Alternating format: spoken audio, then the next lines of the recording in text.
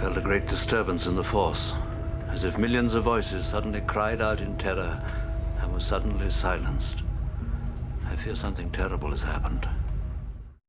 Make sure to check out the video version of this podcast at youtube.com/gameofmicrophones. See everything you're missing.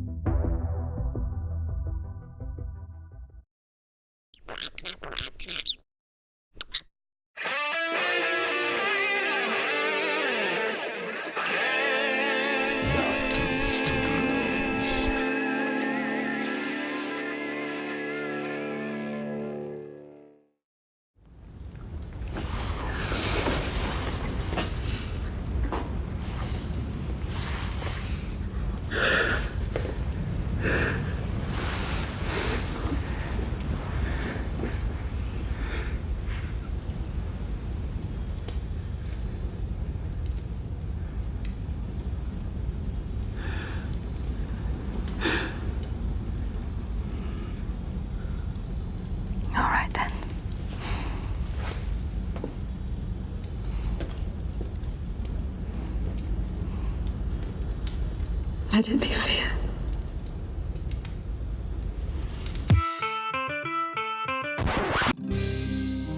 Mount your dragons and draw your swords. It's Game of Microphones.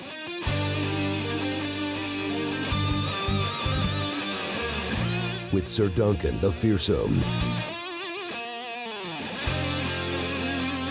and Lady Rachel of House Fox.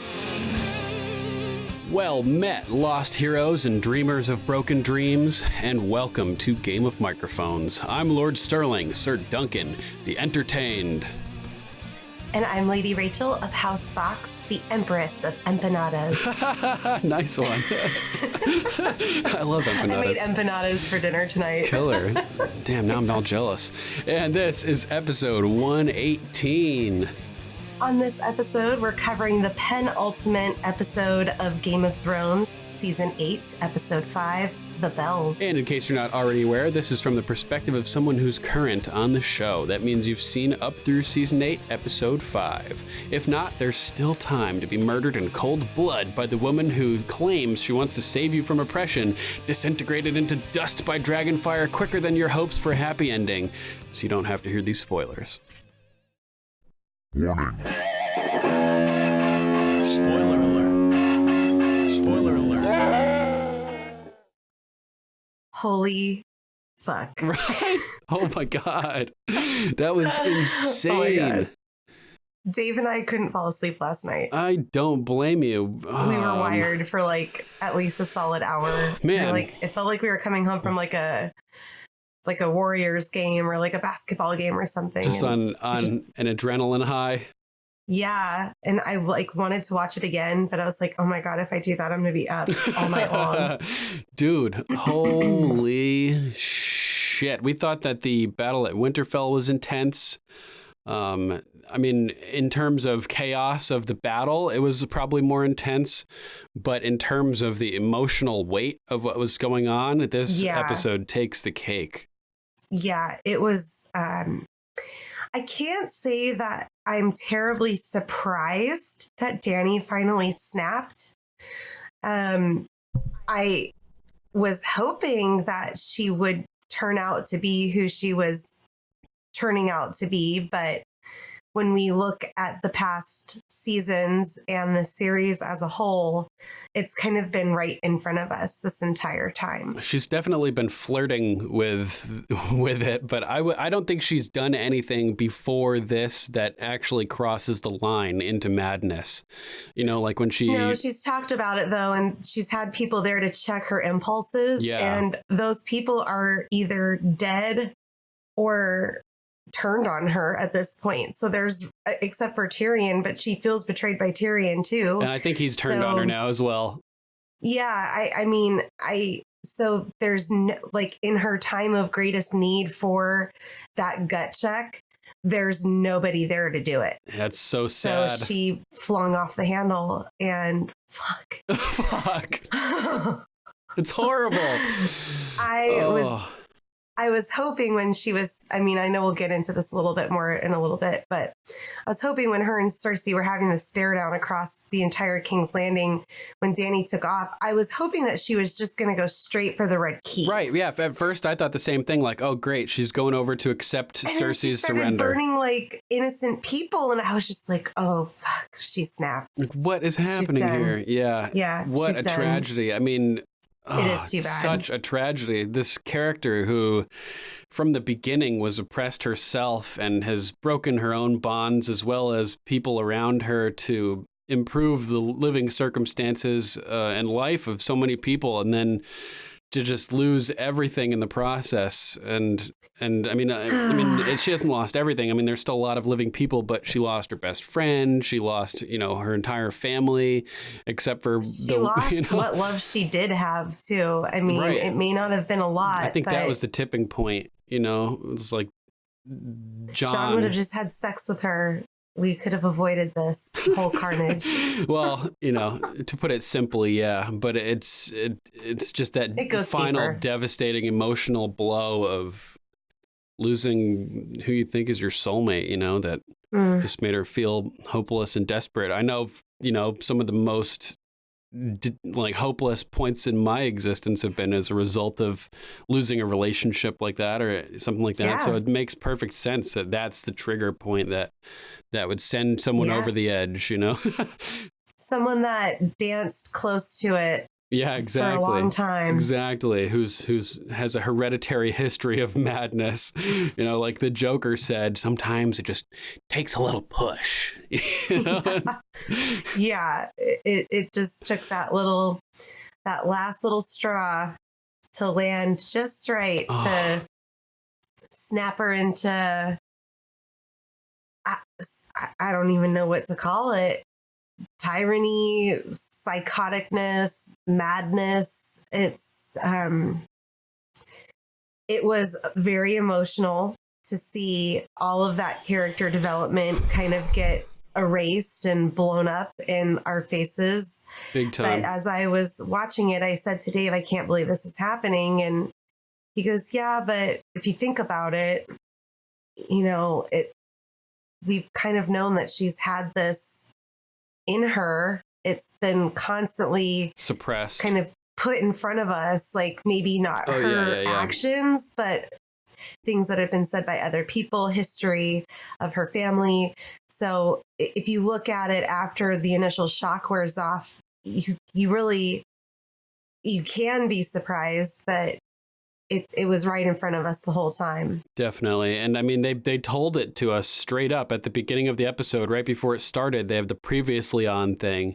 And it's just showing a zoomed up shot of Dany, right? And the whole time it's basically saying, like, it's giving us all of these things that are telling us the same thing. At a certain point, what if there's someone else, someone better? At a certain point, you choose a person you believe in and you fight for that person.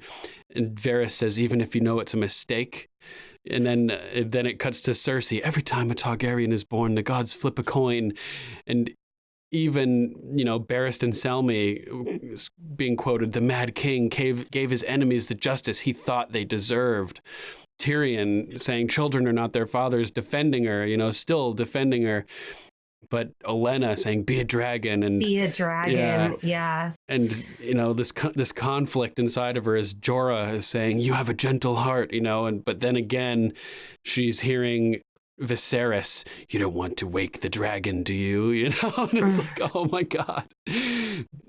They woke the dragon. Cersei woke the dragon. Yeah. Like, Jesus. It's hardcore. Holy it was shit. So ruthless. So ruthless. It was just, yeah. I mean, I know we'll get into the battle, but my God. I mean, I was like rooting for her. I was like, do it. Go after her. Fuck the bells. Like, go after Cersei. Blow her head off. Like, let's end this shit. And then she flew off and I was all excited. And then I saw all these people and I'm like, oh no. Oh, no. I couldn't believe it. I couldn't believe it. What the hell? Dude, that was so ballsy. So ballsy but she even to do said it. She said, let it be fear. I'm going to burn this city to the ground. Totally. I mean, ballsy on HBO's part, just to clarify that. Yeah. As a directorial decision to follow through with this. Like, wow. Wow. Wow. Damn. So crazy. So let's let's hop into our number 5s here. I'm guessing, I had a hard time. Yeah, I'm guessing that we both have the same number 5 because it's, just the right way to start out this episode, I think. The spider? The itsy bitsy spider. Okay. Yeah, my number 5 starts at the beginning and it kind of goes through her conversation with Tyrion and then the execution. Same here. Yeah, mine starts with Varys writing letters. I think he was trying to poison her. Yes, absolutely. Little girl comes in. She won't eat. Yeah. Okay, well, we'll try tomorrow. Again. We'll try again at supper, Oh, it's supper, yeah. Oh, my God. He's totally trying to have Dany poisoned. Somebody pointed that out in the live show last night. And oh, really? Yeah, nice. I was like, dude. I haven't had a chance to listen to that yet. But... So slick, yeah. And, I mean, he was telling all in his letter, too. From what I could make out, the parts that it showed legibly were, is not the only Targaryen left. Rhaegar and Lyanna, blank. Their son lives still, hidden by Eddard Stark. His name, blank. He is the true heir to the Iron Throne. Oh, man. Who knows how many copies of that he wrote and got to send before being busted, because probably a few, because when he did get busted, there was only one. He was only writing one at the time, and so I think what he probably was doing is writing some, sending them off, writing some more, sending them off, because that way if he was to get caught, at least some of them had already gotten out. Yeah, write a couple, send them. Like, for all we know, he may have been writing one and sending it just to make sure that he never had more than one on him, and that make sure that every one he writes gets out, Like, as soon as you write one, you're like, do I risk sitting here and waiting and potentially being caught, or do I send this immediately and then go write another one? And then you have the same dilemma. We saw him writing one when little Martha came in, and so we knew that one existed. And then he was writing another one when Grey Worm came in, and he burned that one. Yeah, much later too, because this was the time for him to go see Jon and like do this whole thing. And that little girl was he was guarding her in the crypts up at Winterfell. Oh, that was one of those kids from up there. Oh man. Yeah. So when Sansa and Tyrion come running around and Varys is sitting there with like the elderly. Yeah. Yeah. Martha is sitting right next to Varys, and he's like holding on to her. Oh my God. So this is like a special girl to him.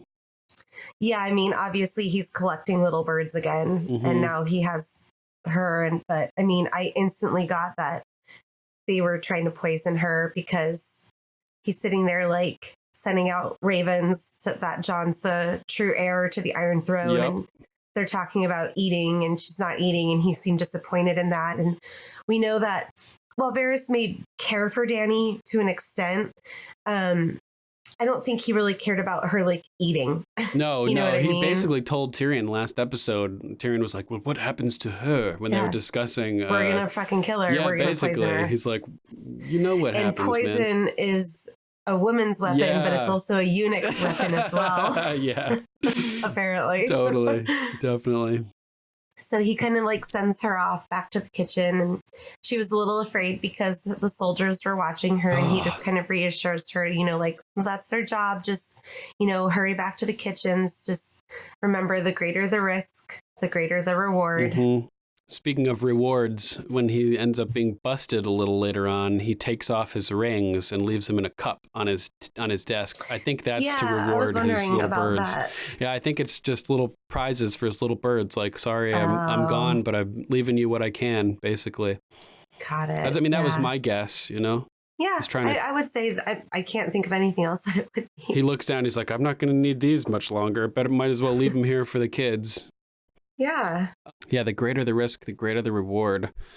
Oh, so, as much as Varys is not getting along with Dany, they do have one thing in common. Which is? They'll use their children to kill people.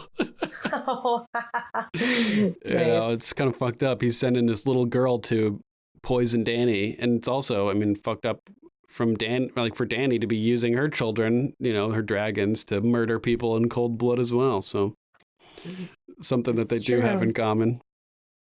It's not your average mother-child relationship to have your, children slaughter people. No, it's not. Yeah, exactly. It's not at all. So my next part of my number 5 is actually Varys talking to Jon. As Tyrion lurks from above, watching. Yes, because this is just blatant treason at this blatant point. Treason. And this is like, really, this doesn't make much sense. From like a writing perspective, I have to throw a little bit of criticism here because Varys is like the master of disguise and intrigue and sneakiness. And he's doing this like so stupidly out in the open and having telegraphed his moves to people like Tyrion, who he knows aren't fully on his side. Like, this is so sloppy, way too sloppy for the spider. You know what I mean? Right out in the open. I think he just doesn't have anything left to lose. I don't think Varys is expecting to survive the turnover of Dany. Right. So this is just like a last ditch desperation move because it's like there's just no time because he knows her motive and he knows that she's planning on burning King's Landing, and it's he doesn't have time for the sly little games he once played. He just got to get his little bug in Jon's ear before he gets to Dany.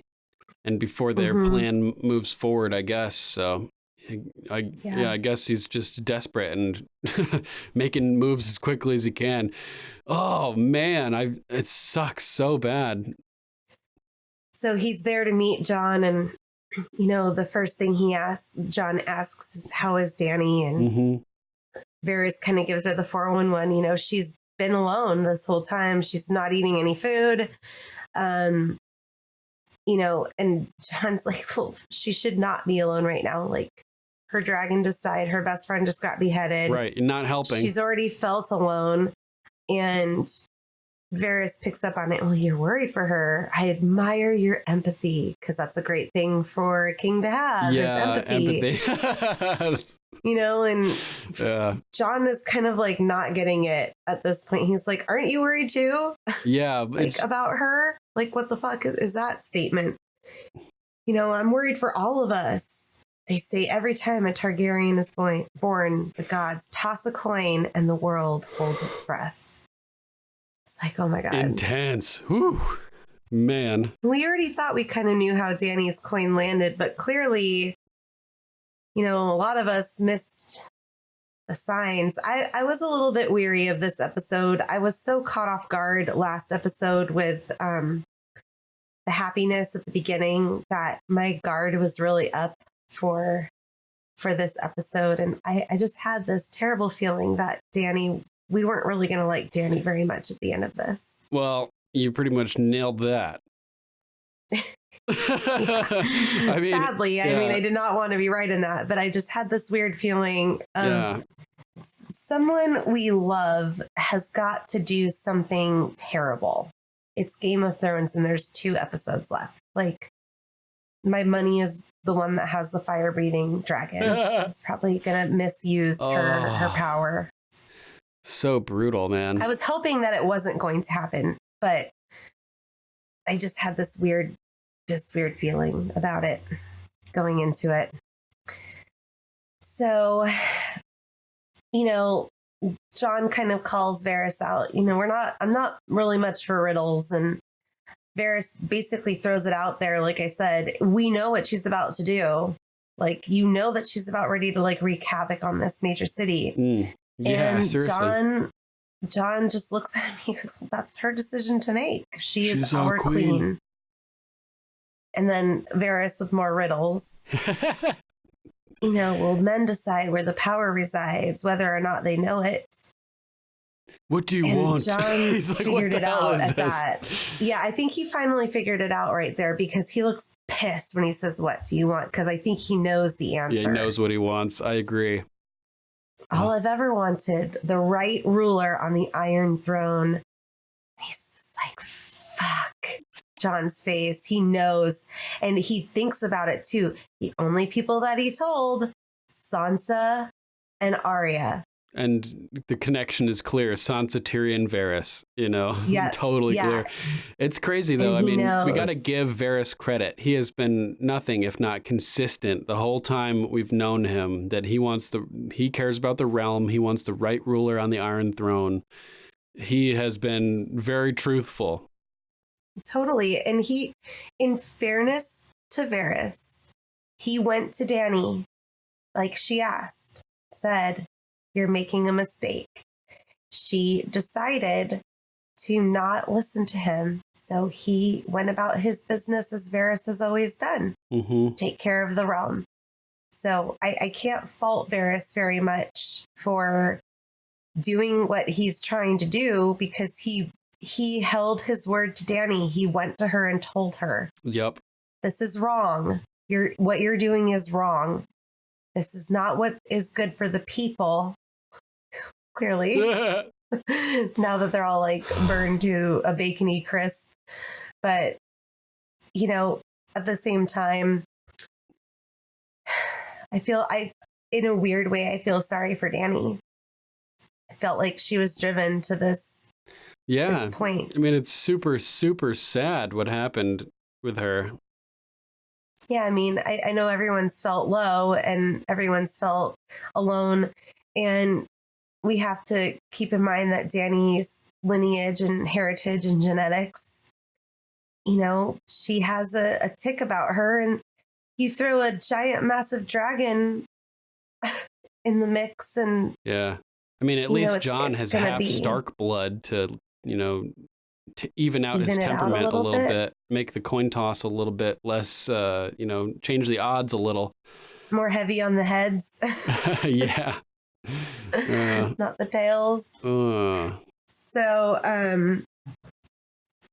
Jon says, "I do not want the throne."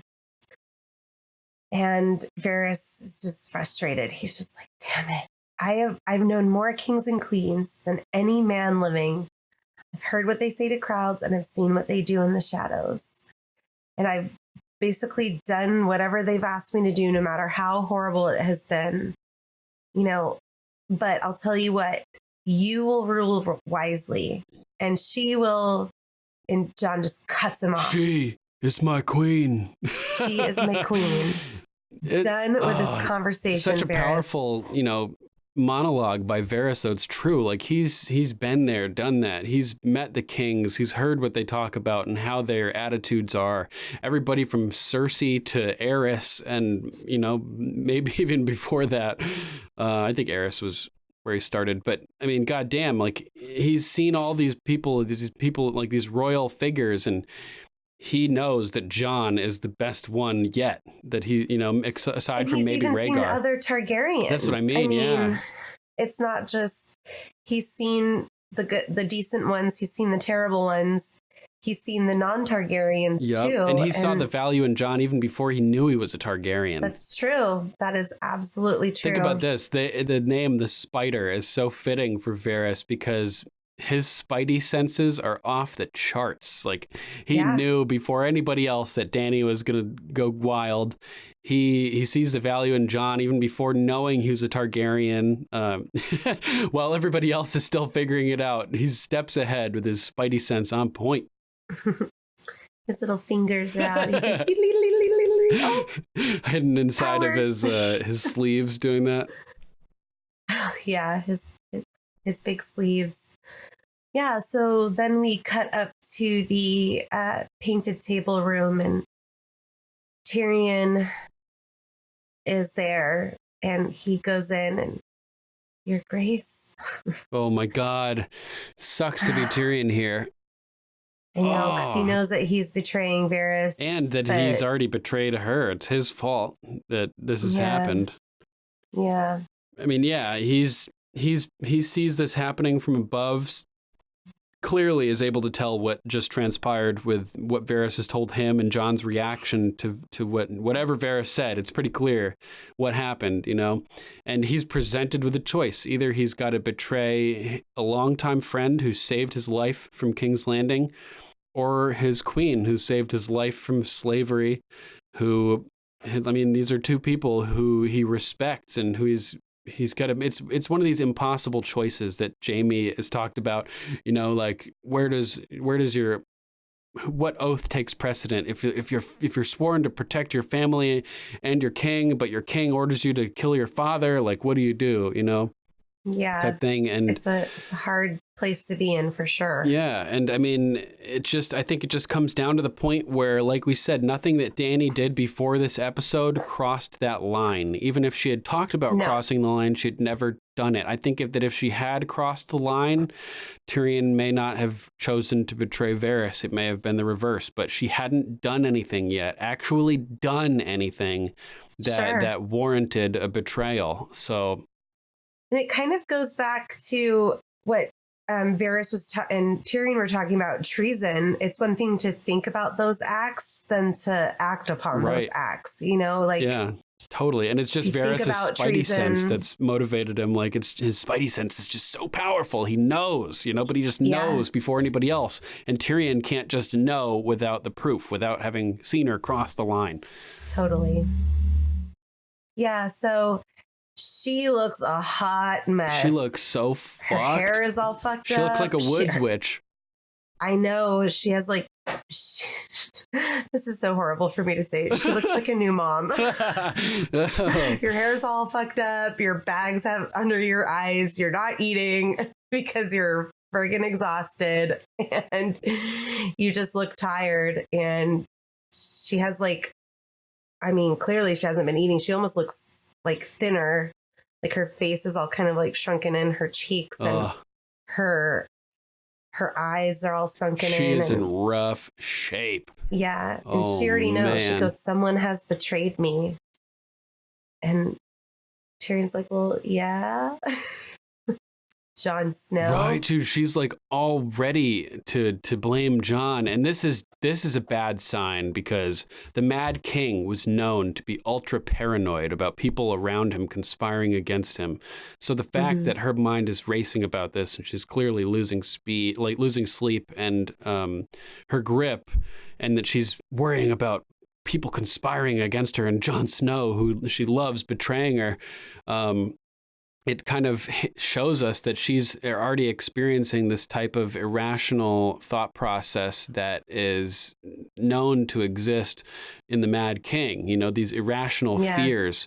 We know Jon wouldn't have betrayed her. You know, she should know that. Like, yeah, it's hard though, because if I remember, I'm going to have to watch this whole season again, but when she begged him, he really never agreed to not tell his sisters. Yeah, he never agreed to that. So I think that's been in her mind. I think she kind of already knew that he was going to tell them no matter what. So when this all started kind of unfolding, she already kind of knew, because he never really gave her, okay, I won't tell them. But she considers that a betrayal. How is that a betrayal? It's not, right. In my opinion. If anything, she's betrayed him. She's betrayed her own family by refusing to acknowledge him as a legitimate person and telling him to suppress his identity. That's the betrayal. I agree. I feel that what Jon, it's his secret. It's not her secret. And he deserves to do with what he wants to do with it. And he agreed to her that he does not want the throne, that it's hers, that he'll support her claim, but I'm going to tell my family, right, my true lineage. He owes them the truth. Yeah, and he has every right to do it. It's his secret. It's not hers. It's not only his secret, it's his identity. Like that's true. It's who he is. Even more so. Like it's one thing to agree to keep something secret. You know, it's another thing to agree to disown your own identity, which is fucked to even ask somebody to do. Yeah. So he calls Varys out. He goes, "It was Varys," and Dany knew it. You know, he knows the truth about Jon. Well, yeah, he does. Because he told him. It's like, yeah. Oh, shit. Didn't think that one through. I was like, oh, fuck. He is in dangerous. He is in danger, man. He is in danger. I thought when we went down to the beach, I thought she was going to burn them both. Yeah. I wasn't sure that it was going to be just Varys. Oh, my God. That would have been crazy if that had happened. Just Varys, not Lord Varys. Oh, yeah. Just Varys. Huh. He's not technically a lord. Technically, she yeah. calls him Lord, though. She goes, Lord Varys. Oh, interesting. Mm-hmm. Very interesting. But it was just Varys that got burned, not Tyrion. Yep. I was thinking, imagine how crazy it, like whether or not Jon is accepting Varys's help, you know, Varys is already working for him. So sending out the letters, exposing the truth, like trying to promulgate him or trying to push him forth as a leader. So he's like already doing work for Jon, basically. I was just thinking, like, imagine how different things could have been if Varys had known the truth earlier. Like if he had just been slightly better at his job and found out the truth or deduced it all this time ago. Instead of taking Tyrion to Dany, he may have decided to take Tyrion to Jon. And imagine how different things would have played out if Daenerys didn't have the support of Varys, the spider, on her journey and everything. Like she definitely would not be in Westeros at this moment. Yeah. Yeah, we kind of glossed over the part where Varys says, I don't know how Dany's coin has landed yet, but I'm quite certain about yours. And that to me was really intense to see Varys throwing down for real, like on somebody's side, you know, like the whole time he's said, like, all I want is the right, you know, I'm loyal to the realm. I'm loyal to the realm. He's picked a person at this point. You know what I mean? Yeah. I mean, he had picked Daenerys to some extent, but he was never fully committed, it seems now. But he seems like, I'm certain about Jon Snow, he says. You know, like, that's pretty wild. Yeah. Yep. He's putting his money where his mouth is this time. Yep. And so, you know, Tyrion tries to reason here. He's like, well, I'm glad Sansa told me, you know, because I'm your hand and we need to be aware of these types of things. And so does Varys. He's the master of whispers. Like, he has to be aware of the shit too. Right. Totally. But then she kind of calls him back out on it. You spoke to him first without consulting me and asking my permission. It's like, oops. Yeah, that was a mistake. Yeah, he doesn't even try to, like, deny it or anything. It was a mistake, he says. I'm sorry. Oh, fuck. And this is kind of a mind fuck here. She's like, well, why do you think Sansa told you? What do you think that she hoped to gain? She trusts me. And Tyrion's like, well, she trusts me. You know, yeah, she trusts you. She trusted you to spread secrets that could destroy me. And Tyrion's like, he's like, oh, good point. And you did not let her down. Oh, my God. Oh, man. It's so true. He got played like a fiddle. Yeah, he sure did. And now he kind of backtracks here and he's like, well, if I failed you, I'm really sorry. Like, please forgive me. You are my queen, basically. And he's like, our intentions were good. Like, even if we fucked up, like, we want the same thing, you know. We want a better world for all of us. Varies just as much as anybody, you know. And I'm noticing at this point, she looks super disheveled and just mad. Yeah, she turns around, like her freaking eye sockets look like 10 feet into her brain. I mean, they're... Yeah, totally. All like, you know, shadowed and everything. She looks so sad and pale and frail. It sucks. We're so used to seeing her so, like, powerful and beautiful and strong. Put together and composed. She looks so weak here, just defeated. Yeah, she looks like she does when she was being dragged in the Khalasar by the Khals when she was captured, you know, and like her hair's a mess. She looks worse than that to me. Yeah. She totally looks worse than that to me. I just mean like the level of unkemptness. Oh yeah, but yeah, she's like all sunken in and like. Yeah, and one side of her hair was more like fucked up than the other, like she's been laying in bed all day. Yeah, it sucks. And that, like you said, she turns to him at this point and they're like glaring at each other, and you know, and he realizes that he fucked up, and he's like, but it doesn't matter now. Yeah. And she agrees, no. Nope. It doesn't matter now. And think that's a quote it's a theme that we've been getting repeatedly for a couple seasons now, since Sandor, found the body of the old man and his daughter at that house, right? And it doesn't matter. And Beric asks, "What do you think happened?" Doesn't matter. Now we've heard Cersei say it. Doesn't matter now. We've heard all these people say it in different circumstances, and we get it 3 times at least in this episode. We get it here, sure do, with Tyrion and Dany both saying it. That's one of the 3 occasions that I've noticed. They both agree it doesn't matter. What's done is done. It's fucked up, and super, super eerie music starts to play here as Dany goes back to her place at the window of the map room and starts gazing out into nothingness, essentially, and she's just in her own world, alone. Man. Yeah, it's horrible. So then we cut to the beach, and it's nighttime. First, we cut back to Varys' chamber. That's right. Yeah, as the Gestapo comes to scoop him up. Yeah. I mean, at this point, it's not really fair to call them Gestapo because she hasn't crossed the line yet. So it's more like Varys has committed treason and got busted. So, I mean, it is what it is, right? He sure did get busted. He's just sitting there, not even looking as they enter the doorway, and one group of eunuchs comes to scoop up another eunuch. And Grey Worm he saunters in and like postures like, oh, it's fucked. It's bad, man.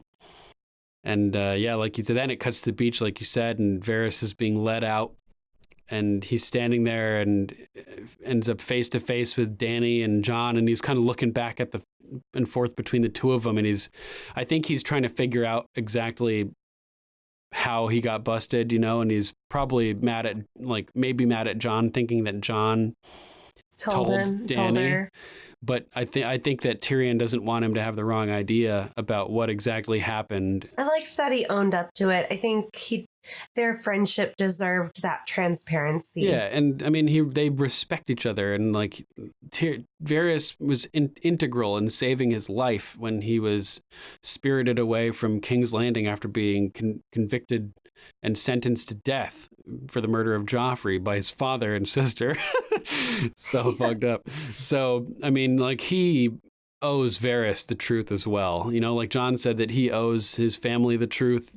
Tyrion owes Varys the truth, I would say. And he comes up to him and tells him, "It was me." And Varys is taken aback, but understands, because they respect each other. They openly talked about how they were having differences of opinion, and making their own choices, and they each made their own choice. And as horrible as it is seeing these two friends being separated in this way and having had to, end up on opposite teams, essentially, it was comforting to see that they didn't go out angry at each other, that they both understood each other's perspectives and respected each other in the end. He even says, he goes, "I hope I deserve this. I truly do. I hope I'm wrong." Yeah, and everybody knows I like conspiracy theories and stuff like that, and I've been known to say I hope I'm wrong before about various things as well. So I can understand his perspective.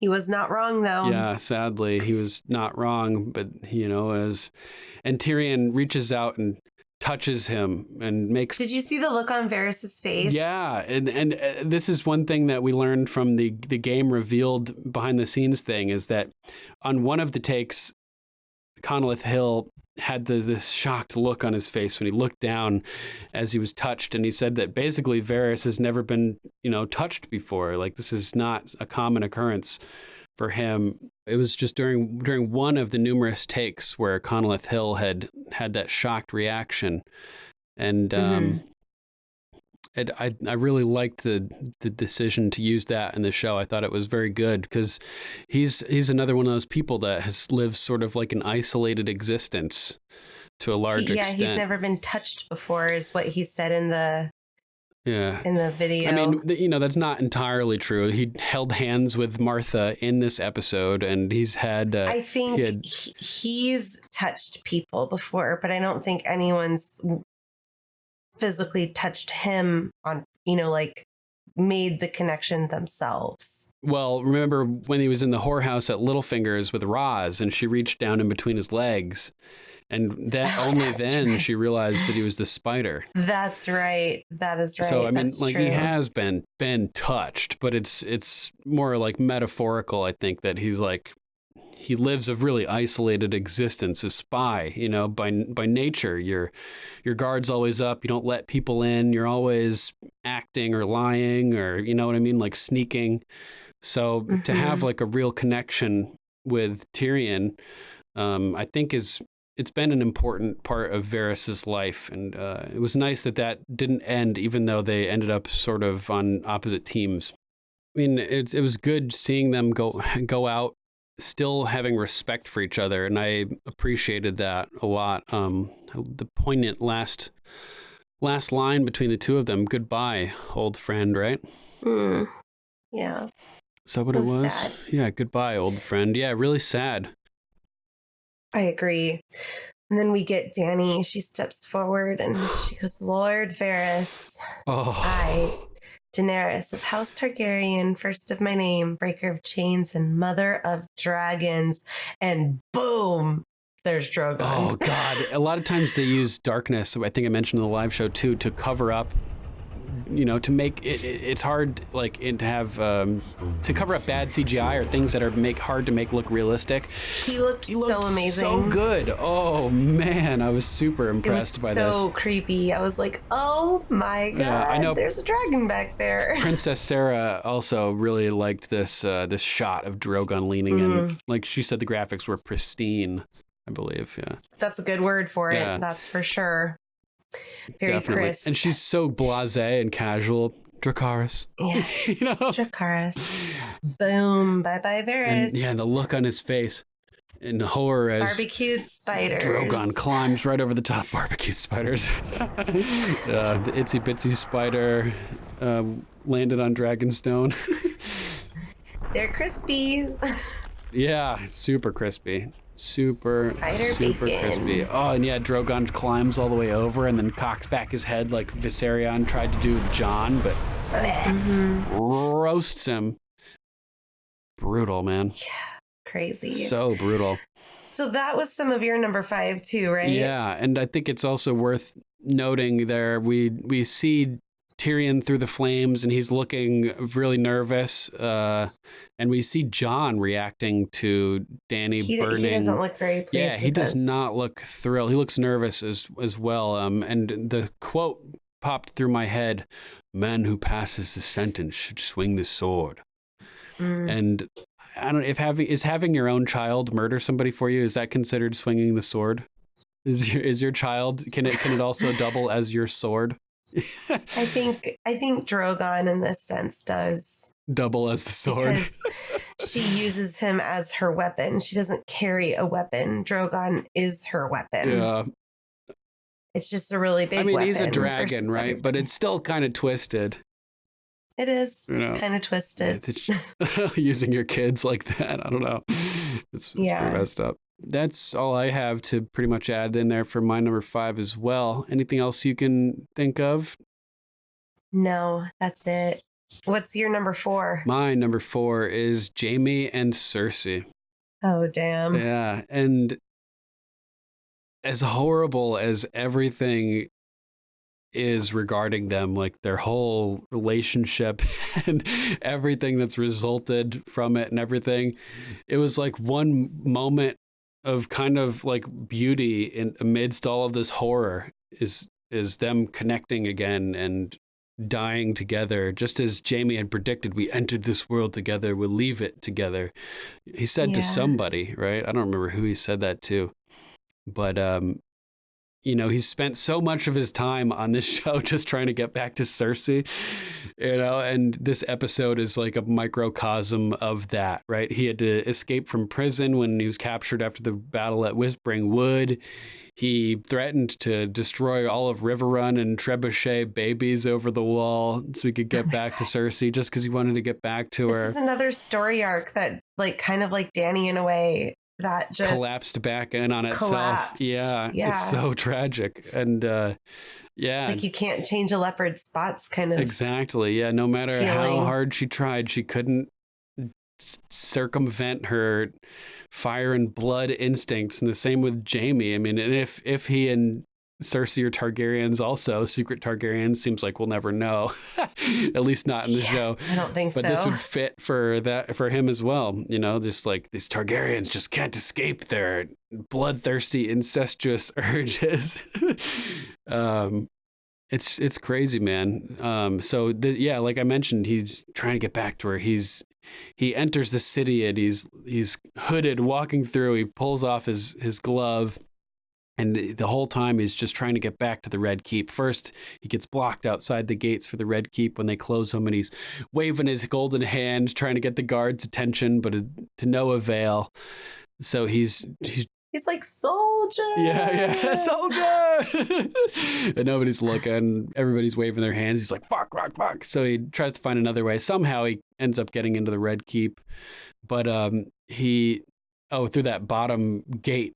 That secret door, he sees the dinghy that's there for him. Yeah, he's like, oh man. So we'll talk more about the Euron fight later on, but he's stabbed up a little bit and ends up getting into the Red Keep and walks all the way up there, and it's right as Cersei is entering the map room, and she's all alone, which is where he left her. Yeah, exactly. Really good catch there. Yeah, amazing. Full circle. And so the tower is like falling apart, and Cersei is alone at this point too, having been abandoned by the Mountain, who actually thought for himself for once. Yeah, that was crazy. Yeah, again with him, he just couldn't escape his Clegane ness that's just inside him. He has to fight Sandor, just like, it's his core. It hit really home for him too. So I don't know, it's just kind of funny. But I thought it sort of mirrored how alone Dany is, that Cersei also was just completely alone up there in the Red Keep, just all by herself, isolated. Trying to make her way down. Yeah. And she's off balance and like off kilter, and I think it's moving because all the chandeliers and stuff are like shaking. And you can see the floor cracks as it's starting to split. The tower is shaking, but her composure is just gone at this point too, mostly gone. Since Qyburn got her to finally leave that balcony where she was.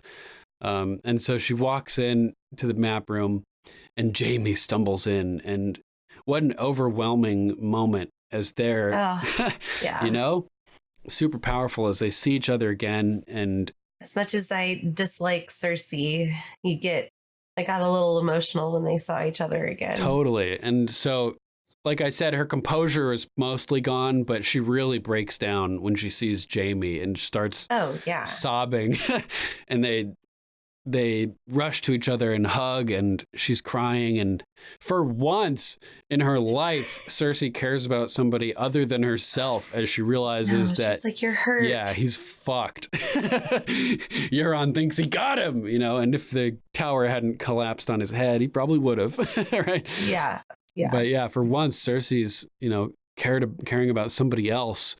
And it cuts away, but next we see them, he's got her down in the dungeons, almost all the way out, but it's just too late. There's too much of the keep has collapsed, and they're blocked in around the base. Because Dany was just like she's bombing the city. Dude, she basically is starting around the outskirts of the city and just firebombing her way closer and closer to the Red Keep, just line by line, systematically, which is even more fucked up. It looked like she was going down the roads. Yeah. Like, because all of a sudden she would kind of turn it, and it wasn't just like going back and forth. She wasn't like sweeping. She was kind of like following the roads. Yeah. And I obviously have no idea what it's like to be in a building that's collapsing, but being that we're an earthquake country, that's always a big fear out here. Good point. It's a scary thought. to be in a high building like that. And the rumbling sound that they captured is really, really reminiscent of what it does sound like from an earthquake, even in like a house. Man. Like the earth kind of makes noise. It's hard to explain, and it kind of has like this low, like rumbling sound. Right. And I think they really captured that. There's and a whole science of it, seismography. Yeah. I don't know if that's what it's called. I think that's what it's called. Sadly enough, and I hate bringing up the Twin Towers, but it had this eerie like feel to it that kind of reminded me of watching, because I was a junior in high school when I was a freshman. Twin Towers got hit. My aunt was supposed to be working on the 93rd floor of one of them and had a bad feeling that day and tried to go to the airport to fly to Florida for a Janet Jackson concert. And from the airport saw all the chaos unfold, and I got back home to Connecticut, and she was on my couch, my parents' couch in Connecticut. I was like, holy shit. Oh my God, that's so insane. Our neighbor, she worked at a building like right outside the Twin Towers and like heard the first plane hit, and she looked at her coworker and she's like, we need to get the hell out of here. Like, I don't know what the hell that was, but we need to leave. Yeah. And they left like right away. And, but when the plane went through the Twin Tower and that like big explosion came out the back of it, and then, obviously watching it kind of fall, that's the terror that you saw in all those videos of 9/11, people running from the rubble falling, and very similar feel here. Yeah. It was really, really similar, sadly enough. And I don't like comparing a true world tragedy like 9/11 to, a fictional show. But I think what I'm trying to get at is it hit home. It made you, it really reminded us of this type of thing. And like, it was hard to watch. The panic and terror and death surrounding this, and in the show, having it come from a beloved character like Dany, it was really hard. So watching Cersei and Jaime kind of try to climb their way through this rubble, it made me sad. As much as I hate Cersei and I was hoping Jaime would kill her, but he left Brienne and he is who he is. But I don't like seeing, especially pregnant women, trapped anywhere, no matter how terrible Cersei is. For sure. Her child is innocent. Yeah. So it was a hard moment to watch when she started breaking out. And I think like I've been wondering what Dany's motivation was for killing all these innocent people and everything that she decided to do in this episode, this turn of fate.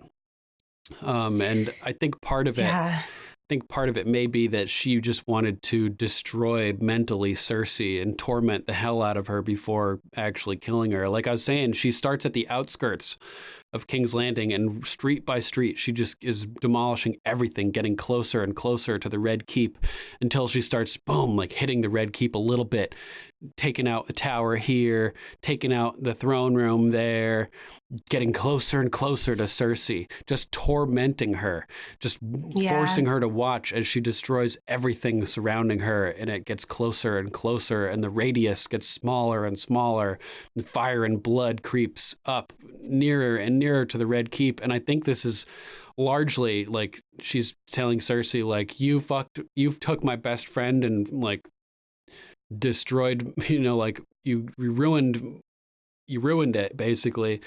And now I'm going to torture you. I think it was also a big, because Dany even said it to Tyrion, is your sister thinks our weakness or our mercy is our weakness.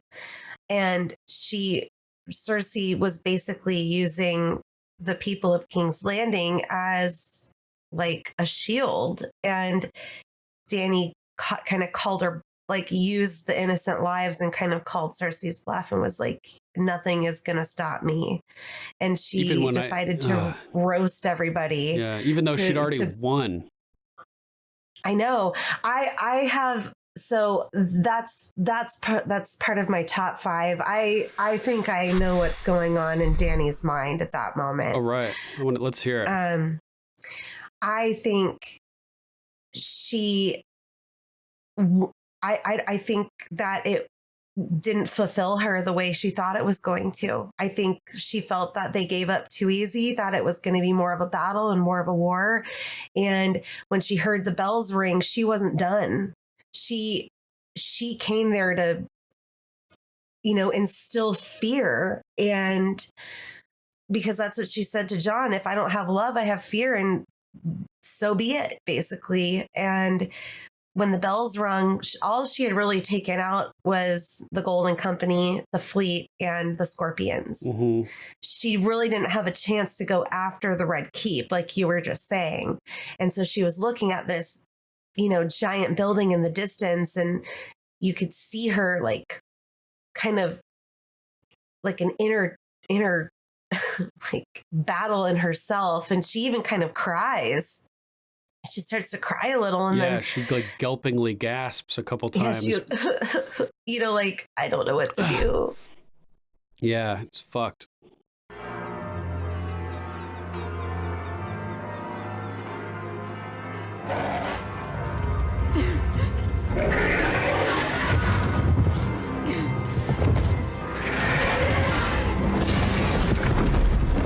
And she just rips it, and she's like, fuck this bitch. I'm going to wreak havoc on the city because fear is all I have. Fire and blood. I'm coming for you, Cersei. This is your fault, basically. Because she even said that to Tyrion. It's her fault. And he goes, it's not about whose fault it is. And so she's like the wife. She's like a wife beating husband. Look what you made me do. Look at all these innocent people you made me kill. Look what Yeah. So I think that it was too anticlimactic for her when they surrendered. She wasn't done. It didn't feel victorious. She still felt awful. She still felt alone. And Cersei hadn't suffered enough. So exactly. It was a double thing. Like, one, instilling massive amounts of fear, like you said, but also like torturing Cersei with anticipation and with just total destruction, like just destroying everything that she thinks she controls, like saying, you can't control any of this. You can't save anybody. You can't do anything. You are a failure, Yeah, you thought that I wasn't going to come wreak havoc on the Red Keep. You thought you stood a chance? You thought you had a chance? Because you were filling it with innocent lives that you don't give a fuck about? Right. Well, I don't give a fuck about them either, because you know what? They have no love for me. Yeah. So I'm gonna instill fear, and it's sad that Dany's character turned to be that way. But just last episode, she said that she was gonna end the reign of tyranny, basically, so nobody had to live in fear of a tyrant again. And then in the following episode, she decides to embrace fear, which she said she wanted to eliminate last episode. Yeah, she snapped. She completely snapped, and there's no denying that what she did was terribly, terribly wrong. But, like we've said a couple times already, the writing was kind of on the wall for her character that this was a possibility. And they went for it. And it was spectacularly awful. Spectacularly. It was so good. It was horrifically amazing. I mean, it was spectacular TV, but it was awful to watch. Yeah.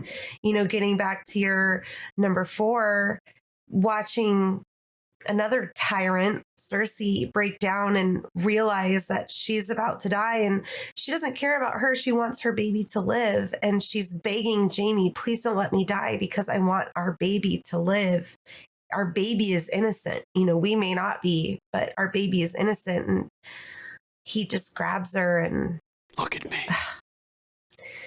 I feel like in a weird way, this little Valonqar theory was kind of fulfilled in a weird way. His hand around her throat when she dies, basically.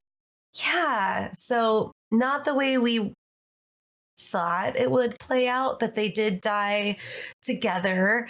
And I feel like there's a part of me that really wanted to see Cersei get like, this is so awful to say, I can't believe I'm saying this, but like a more terrible death, like the way she dealt it out to Ilaria and the shame lady. Septa Unella.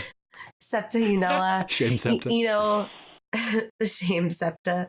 But I'm kind of glad we didn't get that. You know, my neighbor said it the best. They got buried in their basically the shit that they created. Oh, that's great. That's so awesome. Yeah. Here, what was her actual? Let me pull it. It was in a text. Fitting that Jaime and Cersei died the way they did, with the world crashing down around them. Like, because their stories have kind of been or at least Cersei's has been kind of a spiral downwards for a while now.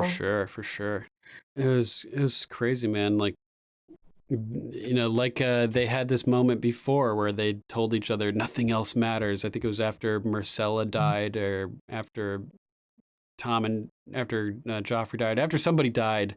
Jaime had said this before, and just it's just you and me, you know, nothing else matters, right? So we got that brought back, that theme, and they're sitting there eye to eye, like embracing, as we've seen in the background, the keep just start collapsing and the rubble just gets closer and closer. It reminded me of in Man of Steel, when Kal-El, Superman's parents on Krypton, get killed, standing there as the world is exploding and just it gets closer and closer to them in the background. Totally. Make a better world than ours, girl.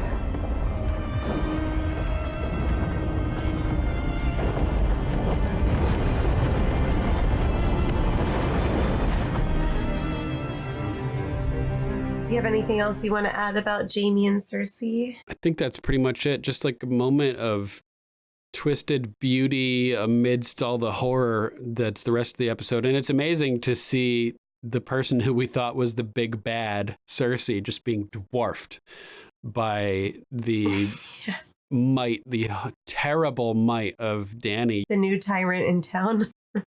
Yeah, the new tyrant in town. Anything that we thought Cersei was capable of in terms of wildfire or destruction or devastation was, you know, shown to be nothing compared to what Dany did. And she outdid what the Mad King's most evil design. Yeah. I mean, as we saw it, when she's blowing up the city, there's little bursts of wildfire blowing little up. Poofs of wildfire. Yeah, little poofs that are like nothing compared to the overall destruction. I mean, granted, Cersei used most of the wildfire to blow up the Sept of Baelor. Oh yeah, she did find caches. She found them and then put them all under Baelor, you know, the Sept of Baelor. So there would have been more, but you could just see that the overlying destruction of the dragonfire was enough to. Sorry, my mom is texting me like crazy. She just watched the episode. my phone's like, bzz, bzz, bzz. She's like, what the fuck? Oh my God, it was so intense. What the hell? I got a text from my sister. You need to watch Superstore, which is like this funny comedy, apparently. I'm like, you haven't watched last night's episode of Game of Thrones, have you? Because if you had, you wouldn't be thinking about Superstore. Yeah. You need to go watch that so you don't risk being spoiled. Okay. Are we on my number 4? Yeah, you're number 4, definitely. What do you got? My number 4 is the burning of the Iron Fleet. Oh, man. All right. I found this poetic justice because we lost Rhaegal last episode, and it really shocked me. I know we talked about that last week. Just out of nowhere. Out of nowhere. And so we get these images of all of the scorpions, and they all have kind of like different heads on them. Like some have lions, some have eyes, some have krakens. And we see them on the boat. We see them up on the battlements, like up on the top of the wall. Yep. And we get this kind of wind picks up. And I loved that because anytime the wind picks up, there could be a dragon around or there could not be a dragon that's true. around. We get that one soldier with the red thing around, like the red quilted fabric around his helmet, and he kind of like a gust goes over him and he like kind of looks up. And yeah, it was funny. So we get Euron on the ship and he's looking out and everybody's kind of looking out, scanning the horizon. And Dave actually called it. He was like, I hope she goes low. She needs to go low because everyone's like looking up.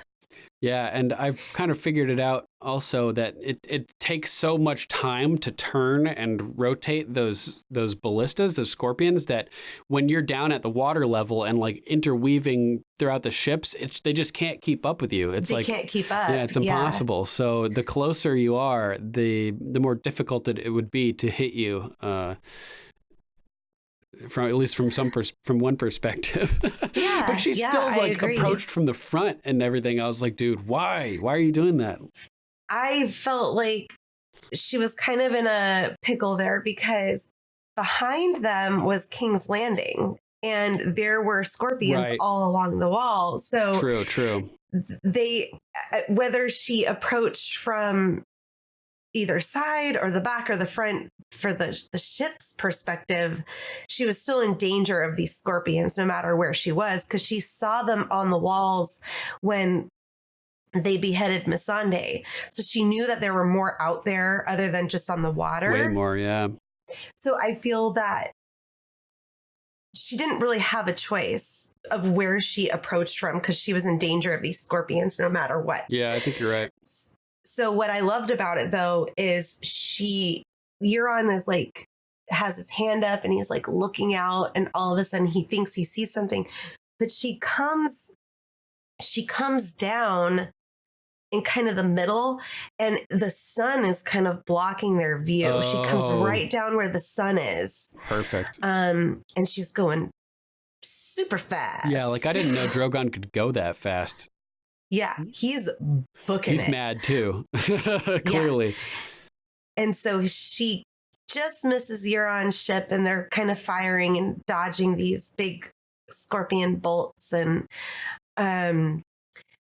she takes out a few ships and we see how easy it is. Like if they did not have these scorpions, that fleet would have been blown up in 20 seconds. Oh, I mean, we got a little bit of that in Marine, how easy it was for her just to fly in and burn a ship up. And, they're, like you said, they're trying to rotate these scorpions to get her. And now she's low. And so Dave kind of called it. I mean, she came in from above, but then she stayed low. Mm-hmm. And they all have their sails furled up too, worth mentioning, so they can rotate 360 degrees to shoot those things. Yep.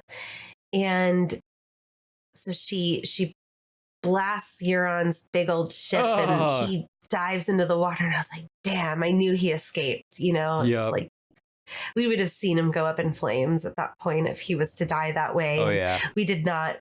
Yeah, I knew. I never doubted that he was alive at that point, too. Yeah. And so then we get up on the bannerman. So my number 4 is the fleet, but it's just kind of like the fleet / the scorpions they bite the dust because of that horrible Rhaegal murder. And so now the wall is trying to get their stuff going and they're shooting at her. And again, she's low. So because they were all kind of like pointed upwards. And so they start pointing down. And right as they start pointing down, she comes up at them. On them already. Yeah. And just goes along the wall and just blasts the shit out of these things. And I'm like, yeah, go girl. And I was like rooting for the tyrant at this time, but yeah, she wasn't the tyrant yet. I know. But it was like horrible when I was rooting for it. And I was like, oh no, don't do that. It's like Time Magazine, Hitler Man of the Year, 1938 or something. You fucked up, Time. A couple of years later, we're like, ew, we shouldn't have backed that guy. We should have not done that. Yeah. So it's a short number 4, but it was a moment of triumphantness for Dany, getting vengeance for her murdered dragon. And I wanted to see those ships go up in flames for so long. And we hear that, from Qyburn, that all of the scorpions have been destroyed. And so at that point, it's a free for all for Dany. There's no way to ground Drogon. Mm-hmm. She can do whatever the fuck she wants. There may be a way to ground her if someone shoots an arrow up at her and they get a lucky shot, but those little tiny arrows are just going to bounce off his scales. So there's no way to ground the dragon. Dany was in full dominatrix mode this episode, like Sansa was a few episodes ago, with like the chain around her neck and shit and all the black leather. She was ready to rock. Yeah, Dany was ready to rock. It's hilarious. She was rocking. Yeah. So that's my number 4. It's short and sweet, but this episode was really hard for me to pick a top 5 because of all of the cutting back and forth between the scenes. Trying to organize your notes and everything. Yeah. Trying to organize my notes was really difficult. And I had a lot of, like I said, spectacularly horrible it was. The whole just massacre was unbelievable. And, I hate to say it, it was really good. It was so awesome. It was really good. Massacre. I know. I feel like fire. a tyrant myself saying that, but so I just tried to kind of break up points of the battle that stood out to me a little bit. So that was one of them. I loved getting a little bit of revenge for our beloved Rhaegal. Nice. Yeah, good call. Fuck yeah. Yeah. So what's your number 3? My number 3 is Clegane Bowl. Oh man. Okay. What? Dude. This is my number 2. All right. So let's collaborate. What did you think? Did it live up to the hype? I personally loved the set that they were on. It was like the Stairway to Hell. So cool, right? It was amazing with, Drogon's like flying out in the background. Like you see like, how could you possibly make the set any more epic than that? Like it's like Obi-Wan versus Anakin Skywalker on Mustafar, the lava planet. You know what I mean? Like what could you, like that's the most epic you could make it probably for the circumstances. Like, so badass. Yeah, I'm glad that they weren't like in an open field or anything. They were on this awesome stairwell, and Gregor had the higher ground. Right. Yeah, I noted that too, just like Obi-Wan in Mustafar. Yeah. It's over, Anakin! I have the high ground! You underestimate my power! Don't try it!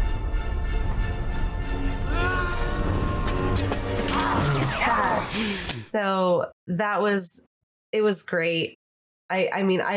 It lived up to it. I knew, I had gone back and forth, like maybe the Hound will beat the Mountain, maybe the Mountain will beat the Hound, and maybe they'll die killing each other somehow. And I like how they both went out together. Mm-hmm. I thought that was cool. I wasn't sure that was going to happen. I thought the Mountain was going to kill the Hound. If it was a fair fight, the Hound would have won because, he disarms the Mountain and stabs his sword right through his gut. Like, he should have won. And then through his skull. Yeah. And like, oh my God. Yeah. He beats him twice, essentially. Yeah, at least twice.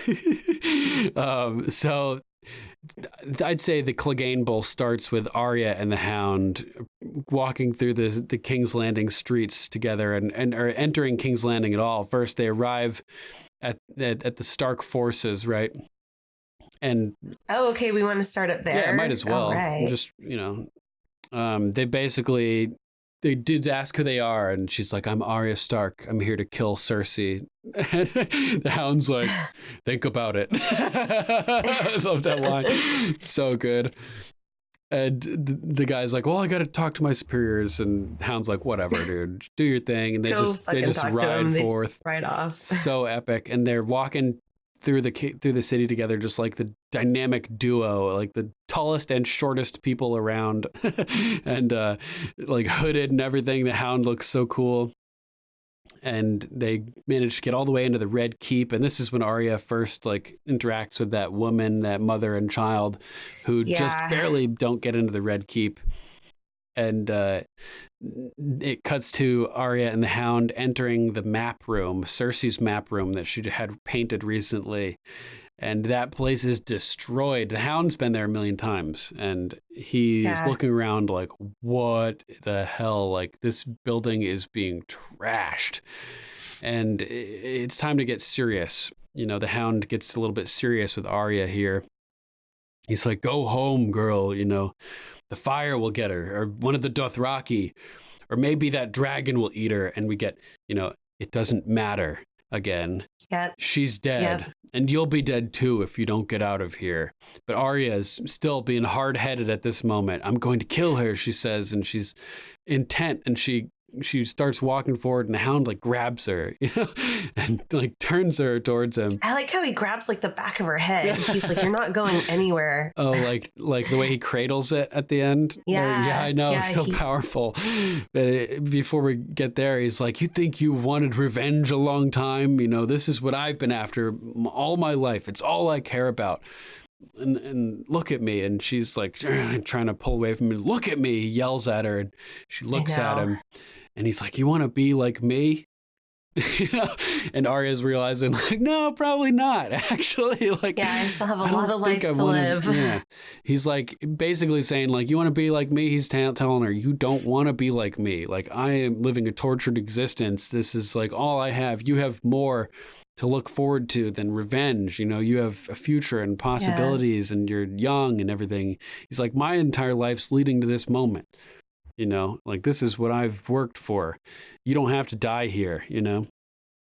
And like you said, he cradles the back of her head and tells her, you come with me. You come with me. You die here. Die here. You know, and super like tender moment between the two of them. Yeah. You can tell how much he loves her. Yeah, and we never see the Hound have any type of like intimate moments with anybody except for Sansa last episode and Arya this episode. You know, he holds hands with Sansa for a second, and he, you know, embraces Arya here and manages. He loves the Starks. Yeah, he like, well, they're like, they represent honor, you know what I mean? And the way Ned was and their reputation. And that's something that Sandor has always appreciated. I mean, he hasn't lived up to it himself. He was too damaged and broken to be honorable for most of his life. But he's experienced the polar opposite of that, which is his brother, who has no honor, and it tainted the image of knights for Sandor. And like that, what, you know, like Sansa was obsessed with true knights and like the stories of the heroes and things like that. And from Sandor's experience, you know, it's bullshit. Like, you're come from a bubble, Sansa. Like, your family is honorable people, but knights aren't honorable always in the real world. And so growing up the way he did, with the influences that he had and the caliber of person that he was used to being around, I think that just innately he had a respect for the Starks, that they were like these like angelic people sort of that were like, I agree, above the crowd, you know, and in terms of chivalry and honor. So part of him being able to accept himself and like redeeming himself in his own eyes, I think part of that he can earn that from sort of earning the respect of the Starks to some degree. So sort of similar to Theon, who like it took them forgiving him basically for him to. They have like a magnetic pull. Yeah, the Starks. They do. Yeah, for sure. Yeah, and people who are, you know, not necessarily making the right steps, they can feel closer to making the right steps by getting in with the Starks. At least they feel like if they earn the respect of the Starks, that means something, you know? I agree. And it's pretty funny. So this super like tender moment between the two of them, and as he embraces her and convinces her that she doesn't have to die here, and he walks off, and she's like, oh, like shook standing there, right? And she turns Sandor. Yeah.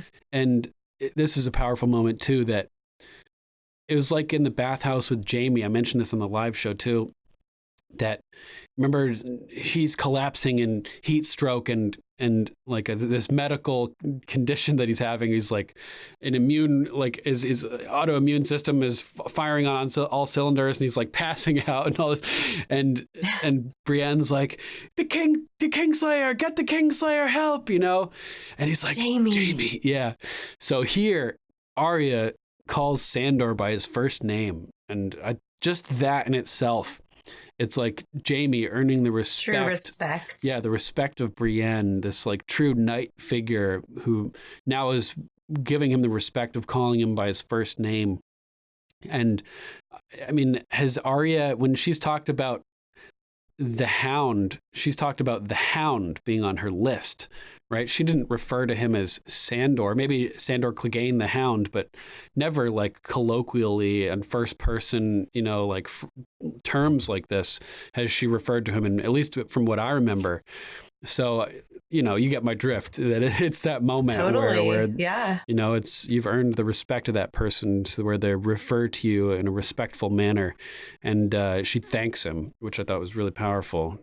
Like, thank you. You've given me back my life, potentially. Like, you've made me realize that, you know, I don't need to be here, basically. And also, thanks for, you know, at least you following protecting through. me. Yeah, thank you for for protecting me and guiding me and helping me be a badass, but also, you know, letting me know that I don't have to have a death wish in the process, you know?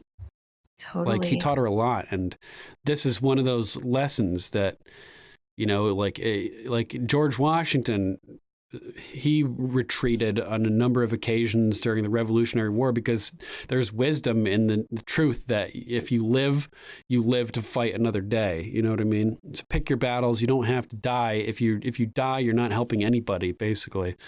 So this is an important lesson, and just a really powerful moment between the two of them. So as Cersei is being escorted down this tower, it's being destroyed all around them. So crazy. Yeah. Oh my God. And the mountain covered, like, leans over Cersei and Qyburn as these chunks are just falling. Yeah. And he made a sound. Yeah. Somebody said that that's when his vow of silence was broken and his obligation to her ended. So he protects them, but as the dust settles and he stands up and Cersei and Qyburn get up, they turn down the stairs and we see Sandor Clegane.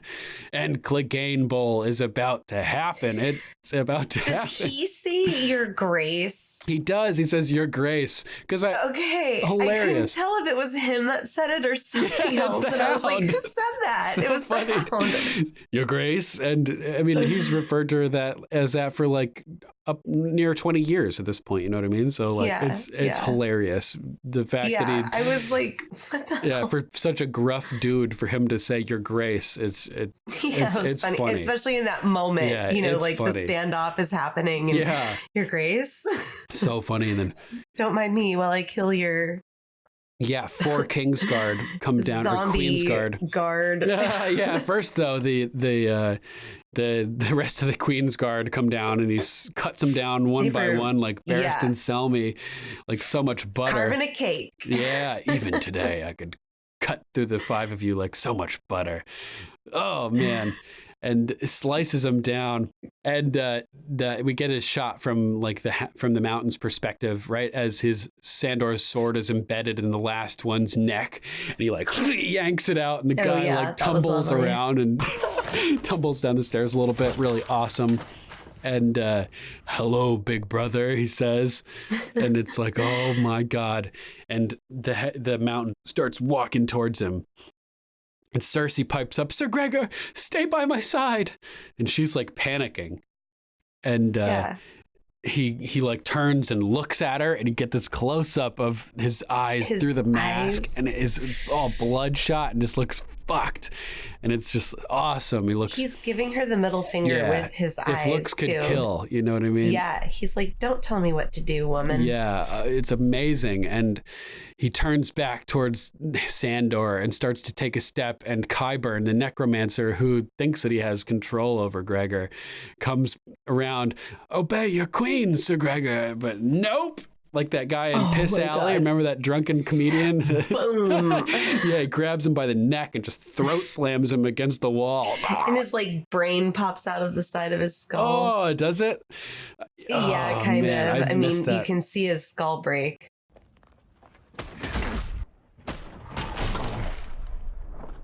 He smashes his head and then throws him down against a pile of rubble next to Sandor. And then it cuts to a shot looking at Sandor, and you see Qyburn's body just lying there. Laying there. I think they were using a dummy for that shot. It didn't look like the actual actor to me. And it's easier to just have a dummy serving the place of the actor, so it doesn't have to lie there. Sure. Because they spent a long time filming this confrontation. I'm sure they spent a long time. Yeah, so I thought it was funny. It cuts to the dummy lying there, and I was like, "I look so dead." And then the battle begins. Basically, after a couple seconds, Cersei decides to vacate the premises, and she walks right past. He doesn't even look at her when she walks by. Right? It's I was like, don't let her go. I know, stab her or something. Cut her head off. You can do it. Cut his fucking head off. Yeah. Fuck her. So funny. And that's not who his beef is with. It's with. Right. And the mountain is holding his position, and Sandor starts to approach and walk up the steps. And I was like, oh my God, this is so intense. And like you said, Drogon's flying around in the background. That was so apocalyptic. Yeah, it was epic. You see the mountain, and then from left to right, you see this blast of flame, and then this giant dragon fly by, and they're on this stair that it's not leading to anywhere anymore because the towers crumbled. The towers all collapse, and it's got a Dark Souls vibe to it, where you're just in this destroyed environment. I've been in this position. It's so metal. I've totally had this fight before in Dark Souls on a stairway with a giant monster. Oh, really? Similar to this. Totally. That's awesome. Fucking die! Fucking die! And so they start fighting, and oh man, just the mountain's grunting as his sword is cutting through these blocks of stone. And at one point, there are two blades connect in midair, and I love that. The dust flies off of them. And then don't we cut to a different scene? Yeah, it's cutting back and forth between Arya wandering through King's Landing trying to escape, and the Hound and the mountain Clegane Bull. And it's even at certain moments, Arya hits the ground, and right at that moment it cuts to Sandor as he hits the ground as the mountain tosses him. I loved that little juxtaposition between the two of them. Mm-hmm. Because they had went their separate ways. They had been together all this time, throughout the series, but also throughout this episode. They went through King's Landing together, and it's just, it was great. Yeah, I liked pairing them together too. It was good. And originally they shot that scene with Arya running through the streets of King's Landing. It was all as a one shot where they had everything lined up, and it's a giant 4-minute shot where she's doing all this stuff, and the camera's following her and looking at all the people. And there's just thousands of moving pieces to keep that need to be all put in the right place at the right time with extras running around. So they cut it up. They did. Yeah, after when they were editing the final episode, they got to the scene with Clegane Bull, and they ended up feeling that these scenes just fit so well together that they decided to cut up their one shot, which they spent so much time doing, to integrate it in with the mountain and the Hound fight. Maybe that's why it flowed so well, though, Arya's moments, because it was all shot at once. Yeah, absolutely. Yep. And I felt we had the major Clegane Bull going on, but we had a character that we love and care about so much, Arya running through this war. It's a fucking war zone. I mean, it was a war zone. Yeah. And we're concerned for her safety. And, we have to have that kind of point of view. I feel I loved the whole point of view in this entire episode, because I think they were saying this on, what's that like long video that they put out after the episodes? You mean the game revealed, the one we've been talking about? Yes, game revealed. Okay, that's what it is. Yeah. They were saying that a lot of the times, I think it was DB Weiss that was saying a lot of the times in these types of these battles, we get the perspective of the main characters, the heroes from above, and they really wanted to take us down to street ground level, where the carnage was actually happening, where the suffering was happening, where the decisions of these people like Dany and Tyrion and Jon, these types of people, the decisions that they make, these are the people that it's truly affected by, kind of what Varys was all about in a way. Yeah. And I like how they kept it there. Like, we don't really see Dany again. Like, after the bells ring, we don't see her again. We don't see her point of view. Yeah, like as a character, she's lost. She's lost to us. We're no longer with her, basically, and like metaphorically and physically, as she's a straight up 747 with a flamethrower on it, you know, and she's not a human at that point. And you made the 9/11 comparison earlier with the towers falling, part of the keep, and everything like that, and the destruction with the of all these buildings falling around these people. And they drew another historical comparison to I can't remember which city they kept mentioning, but a city during World War II that was being devastated by bombs, like planes flying through and dropping bombs and things like that. So they were saying it was interesting to have this type of modern type scenario where these just destroyed buildings placed over the top of like a medieval type scenario where you wouldn't expect to see it.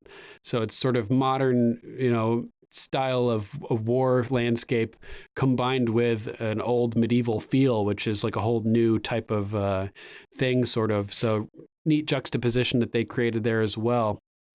Yeah, it was so much more chaotic because we could have gotten a lot of like bird's eye view from Dany's perspective, and it would have been epic and awesome. But I loved that we were down in the chaos. One of the only times we did get that bird's eye view was that vision that we got from Bran's hallucination, his one of his visions. Remember we sure did get that. We've been speculating about what is it, an ancient dragon? Like from before the dragons died. It was from the future. So Bran has a vision in the future. We know that he can see the future. Yeah. So why didn't he warn anybody about this? I have a lot of questions about what they're using Bran for. Yeah, maybe we'll find out next week. Maybe there'll be something, I guess we'll see. I have no idea. But I think he just... Yeah. I don't think he quite understands his visions yet. Yeah, for sure. So he may not be confident in them. And for all we know, he that was like during a blast of like little bits of visions. He may not have actually seen what ended up unfolding, Or even realizes that it was the future in the first place. Right. So they're fighting and it's chaos, and Sandor basically ends up disarming Gregor, like I mentioned, and stabbing his sword right through his gut, and like pushes it in so deep. And there was some movie, I can't remember what it was, where somebody has to, like, I guess it's a couple of things. One where Beowulf like cuts his arm off even further just so he can reach into the hole to rip out the dragon's heart. There's another one where somebody's like impaled on a stake, like on a spear, and he pulls it even closer just so he can stab the guy has impaled him, basically. So that's what this reminded me of. Like, the Hound pushes the sword even deeper, but by doing so, it puts him within striking range of the Mountain, who just backhands him and sends him flying. And in the game revealed, they were showing like behind the scenes of this, and they spent all day, like one day, with Gregor, the actor, the Mountain, Hafthor Bjornsson, who won World's Strongest Man this year. Literally just tossing Sandor Clegane, Rory McCann around. And they were talking about how like these are not like trained stunt people. These are actually guys doing these stunts, and they're talking about taking pauses in between takes where they were all worried that Rory McCann was dying, like literally dying, and it shows him like getting smashed up against a wall by Hafthor. Rory was like I mean, sometimes we thought he was dying on the stairs in between takes, literally. Everyone okay? For a big man, you're very gentle. As big as you are, you're pretty gentle. Yeah, you're pretty gentle. And that was so funny. And I mean, doing that all day, you could see that it was real. Like, I was impressed. It was probably exhausting. Oh, he was like the both of them. Yeah, I'm sure wiped him out, both of them, big time. And yeah, it was just great, man. It was so good. So the Hound starts getting just smashed around after that first backhand. He like is lying on the ground. And he's like, shit, like, this is not good. He's like, he almost kind of cries a little bit too. Yeah, it was like a laugh cry, like, yeah. How is like, because he's lying on the ground and he looks up and we get this shot from, it's like, how is he still alive? Yeah, the sword is impaling the mountain and it's like backlit. And he's like hanging out there. Yeah, he's all he's backlit, just like silhouette when you see this sword sticking out and he's just like pulls the sword out and it's like, oh, and Gregor's like, shit, like this is not normal anymore. Like, as it's fucked. And he, at one point during this, he knocked off the mountain's helmet, right? And oh yeah, that's right. Yeah, and we get to see finally what he looks like, after all the anticipation. He looks like a rotten piece of flesh. So good. Yeah, like they did an amazing job on his makeup, and the Hound very properly, yeah, that's you. That's what you've always been. I love that line. Like, you may have looked differently, but on the inside, that's always what you've been a monster. Just rotten and just rotten to the core, man. Always been a monster. Yeah, perfect way to put it. So that was pretty awesome. And so at this point, he's just tossing him around, smashing him against the walls, just trying to break him, And he has him like, he's choking him up against the wall here, and the Hound pulls out a dagger from somewhere and just starts stabbing him all over the place, in the neck. Oh, I know, like in the neck and chest and the gut and everywhere. And die, you fucker! Fucking die! And like, it's like, holy shit! Like, none of this is having any effect on the mountain.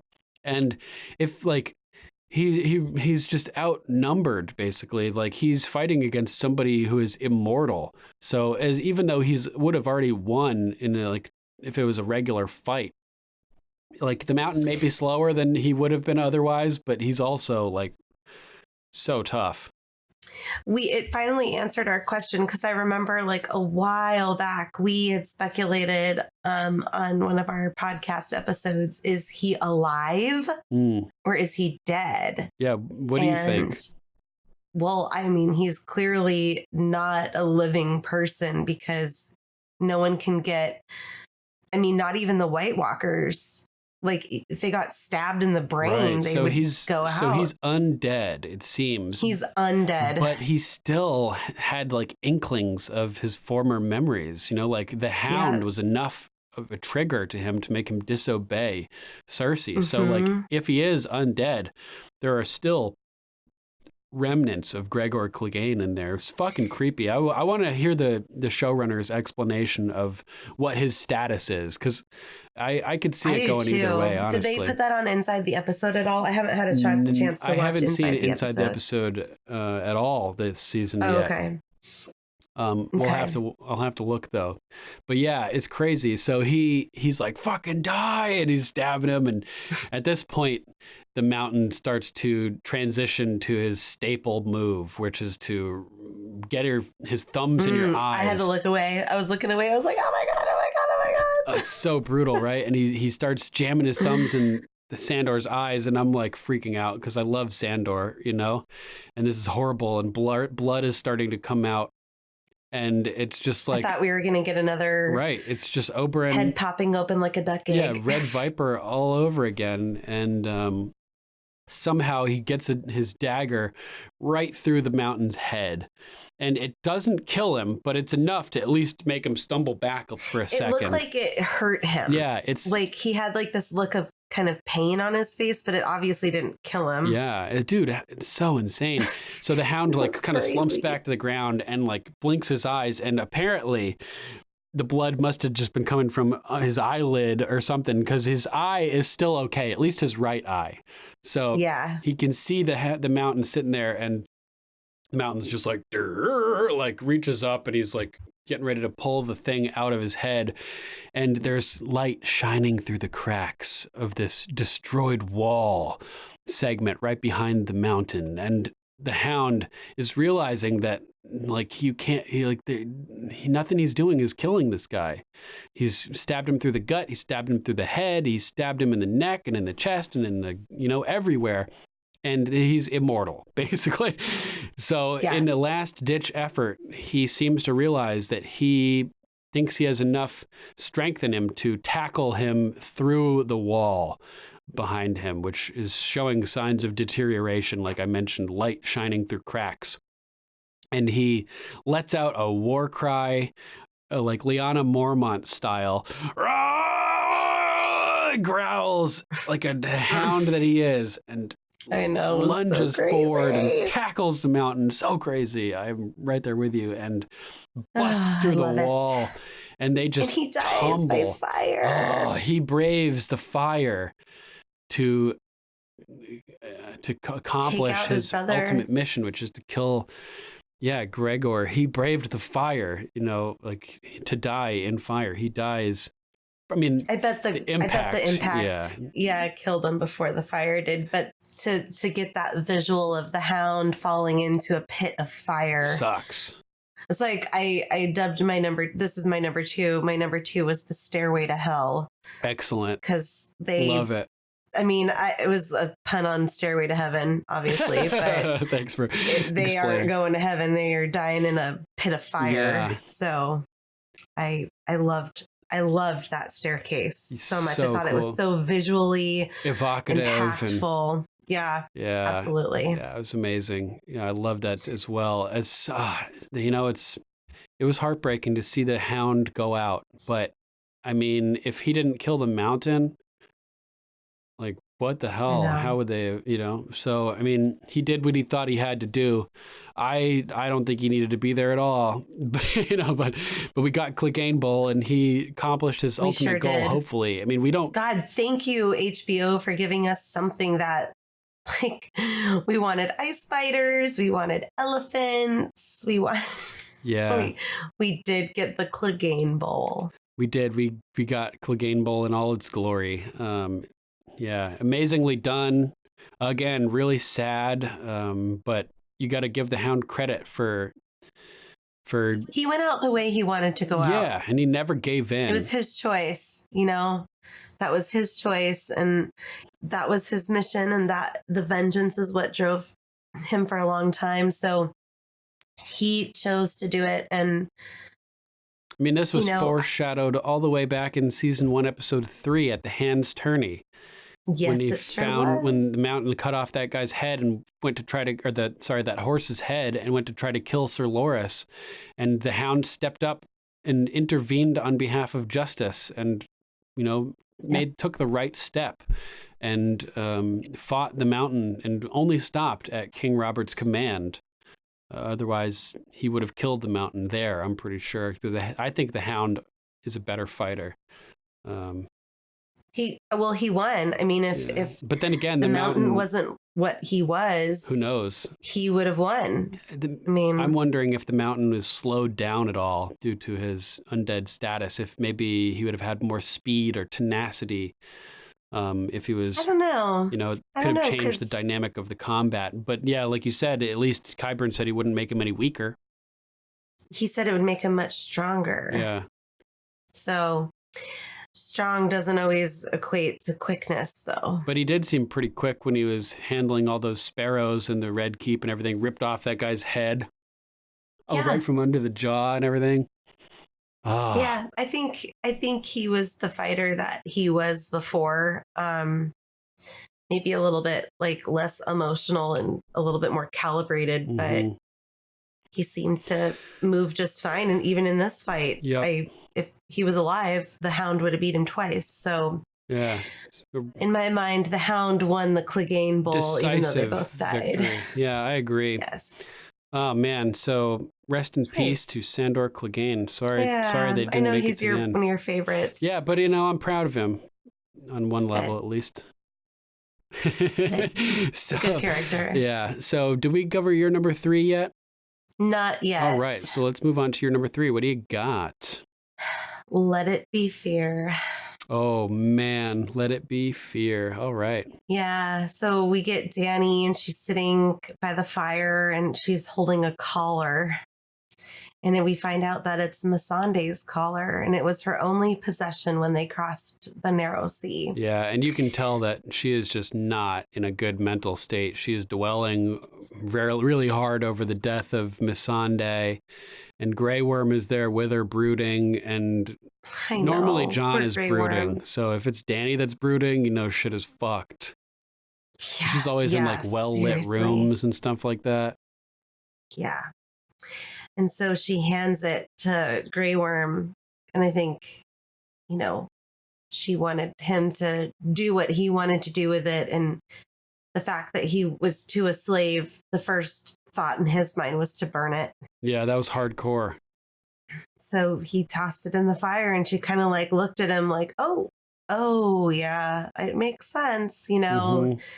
And they have a minute of silence. And the destruction of that collar, you could say, symbolizes like the death of innocence. You could say Missandei represented the innocence in Dany.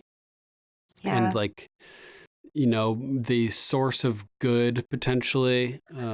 So when Missandei, I'm not saying that Dany derived her good from Missandei. I'm just saying that she may represent this aspect of Dany. Yeah.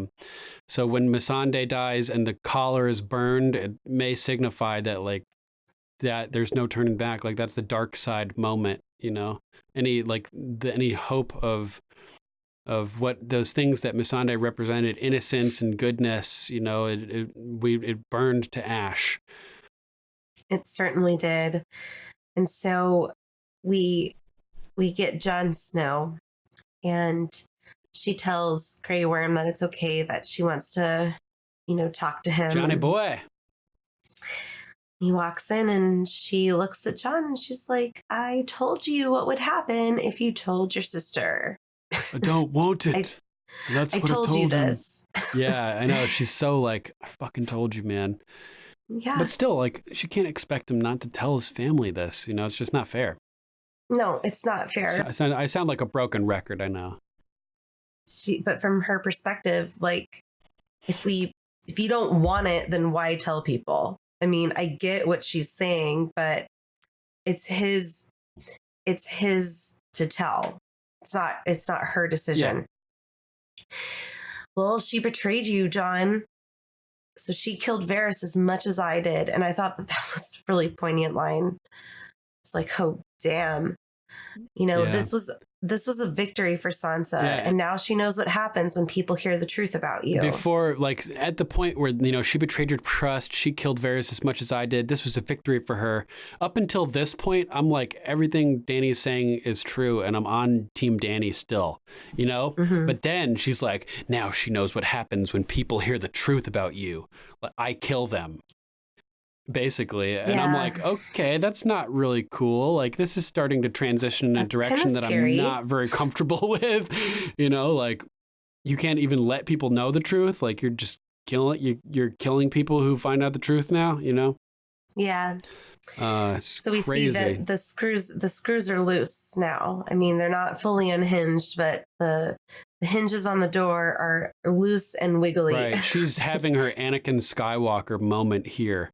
Mm-hmm. Where, she's descending into darkness. Yes, she is. Oh, it's so fucked up. It's really sad, I know she has these big tears in her eyes. She goes, now far more people in Westeros love you more than me, basically. Mm-hmm. And behind her is this big fire going. I didn't know if you noticed that. Yeah, she's sitting by the fire. Yep. Well, I mean, it's like we only see her face when she says that, and then the rest of the background is fire. Damn. There's like nothing else in the shot other than her face and the fire burning in the background. It's hardcore. And I feel for Dany here. Yeah. And she goes, I don't have love here. I have fear. That's all I have. And this is not good. John's like, well, I love you. And he's looking at her straight in the eye when he says this. But then when he says, and you'll always be my queen, he looks away from her. Oh. He looks down, like he breaks eye contact with her. Mm-hmm. And I thought that was very telling. I mean, I think because I felt like it was a little bit of a foreshadow, because clearly after what she did that day, that next morning, I don't think John has any respect or love for her after what she did. Which, after she did what? Burned King's Landing. Okay, I wasn't sure which thing you were talking about. Oh, sorry. Because his trust seems very heavily shaken after the Varys thing. Like even the next morning, or when he lands at King's Landing, and Tyrion's like, the queen wants to strike immediately, and he's like, tomorrow morning at the earliest, bro. Like he completely denies Dany's orders there. Yeah. Well, all the army isn't there yet. Yeah, exactly. But like, basically, my Not point that they needed is, it. yeah. But yeah, you know what I'm saying. I do, and so I thought that when he broke eye contact with her, that was very telling. Maybe a foreshadow into the next episode as to where his allegiance lies after what happened at King's Landing. It lets you know that he's not comfortable with the situation, looking down and being, but you'll always be my queen. It's not sitting right with him if he has to break eye contact and like assume like a submissive, like beaten dog position, like that's what it looks like. It looks like he's like a beaten dog, where he's just like saying it because he has to, but it doesn't seem right to him. I don't think he feels that way. And so she stands up and she goes, is that all I am to you? Your queen? And I think she was looking for him to say like, you're my lover. I want to be with you. And so they start kissing, and it's so rough to watch. It's like, you just told her you loved her. You just said that to her. But now you guys are kissing, and now you're pulling away from her. But he's her nephew, so I mean, like he could love her like family. At this point, I know, you know what I mean? I know, it's just so rough. I got the vibe. I know he's trying to do it so hard, and he's trying to kiss her, and it's just not working. It's not working. He just can't love her, and after everything that she's lost, I think this is just the last straw. Yeah. Is the last thing that she's gripping onto is that. That she had found love. I mean, and she's lost so much else. Like so many of the people that she saved, the Dothraki and Unsullied, have been killed. So many of them. Miss Sanday's been killed. She's lost Viserion and Rhaegal, and now she's losing Jon. And it's like King's Landing and the Seven Kingdoms as a whole. Winning that has become a Pyrrhic victory for Dany, and it's just a victory that she's won at too great a cost for her. And it's like when the bells ring, she is realizing that it costs too much, and she's at this point it's not even worth everything that she's lost. No, and she wasn't satisfied with it. She's just like, I'm going to destroy it all because I've lost everything that I cared about, and it's not even worth it. It wasn't even worth it. Yeah. She lost her best friend. She lost her children. Most of them. She lost Jon. She lost her claim to the throne, and it's a Pyrrhic victory, and her heart isn't in it anymore. Like the defeat has overwhelmed the joy of the victory, and she falls into a spiral that she will never escape at this point. You can't come back from this. No, not at all.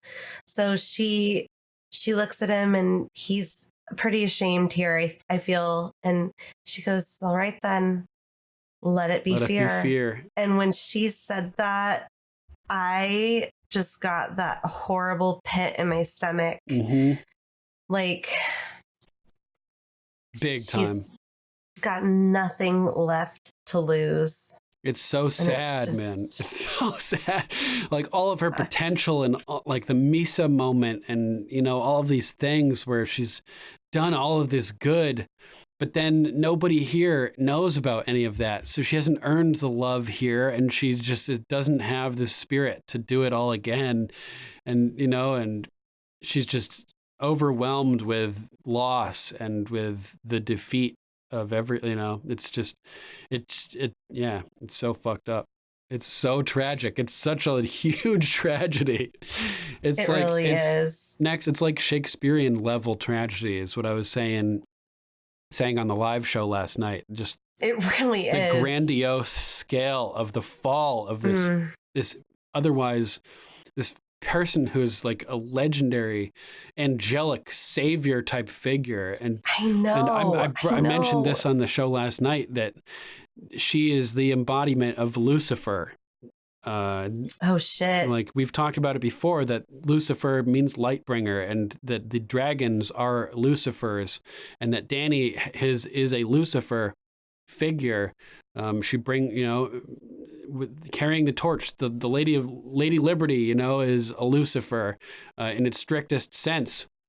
But now she's adopted more of like the religious connotation of the character of Lucifer, as opposed to just the definition of the word, where she was this angelic savior type figure. And now she's fallen from grace and fallen from, her purpose and her just path and her righteous path in a very Luciferian type way. And so now she's like, just like the full embodiment of the Lucifer character. Like, how crazy is that, right? It is. It's so crazy. It's sad. It saddens me. The scene saddened me, and it gave me a horrible feeling about what was to come. Yeah, me too. When the way that she steps back from him, and, and like retreats backwards, and just like her face just changes, and you can see she's just like, all right, then. We're going with fear. It's on. Game on. So fucked up. Oh, man. And from this moment on, Jon just does not look comfortable about anything. Like when he's riding up. When someone says that, he's like, uh-oh. Yeah. Like he's riding up on the city with Tyrion, and Tyrion looks nervous, and Jon looks like distraught as well. Knowing what's about to happen. Like he was hoping along with Tyrion that she would stop when the bells were rung. And it's like, it was like the crypt, they kept. Well, she even nods to Grey Worm when Tyrion asks her that in the throne room. Like, if you hear the bells, you need to stop. And she nods, like, do what he says. Yep. And she just can't what that live internal up to battle was. Yeah. So what's your number 2? Oh, right. Let's see. My number 2 is Tyrion and Jaime saying goodbye. Oh, that was so sad. So sad, right? Oh my man. God. They were like, Tyrion was like sobbing. Yeah, because they pretty much knew they're never going to see each other again. If Jaime makes it, odds are he's going to be killed in the city or escape with Cersei. If odds are Dany's going to want to kill Tyrion for him having released Jaime. I loved like the poetic nature of how Tyrion got to return the favor for Jaime helping him escape from King's Landing from the Black Cells. Yes. He was like, I never thought I'd be able to return the favor. He got all excited about that. Yeah. It's funny though, as he's approaching, he's talking to the Unsullied, trying to speak High Valyrian or something. And I want to eat the Skull Keeper. I drink to eat the Skull Keeper. I want to eat the Skull Keeper. I want to see. We speak the common tongue. Good. I want to be alone with the prisoner. Go get some rest. Yeah. And he discovers that they weren't ordered by the queen herself, so he definitely outranks whoever gave them the order. So by possibly quite a lot. Yeah. So he goes in there after they start walking away, and oh my God, he's gonna free Jaime. He's like. But first, he's like, how the fuck did they find you? Like, how are you? He's like, golden hand. I have a golden hand. So Tyrion basically says what I'm thinking, what we're all thinking, which is like, you didn't take the freaking hand off. Jaime owns up to it. Cersei once called me the stupidest Lannister. Not too long ago. That's true. It was when he was thinking that they were going to go fight the army of the dead. Exactly. In the map room. That's the conversation when he left her. So obviously he's been thinking about that. So Tyrion's like, what are you doing, man? You're going back to die with her? Like, what the hell? And Jaime is thinking somehow she could live. You've underestimated her before, he tells to Tyrion. And Tyrion's like, dude, she's going to freaking die. Unless you can convince her to change her mind. And he's basically tells him, like, if you promise to try, I'll let you go. And he holds up the key. And so And Jaime's like, oh, okay. Now we're talking. Yeah, right. So he's like, listen, you got to try. Like, if not for you, then for the million people in that city. Million people. Does Dany basically just killed 1 million people? I mean, that whole city was destroyed. I know. It's awful. It's so much worse than the Mad King ever could have done, even if he tried his hardest. So man, 1 million people, and Jaime's, at this point, he doesn't give a shit, basically. He's like, I never really cared about them anyway. But we know he did because he killed the Mad King over to protect them, right? So he's like, listen, do it for the freaking kid, like, I know you care at least about the kid. Yeah, you care about one innocent at least. I just sent you the picture of Jaime's hand, by the way. Oh, thanks. I'll take a look real quick. I texted it to you.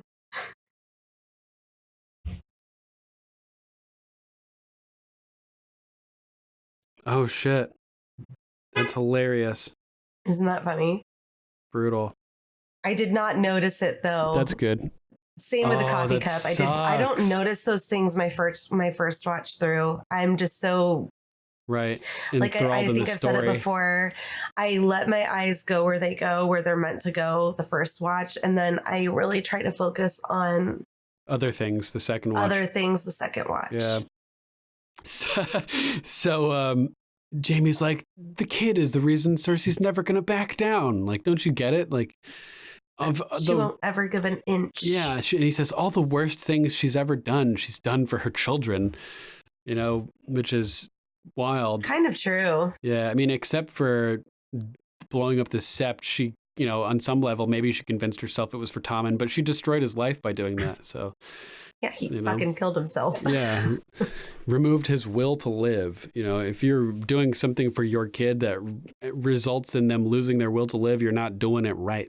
You know what I mean? Yeah. She ought to know. That's an effing failure as a parent. Yeah, and her dad was like that too, so she ought to know, man. So Jaime's like, it's not impossible that she'll win, and Tyrion's like, no, it is impossible. She's not going to.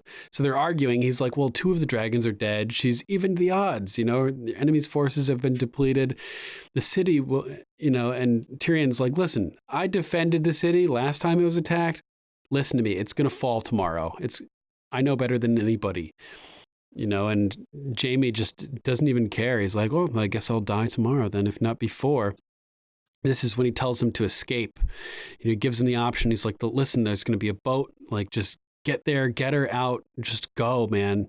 Just go, And at first, Jaime's like what? Swim past, sail past the Iron Fleet. And there's not going to be an Iron Fleet tomorrow morning when Dany's done with it. Right. And but Tyrion's like, listen, dude, you got to give me your word. Otherwise, I can't let you go. Like, just make the promise. I'll let you go, And so he swears, you have my word. And this is when Tyrion starts telling him, when first watch, I was like, Tyrion, you're giving away way too much strategic information.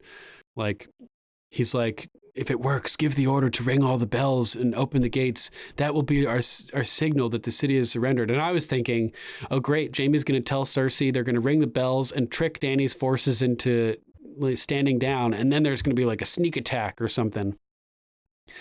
Which could have very well been. And I mean, maybe that played, I personally don't think this, but I think we'll get into it a little bit because the bells is my number one. But yeah, I mean, me too. I could see why maybe a viewer would think that Dany was thinking it was a trick. So she just said, fuck it. I'm just going to keep going because I don't believe any of this bullshit. I can't believe that they're surrendering this early. Yeah, it's possible. So it could have very well played into I don't personally think that now that I've watched it a few times, but at first view, I could. Sure, yeah, I get where you're coming from. But also arguing against that is that her strategy changes. She goes from killing the army to just indiscriminately killing everybody. Totally. Absolutely. So that signifies like more than just like, oh, this could be a trick. It signifies like a whole shift in her. Oh yeah. She snapped. Yeah. She absolutely snapped. Totally.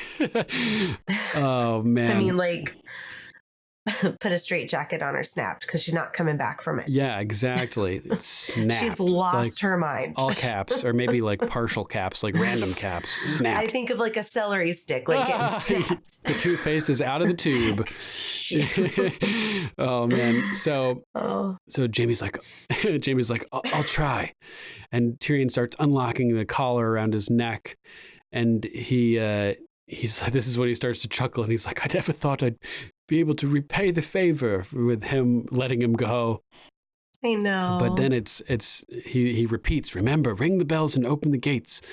And Jaime's like, Dany's gonna kill you for this, man. You're gonna die. But he's his indomitable optimism wins out for Tyrion. He's like, well, if Daenerys can make it to the throne without wading through a river of blood, maybe she'll show mercy to the person who made that possible. You know, and it almost happened. So close.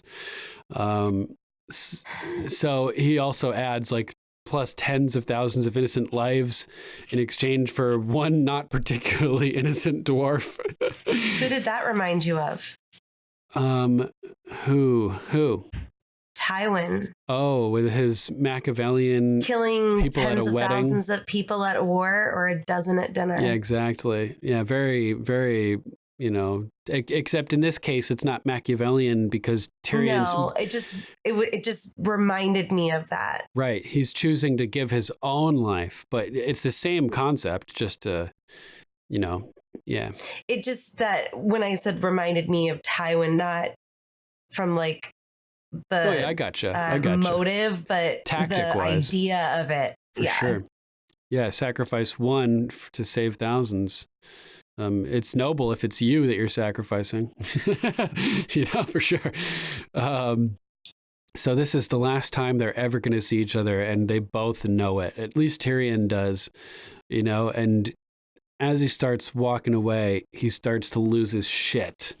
And he's like, if it weren't for you, I wouldn't have survived my childhood. And he's starting to get sad. Yeah.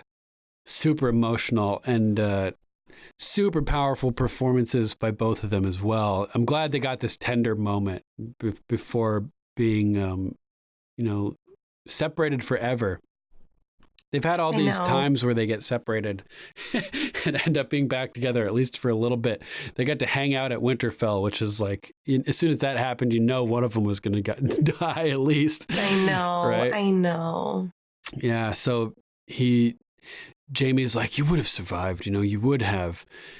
But he continues, you were the only one who didn't treat me like a monster.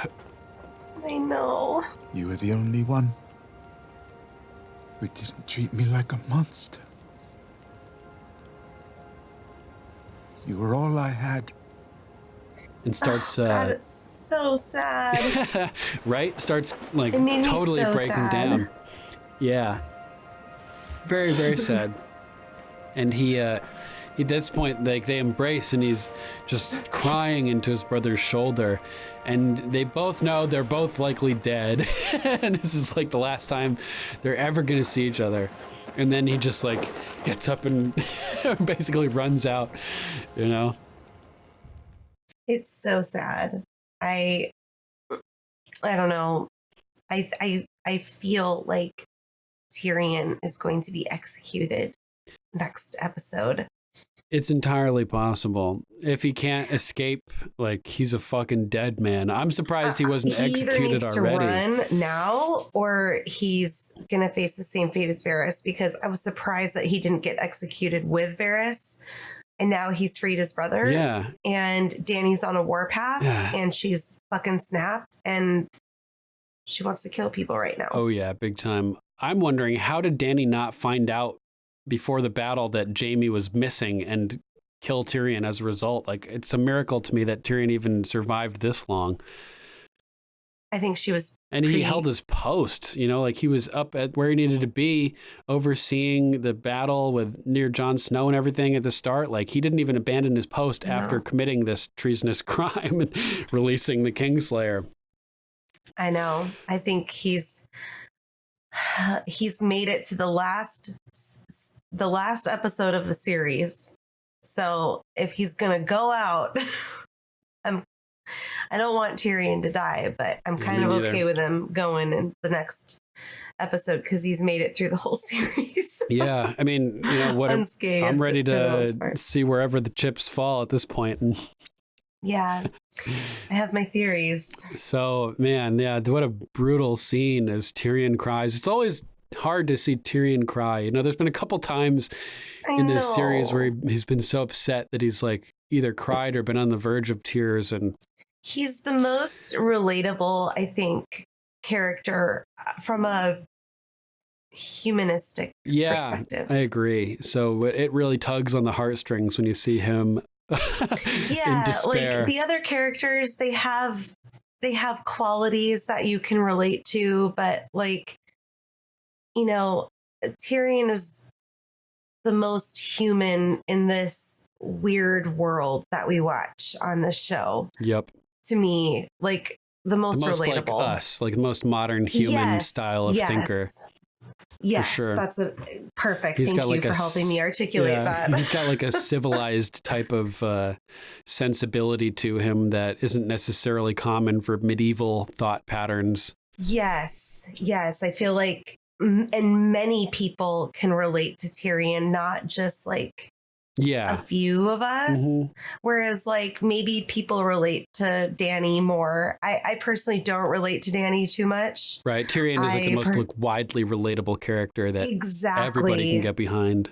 So when he gets emotional, it's hard to not feel that. I mean, and I think a part of it comes from the fact that Peter Dinklage is actually a dwarf. Yeah, it just makes you sympathetic, like right off the bat to him. When he said, you know, like you were the only one that didn't treat me like a monster, you know, I can probably imagine his childhood was not full of acceptance and love like a lot of the kids get nowadays. You know, bullying is really frowned upon, even in the young generation that we have now. And back when Peter was probably growing up, it was probably awful.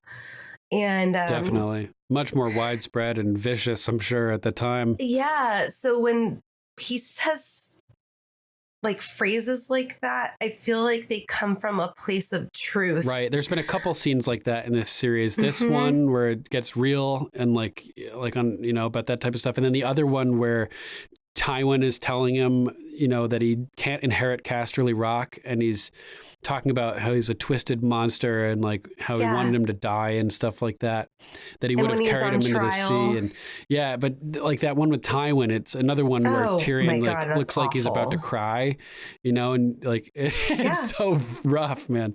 It's so hard. And then when he's on trial, he's like, I've been trial my whole life for being a dwarf. And it's like Peter Dinklage has physically lived as a dwarf his whole life. So it just gives it this whole extra element of believability to what he's, you know, saying, for sure. And I love seeing that he is a successful man, and he's very adamant about the roles that he takes as a dwarf. Right, to not exploit dwarfism, you know. Yeah, and I love that he's kind of a, you know, trailblazer for that community, and I love seeing it. And I feel him in these moments when he talks about things from Tyrion's childhood. Right. He relates to relatable to personally. I just kind of relate to those moments of him saying stuff like that. Like, sure, you had your support system when you were little. Right. And everybody does, whether you're bullied or not. So I think that's why he's so relatable. Definitely. So where are we? Was that the end of year number 3? That was the end of... Or my number 2, or... Year number 2. And we already covered year number 2, right? That's right. All right. So now we have our number 1. Yours is The Bells, and mine is Dany Fallen. Okay. Yep. So Mine is particularly just kind of the moment that there's that kind of standoff between the Dany forces and the Lannister forces, and mine starts before that. Okay, why don't we start where you are then? Okay, mine is basically just the progression of the descent of Dany in this episode. So we already talked about some of it. We'll skip the parts we talked about. We talked about Grey Worm and her burning Missandei's collar, and then the fear thing with Jon. Let it be fear. That could be like a reference to Let Them Eat Cake, Marie Antoinette, during the French Revolution. Just thought that. Yeah. And then next we have the conversation in the throne room at Dragonstone where Dany is talking about sacking the city, basically, and Tyrion is freaking out, trying to get her to stop.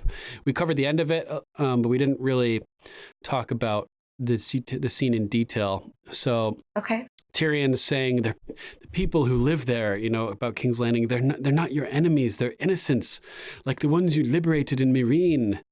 And Dany's like, well, in Meereen, the slaves turned on their masters and liberated the city themselves the moment I arrived. And Tyrion's like, they can't, they're hostages, they're scared. Anybody who resists Cersei, like, their families will be butchered. They know this. Like, you can't expect them to stand up. They're hostages, he says. And Dany's like, well, yeah, they are hostages in a tyrant's grip. Whose fault is that? Mine? And Tyrion's like becoming more and more He's like, agitated. It's not about whose fault it is. Right. Thousands of children will die if the city burns. And this is when she brings up the, Cersei's tactics about how she uses her enemies' weaknesses against them. And she thinks that their weakness is mercy, that they won't kill the people to get at Cersei. And, but she's in Tyrion's like, I beg you, my queen, but she's wrong. Cuts him off. Mercy is our strength. And this is fucking crazy. Like, so Machiavellian and like Hitlerian and everything like that. Our mercy, our mercy towards future generations who will never again be held hostage by a tyrant. Ready, the Unsullied, and she's ready to just sacrifice all these people and end all of these lines of houses and families and, for future generations that she's partially snuffing out by doing this. Like, she's talking about these future generations, but she's preventing, a large portion of these future generations from ever existing, which is fucked, right? And so she's like, ready, the Unsullied. Tonight you sail for King's Landing to join the northern armies. And Tyrion's just becoming more and more desperate, trying to think of anything to help, and to prevent this. And he's like, Cersei's followers will abandon her if they know the war is lost. Just give them the chance, If the city surrenders, they'll ring the bells and raise the gates, please. If you hear them ringing the bells, call off the attack, And just desperately begging to Daenerys. And Dany pauses for a minute and then nods to Torgo Nudo, to Grey Worm, like you said. And like, yep, do that. And she's like, wait for me outside the city. You'll know when it's time. You'll get the signal. Oh, dun, man. Dun, dun. And as Grey Worm leaves, Tyrion is kind of like, he like bows his head. And there's this look on his face like he's realizing he fucked up by backing her and not listening to Varys. I mean, oh God, he listened to Varys' first opinion, which is that Dany was the right one, Oh God, it's so horrible. And as Tyrion turns around to leave, we learn that his brother was stopped trying to get past Dany's, lines. It seems he hasn't abandoned Cersei after all. I think this really surprises Tyrion. Yeah, he seems shocked. Like, he thought that everything was cool, that he was up there with Brienne and that, like, they were happy and in love. He was past Cersei, but you're never past your biological twin that you're in love with, I guess. Because he got triggered. He got triggered. Hardcore. And so he Tyrion's reacting to this in shock, and we get ominous dragon music as Cersei. I almost called Dany Cersei. She's well, they're both mad queens, so yeah. And okay. so as Dany tells him, the next time you fail me will be the last time you fail me.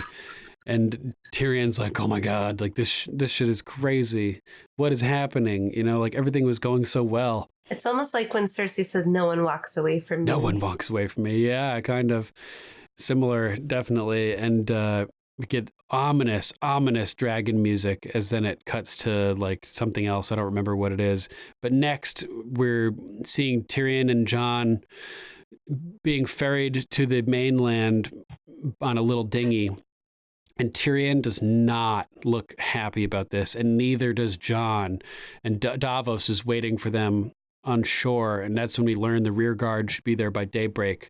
And Tyrion, even though he says Dany wants to attack now, Jon's not having it. He's like, daybreak at the earliest. I was like, oh man. This is when Tyrion asks Davos for a favor because he says, you're the greatest smuggler alive. Did he try to get the key? Aren't you? Is that what he tried to get? I think he was trying to get Jaime to King's Landing or the boat, the dinghy. Oh, okay. That makes more sense. I was wondering how he got the flippin' key. Yeah, well, he's the hand of the king. If he asks for something, it gets delivered. You know what I mean? That's true. So he can get stuff like that. But I was thinking either Davos was smuggling Jaime to King's Landing or that he was smuggling the dinghy to the exfiltration point, or both. Both, probably. Yeah. So Davos's response is funny. I'm not going to like this favor, am I? Love that guy's voice, man. So good.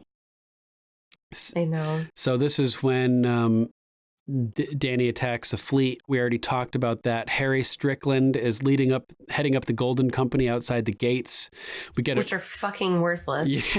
Yeah, we get a rising shot over Harry Strickland's. Oh, it's all good. We get a rising shot over Harry Strickland's shoulder, revealing Dany's army and Jon's army, which mimics the shot rising over Jon's shoulder, revealing the Battle of the Bastards. Yeah, the Bolton enemy forces. They mentioned that and showed them side by side in the game Revealed, which I highly recommend watching to anybody that hasn't. It was good. There's a shot that pulls up behind Jon and reveals the Bolton army for the first time in Battle of the Bastards. We do the same thing, but from behind the leader of the mercenary group. What we need to understand as an audience is that these people have come here for blood. Yeah, and as soon as we start talking about the battle here, we're going to get into some more game Revealed stuff. We'll get there in a second. So Tyrion's posted up with Jon on a little rocky outcropping behind their forces, and Tyrion is dead serious about this plan with the bells. He's like reaffirming the plan to Jon. If you hear the bells ring, they've surrendered. Call off your men. He is serious. So much repetition of hearing the bells ring, they've surrendered. Hearing the bells ring the bells, ring the bells. Get down to the crypts. Exactly. It reminded me of the crypts. And so every time they mentioned the bells, I was like, oh God, that's going to be when it goes wrong, is with the bells. Something is going to go wrong. That's going to be the moment of truth. And I don't have a good feeling about it. It was like the first time he mentioned like the bells to Dany, I was wondering if she would ignore the stand down, basically, because she was already talking about letting it be fear. And I was like, oh my God, like, is she going to just ignore the stand down? So Cersei is in the Red Keep, clueless, just like watching, not realizing what danger she's in and everything like that. We get Eleanor, who's the mother with the child, and Arya and the Hound pass them on the streets as they're rushing to the Red Keep, and Eleanor tries to follow quickly behind them. And Arya kind of like looks back at them. Yeah, sees them. They recognize each other at this point for the first time. And they must remember each other because obviously when they run into each other, these are significant people to Arya who she tries to save. So Jaime's trapped outside the Red Keep, same as the girl and the mother. And Cersei's alone in her tower, just like Dany was alone in her map room. I noticed a parallel how they're alone. Both alone. Yeah. And then Dany attacks the ships and everything. And we get more ominous music, ominous dragon music as Dany is destroying the fleet. The music stuck out to me. It was very foreboding for sure, which it sure was. Hinting that Dany is Darker. fallen. Yeah, it was like ominous dragon music, like something not good with dragons was going to happen. So the music was very telling there as well. Everything was building up to this bells moment, which is approaching.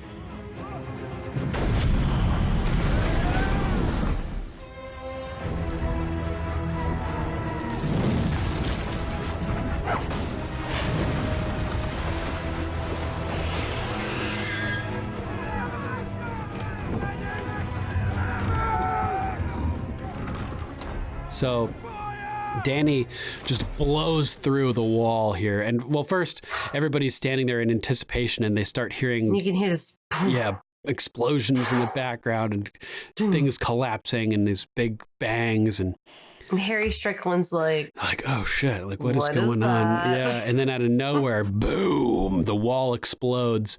And this is the part where we need to mention one of the most important characters in this whole episode, which is the character of the city itself, which we learn... It's being destroyed. It's being destroyed, but we learn more about it on the Game Revealed. This is not Dubrovnik, where they've shot all the other Flea Bottom and King's Landing style scenes. It's in a parking lot. It's at a parking lot in, was it Belfast?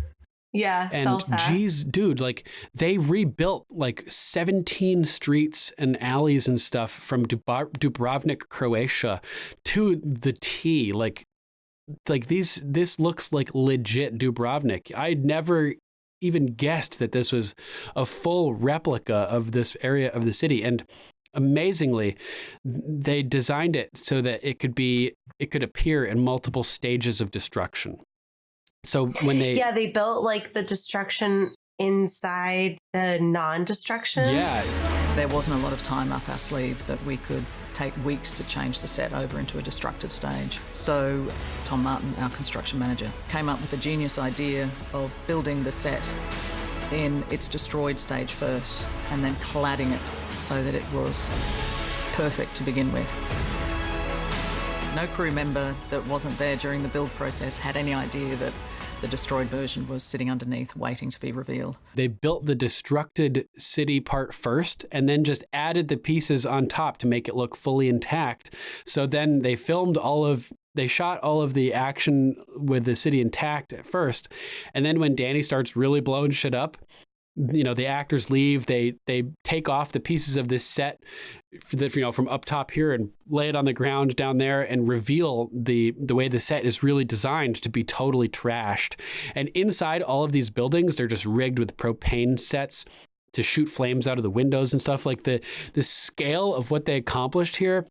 650 people. It's unreal. Yeah, like 650 people, I think they said on set each day in the Dubrovnik recreation, or maybe that was just extras. I can't remember, but just a massive, massive production with just like, it's unbelievable. Like you can't even fathom all of the effort that went into creating this Dubrovnik recreation. I love all the detail of the set too, because like, it wasn't just like new stones. They took the time to like age the stones. Everything. And yeah, they made their own custom frescoes. Like outside of one building, there's like a D and a D for Dave and Dan. But like inside of this like fancy ornate stone looking fresco carving, like, oh my God, just we'll link to the Game Revealed because it is just incredible. You need to watch it to see everything that went into making this happen. So all the actors are on set and they don't know that the set is really destroyed under the set. So they come back to work the next day and the set, it looks totally different. And they're like, oh my God, this is amazing. Like, how did this even happen? Yeah, there's a clip from Lena Headey and she's talking about how she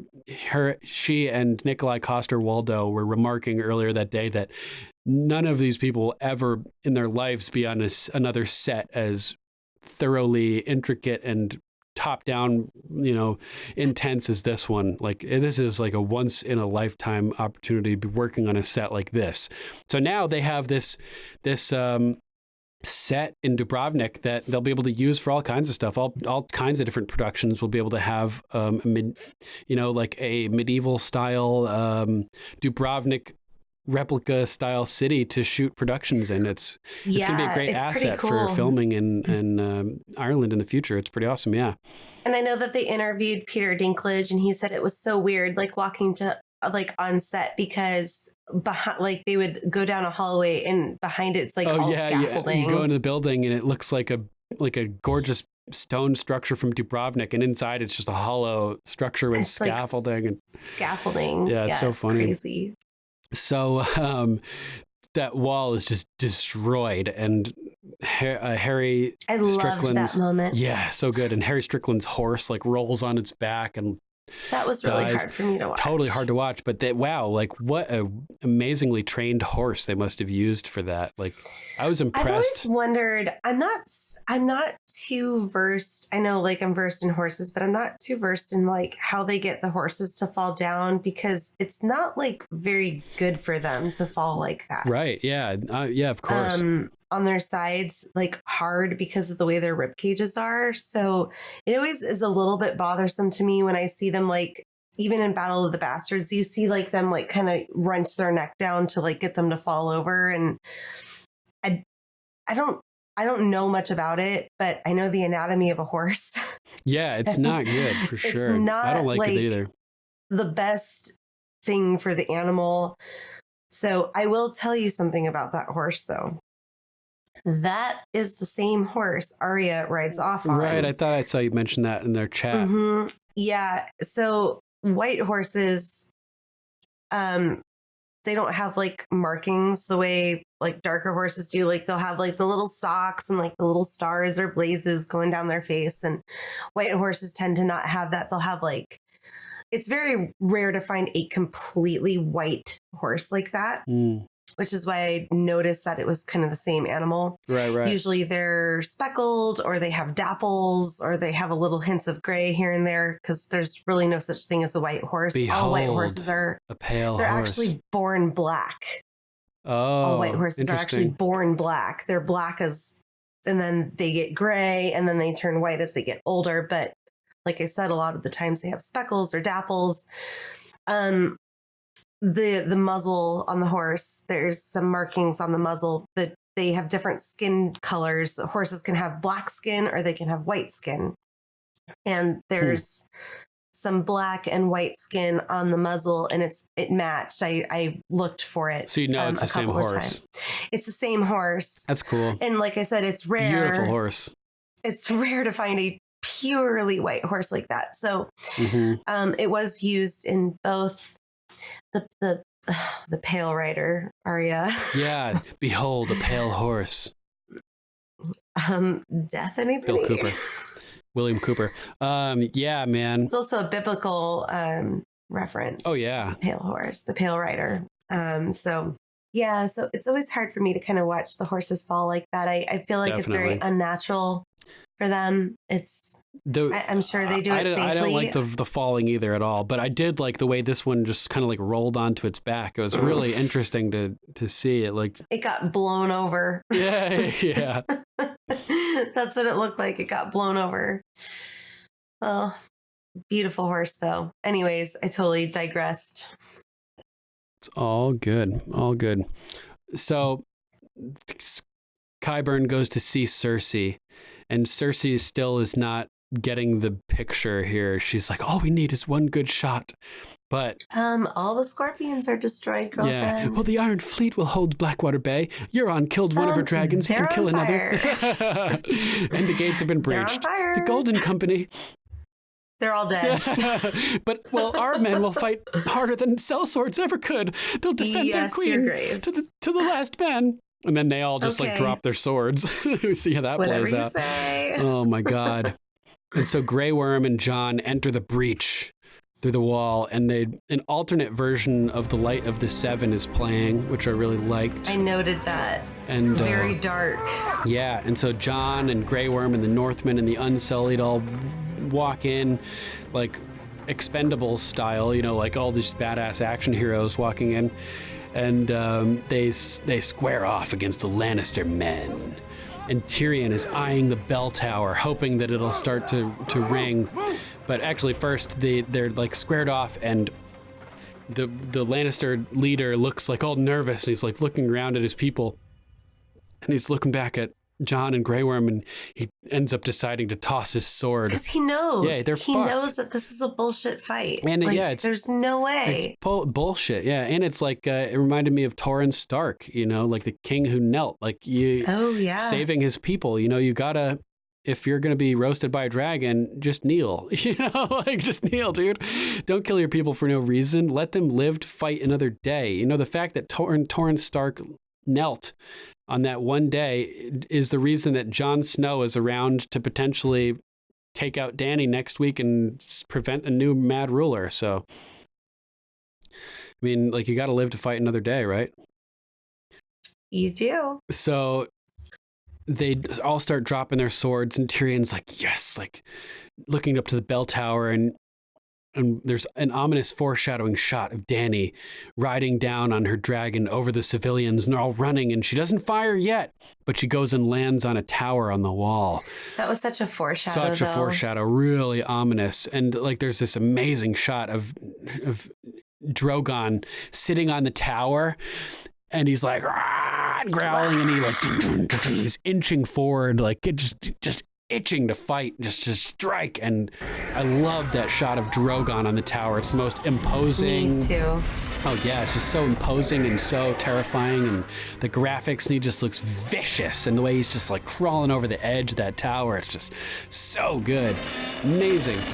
And so they start throwing their swords down, and people start shouting all over the place, just ring the bells, ring the bells, tell the queen to ring the bells, and ring the bloody bells. Yeah, all of the eyes are on the bells. And Jaime rushes to get to the Red Keep somehow. He's still rushing to try to get over there. And there's this shot of Dany perched on Drogon, and it's so beautiful. It's like going behind her, rotating around her as she scans towards the Red Keep on Drogon's back. And God, it's beautiful, but it's also just so ominous. And she's eyeing the Red Keep in the distance. And Cersei at this point is watching down in horror as people are yelling, ring the bells, and you can hear it from her position. Yes, you can. And I was thinking that she was, not going to do it, but she had no say. Like they just surrendered. No, they went up and rang their own damn bells. Yeah, exactly. And so the bells start ringing, and Jon is looking, relieved, and Tyrion's like, thank fuck, the bells, they'll stop, and Grey Worm, like all the spears go upwards, and everybody is looking relaxed and like relieved, but then it cuts over to Dany, and this is like one of my all-time. She's like soot on her face. Yeah, just streaked across her. And this is one of my all-time favorite performances from this show. You can just see her. She's like, nothing is played out the way she wants to. She's not happy with this. And she's just descending into fury as like you can see her face twitching and her mouth curling downwards. And just like we talked about, this gasping that she does, it's like a guttural gulping gasp as she, because she knows, like freaks out. And it's just so insane. Like Emilia Clarke here just sold it so well. And they talked about it also on The Game Revealed, that as the actress is doing this, she's sitting on like a mechanical bull, basically. Yeah, she's just there, in front of a giant green herself. screen, and she's envisioning all of this in her mind and can't see any of it. So it's just like you're really acting. There's not like she's not on a set. She's sitting on a green hunk of fucking leather, basically, and looking at it's a green, like a mechanical bull that she's riding with a green screen around her. She's basically in a big garage, if you will. Yeah, it's just like an empty warehouse, basically, and so like she's warehouse, that's the word conjuring. She's really like conjuring this spirit and this feeling and this. They said that it was like so far from the way that Dany's character has been so far that it was probably difficult for Emilia Clarke to even reach this point, to like get there as Dany to this place, which is so desperate and just so lost. And just she descends into fury as she lets out these guttural exclamations and essentially spurs Drogon into flight. And this is your point. Like your part is with the bells. So why don't you take over from here? And we'll, I'll jump in when necessary.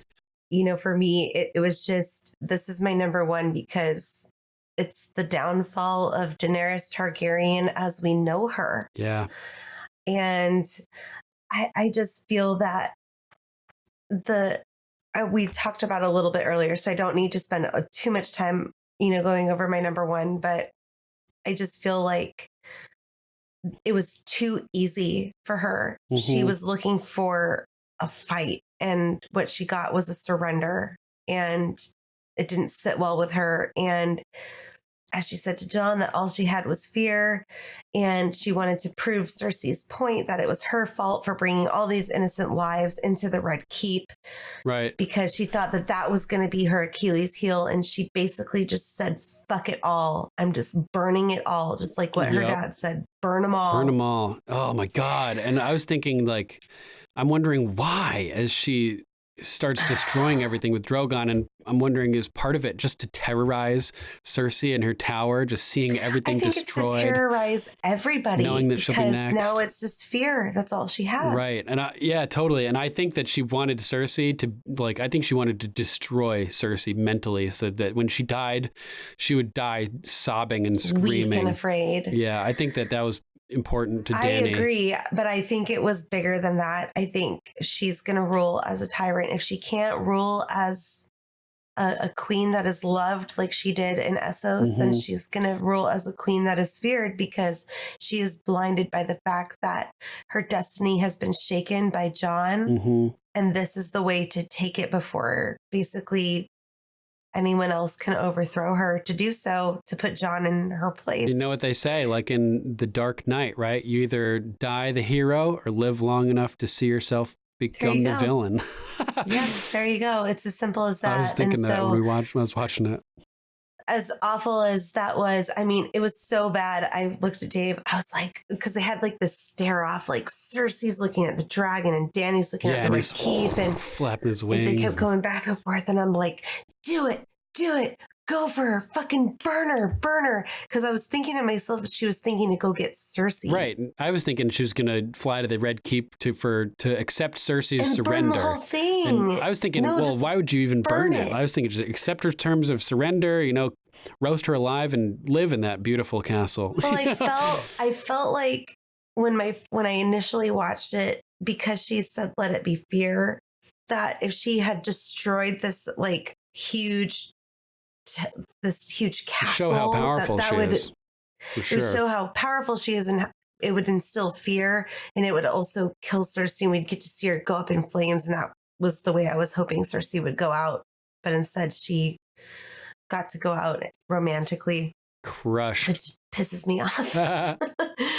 But I felt, I was so excited. I was like, do it. I remember saying to Dave, I'm like, she's going to do it. And he's like, oh my God. And then we started seeing the people. Yeah. Oh, we get these shots from the ground looking up. And we're oh no. God. Oh no. God. No. Yeah, no. And then my heart sank. I was like, oh my God. Oh, God. Yeah, she's flying. She starts not flying directly towards the keep. She starts meandering a little bit. And I'm like, fuck. What is she doing? She was deciding where she was going to burn first. Yeah, and she flies past this dome. And there's this one shot with these people all running. And Drogon just starts blasting down with fire. And it just cuts right through this building and roasts all these civvies, all these civilians. It's just like, fuck, dude. She's doing it. It's really happening. I couldn't believe it. I couldn't in the moment, but then when the show was over, I remember looking at Dave, and Dave said it too. He was like, she's a Targaryen. And I said, oh God, I guess it's been in our face this whole time. But this is so much worse than any of the other Targaryens. I know. This is taking Targaryen to a new extreme. The war was over. She won. And then she starts to decide killing innocent people for no fucking reason, except that she just snaps and loses her shit. Oh my God. She's just lost so much that it's the victory was worthless because she'd lost everything that would have made the victory good. You know, it's like it reminds me again of that quote that Robert Baratheon said to Cersei all those years ago. 7 kingdoms couldn't fill the hole that Lyanna left behind. And this is the same type thing. Like, she's here. She's got the 7 kingdoms finally under her control, and they just can't fill the hole. She still has a hole in her heart. Yeah, the hole that you know, is left, the gaping hole left behind with the absence of Missandei and Rhaegal and Viserion and Jon and the love of the people just in general.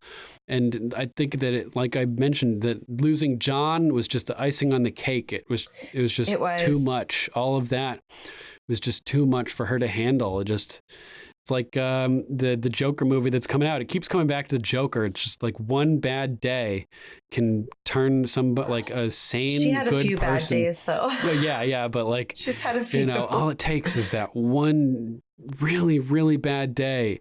For her, it was losing Rhaegal and Missandei and Jon essentially all back to back.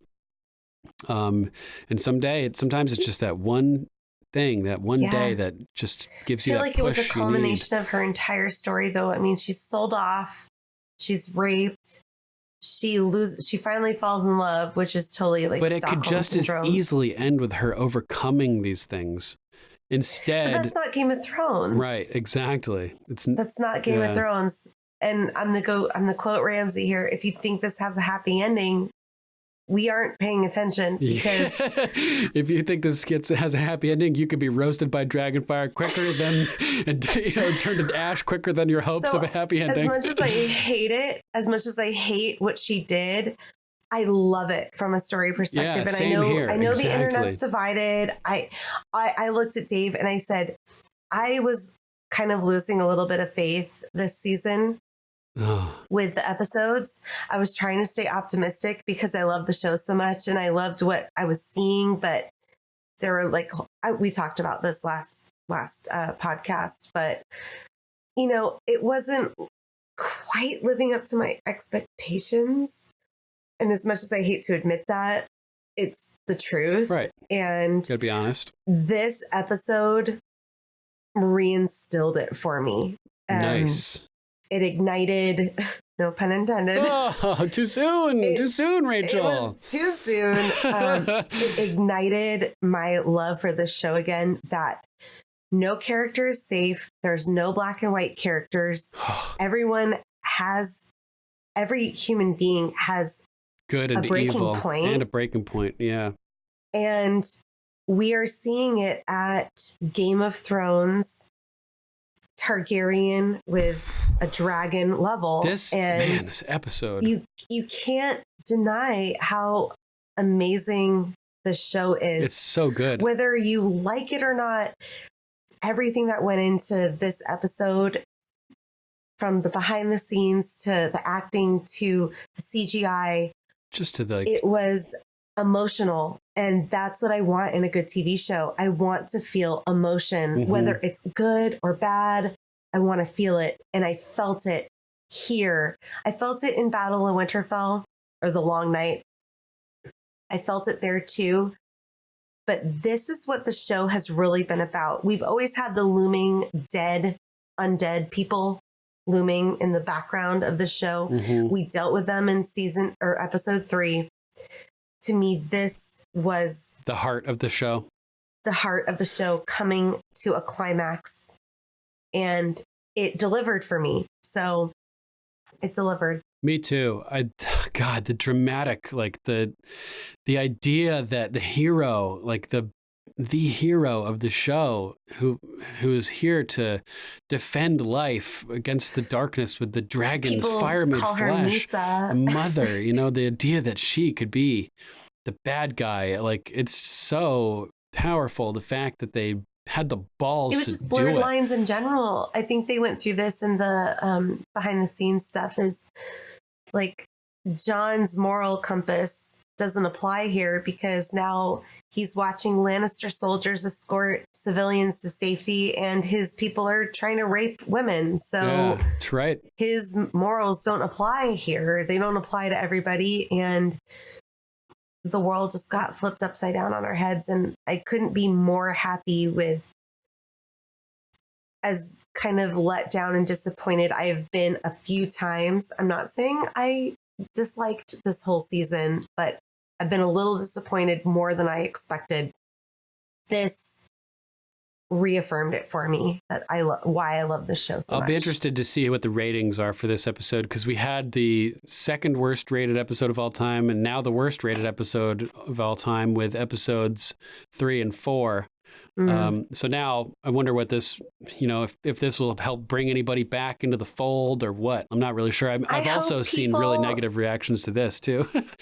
I hope people step away from the fact that Dany was supposed to be this goddess, hero, mother of all, and look at it from a story perspective and recall what we know about her and look at it from an objective viewpoint before they cast their vote, because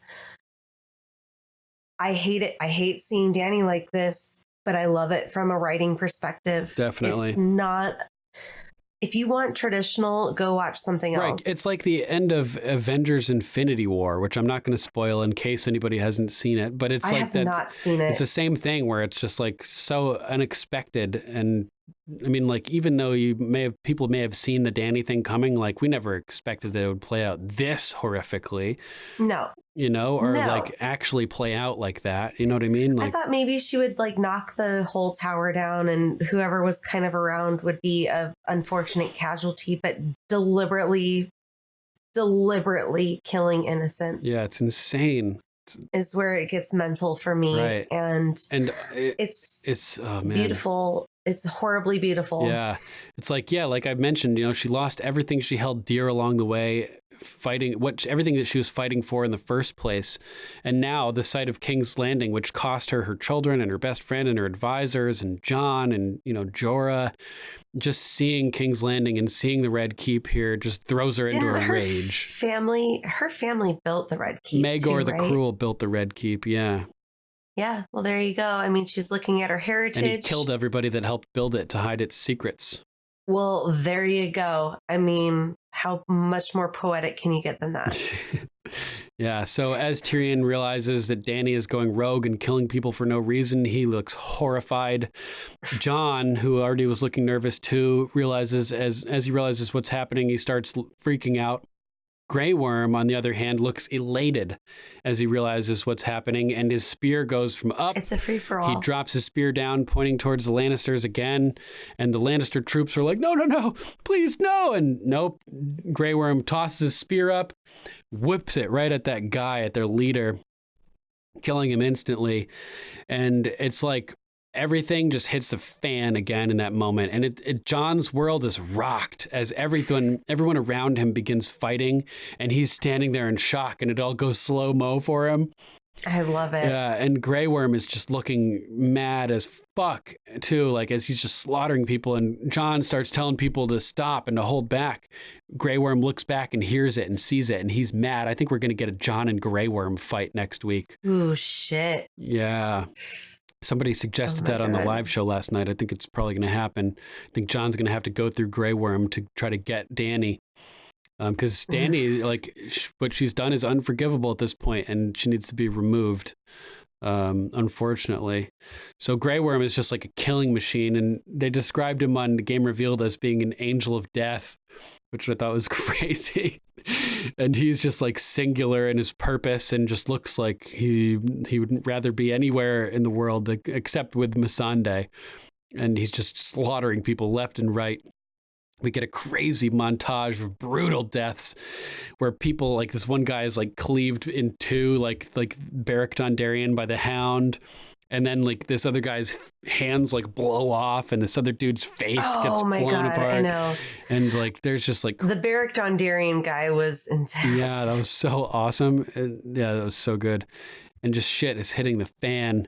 And it's at this point when Cersei like starts to lose her composure as she's watching everything from above, but she's seeing just all these people being disintegrated, and the screams and the cries and the horror. And it's like Cersei put all these people here because she thought Dany wouldn't do this. But now Dany is doing this, and it's horrifying Cersei, and it's crazy.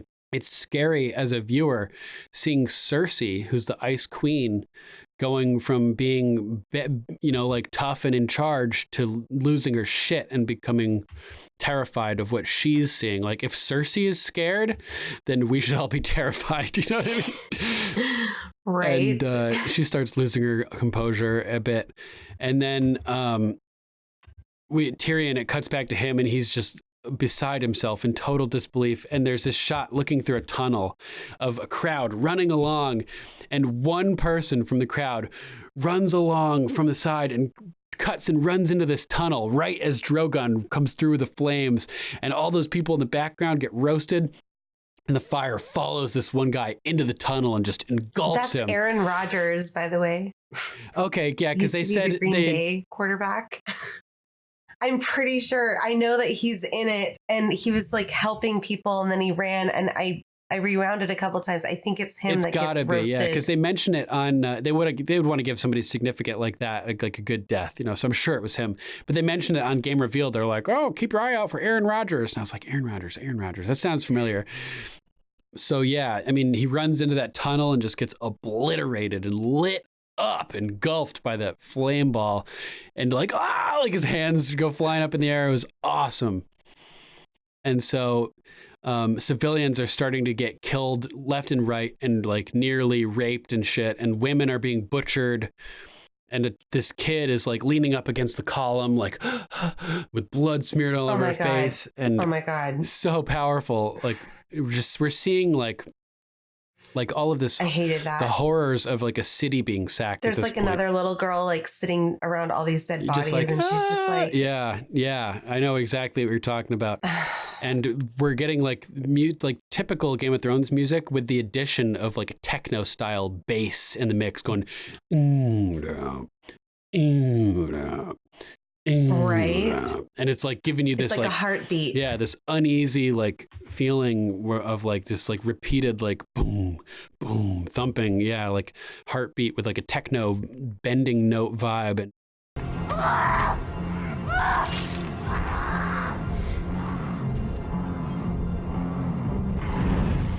And like we see like this woman just having her throat slit, and like the even the Northmen are like engaging in like horrible behavior at this point, like what you'd expect the Dothraki to do, and we get all these like such powerful shots. Like there's this other amazing shot with this girl on the street, and she like turns around, and these people run into her, and she bangs off of them and falls to the ground. And right as she falls to the ground, Drogon comes sweeping through and just evaporates everybody. Just that shot by itself was incredible. Yeah. Like just how many angles this girl was getting screwed from. You know what I mean? Like, she can't run through without getting knocked over. And then the dragon just like finishes her off. It was just like that shot of that girl just being bounced off of these people and falling and being evaporated symbolizes our dreams and hopes for Daenerys just being destroyed and trampled into the dust and then roasted into nothing. I thought that was a great shot symbolizing that basically. And nobody can believe that Dany is doing this, like at least not Jon and no one Tyrion. Can. Yeah, I mean, Grey Worm doesn't seem to care. How could anyone thought this? Well, I think but he's Grey lost I think as well at this point. Like he basically, the actor Jacob Anderson, I think it is, he put it really well on Game Revealed. With the death of Missandei and everything happened, he's essentially reverted psychologically back into like the robotic, non-human type of creature that he was as an Unsullied before being freed and before being humanized by the influence of Missandei, who taught him to feel again and to be human. Now that she's gone, and it's like he's lost all of this progress that he's made, it's probably similarly to the way that Brienne has lost all of her progress, and like all these people are reverting. Jaime has lost so much progress on his redemption arc and gone back to square one. And, Dany has lost all of the progress that she's made. And this is just like an episode of reversion, I know we had it was kind of like character expansion, and now it's contracting. Yeah, and just everything, like you've said, being upturned and turned on its head. Like we get this shot, as they point out also in Game Revealed, which I thought was really poignant. There's a shot of a Lannister soldier desperately trying to lead people to safety and get them safe. And they pointed out how like suddenly the people who have been our enemies, we're rooting for them, and suddenly the hero is the enemy, and like it's just like everything is upturned in horrific fashion, and like it's just horrifying. And so Jon sees this lady who's like about to be raped by a Northman, and he's not having it, follows the guy into the aisle and pulls him off of her, and the guy goes to attack Jon, and he just impales him with Longclaw. Yeah. And he's just like, find somewhere to hide, like get out of here. And and Drogon is just indiscriminately roasting anything and everything beneath him. And he flies past and destroys the throne room and blows out the Lannister thing from behind the stained glass window behind the throne, and flies around the front and just like destroys the like Gothic cathedral style buttress looking structure, which I think is the throne room at the front of the Red Keep. And what percentage of this is even standing still? Like, is the throne even intact after this? I think it's intact the way it was in the vision at the House of the Undying. I mean, yeah, it's hard to tell. We're going to have to take a close look at the House of Undying. I think the ceiling is blown out. And I mean, Dany, it seemed to me that she destroyed much more of it than was destroyed in that vision. We'll have to take a closer look and see. Well, we only had a picture of the throne room in that vision. We didn't have a picture of the entire castle. Yeah. So it'd be telling where the throne room sits in that castle is all reliant on what she burned and what she didn't burn. Mm-hmm. So yeah, we'll look closer. The structure, there's still some structure left. If I, maybe, I mean, the whole fucking thing collapses on Jaime and Cersei. Like, is there any structure left? Part of it does. I mean, that castle is massive, and that little catacomb, it's not the hole underneath of the castle where they are. So yeah, I mean, we just don't know. We'll have to wait and see what remains. I'm so excited. Yeah, I know, right? And so Drogon is just trashing it, and he just like, there's one point where he blows like a giant hole through one of the towers and just goes flying right through the flames and just cuts this tower in half, and it falls off and slides down into the water behind Jaime and Euron as they're fighting, which is crazy. And Jon, we can start to see from Cersei's view up at the top that wildfire is exploding, like caches of wildfire exploding. And so Jon, down on the ground level, starts seeing the wildfire exploding with the regular fire, and he realizes they need to get the fuck out of there. He's like, we need to fall back behind the wall, get out of the city. We need to get out. And it's just crazy. And yeah, it's just like, it's nuts, man. Like there was this whole period of time where Jon was in slow motion and like just struggling to process what was happening. I loved that. And he didn't come out of it until he saw that woman who was like almost raped, and he heard her screaming, and that's what snapped him back into it. Yeah, exactly. But yeah, that pretty much covers it for the descent of Dany and that whole scene. Anything else you want to add about that before we move on to notes? Oh man, other than just initial shock, I felt like it was so Game of Thrones. It was so ridiculous. Game of Thrones. It was ridiculous. I feel you. I totally feel you. Whether you love it or you don't, it's the nature of the show. Right there. So that was Game of Thrones right there. I mean, I hated it when they beheaded Ned Stark, but it's what made me love the show. Right. So I mean, yeah, and take it or leave it. There's just something so powerful about something so tragic as seeing somebody with so much potential fall, Yeah. They went there with the show, and I love that. Yeah. I hate it because I'm a human being, and watching innocent lives being slaughtered is not pleasant, but I love that they went there with the show and have stayed true to that since season 1. They beheaded the main character. Yeah. And now the main character, or one of the main characters, lost her marbles. Yep. And has a dragon. It's ultimate tragedy. Man, that was so powerful.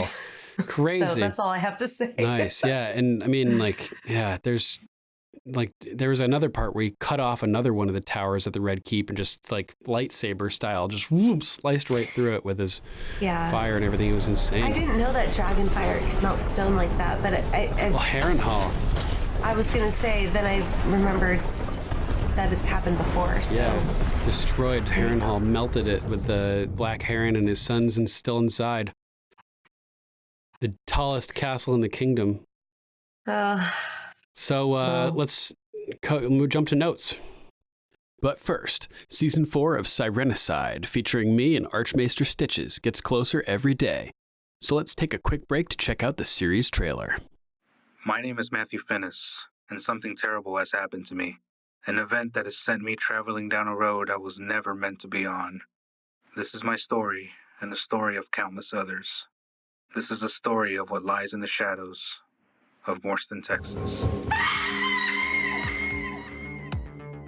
Sirenicide is a serialized horror drama based in the wicked world woven in and around Morston, Texas. The criminal factions and dark government agencies are just the start of the malevolence that roams the streets of this macabre city. The tales in Sirenicide tap into the fear and lore that envelop what most would consider to be fiction. How much more is out there? Is every monster real? Most tales are based on some fact. The production plays host to a plethora of popular personalities from other nightmarish podcasts. Oh, it's Lena Klein. Just a number now. That's it. 447. I bet you believe in yellow eyes now, huh, boy? Thanks to the research team here at the Laughlin Institute, we have finally found the answer to beating disease entirely. What have I done? Kate, help me, please. That's not me. His body is accepting death. Evil has reigned unchecked in this city for far too long.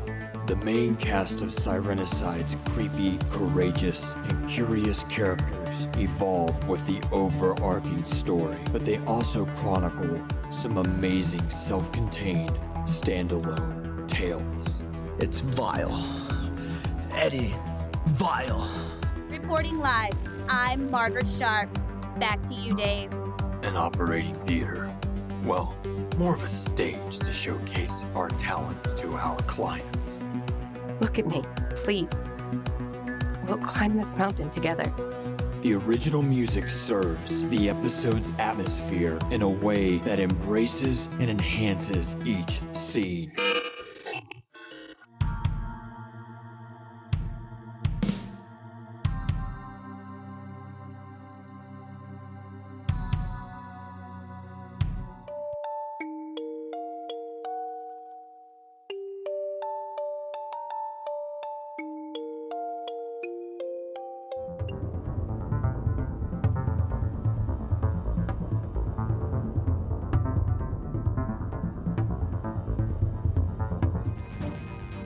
So uncover the dark secrets, evil murders, supernatural experiences, and mysterious doctors awaiting in this modern epic. Binge the show for free right now on your favorite podcast platform or at sirenicide.com.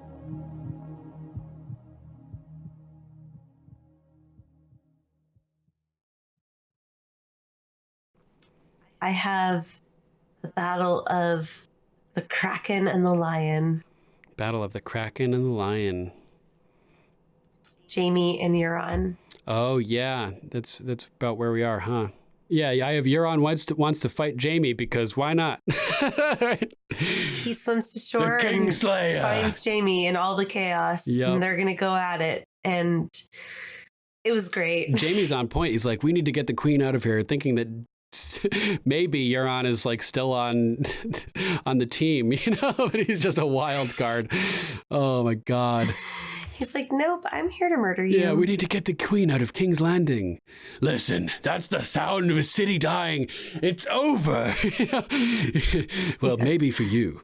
And he's like, if you kill another king before you die, they'll sing about you forever. And Jaime tells him, you're no king, but he's like, oh, but I am. Does that mean he married Cersei? What do you think? I think because he wears the Salt Throne crown. He's the king of the Iron I don't think Islands. Cersei recognizes the king of the Iron Islands as a king. If he's saying I'm a king, I think that he married Cersei. Oh, shit. I didn't even think about that. Because Cersei's not going to allow, she wants all 7 kingdoms. She's not going to let Pike be its own kingdom. That's, Well, not yet. I mean, she was waiting for the war. She kept saying to him, when the war is won, when the war is won. Yeah. I mean, I think she was letting him think that because she needed him as an ally.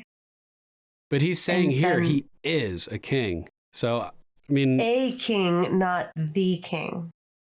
Well, he says, I am. He doesn't say he's not the king. I think he's the king. I think they got married potentially. Because, if he was the king of the Iron Islands, he would have been the king of the Iron Islands the last time Jaime saw him. But here he's saying, nope, I'm a king now. Interesting. He says, if you kill another king. Yeah. And Jaime says, you're no king. He says, oh, but I am. And I fucked the queen, consummated the marriage. Yeah, oh, fuck. Maybe. And I fucked the queen.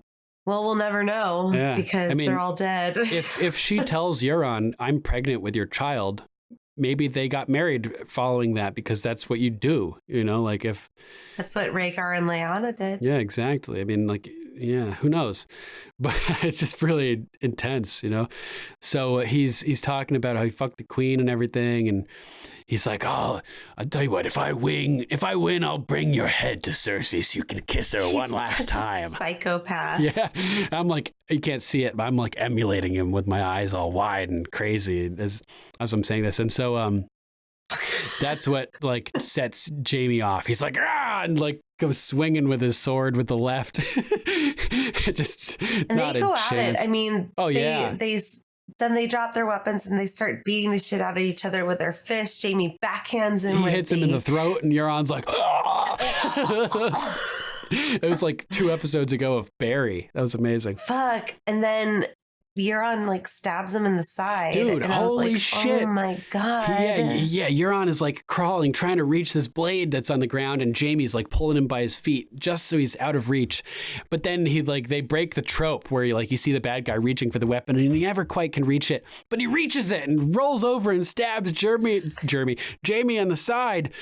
Oh my God. I was like, oh my God. I freaked out. I know, me too. I was like, how can this guy take out the Kingslayer? Yeah. I was not convinced that Jaime was going to die, but it looked like a mortal wound. And then he rolls over on his back and he's like, I know. I thought he was dying. And then he gets up. Yeah. He sees his sword and rolls over and goes to it. I love Euron. He's like, yeah. He's still fighting. So he hops up to fight him. Aren't we done and with as this? Jaime grabs his sword, he stabs him again from the other side. Oh, man.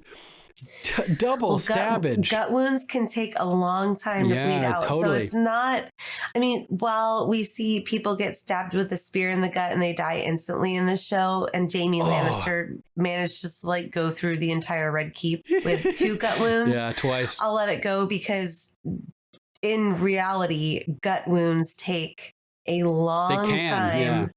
They can take a long time for you to die. So it's not unrealistic. Agreed. And he stabs him the first time and twists it and then pulls out the blade, which are 2 things you don't want to do. You want to not twist it, obviously, but then you don't want to remove it in case you unplugs an artery that it could be holding kind of shut with the pressure. So you want to leave it in there until you get to the hospital, basically, but he pulls it out. And so stabs him again for the second time, and Jaime knocks him off and throws him back against the rock and just impales him with his sword and twists it the whole sword. Twist.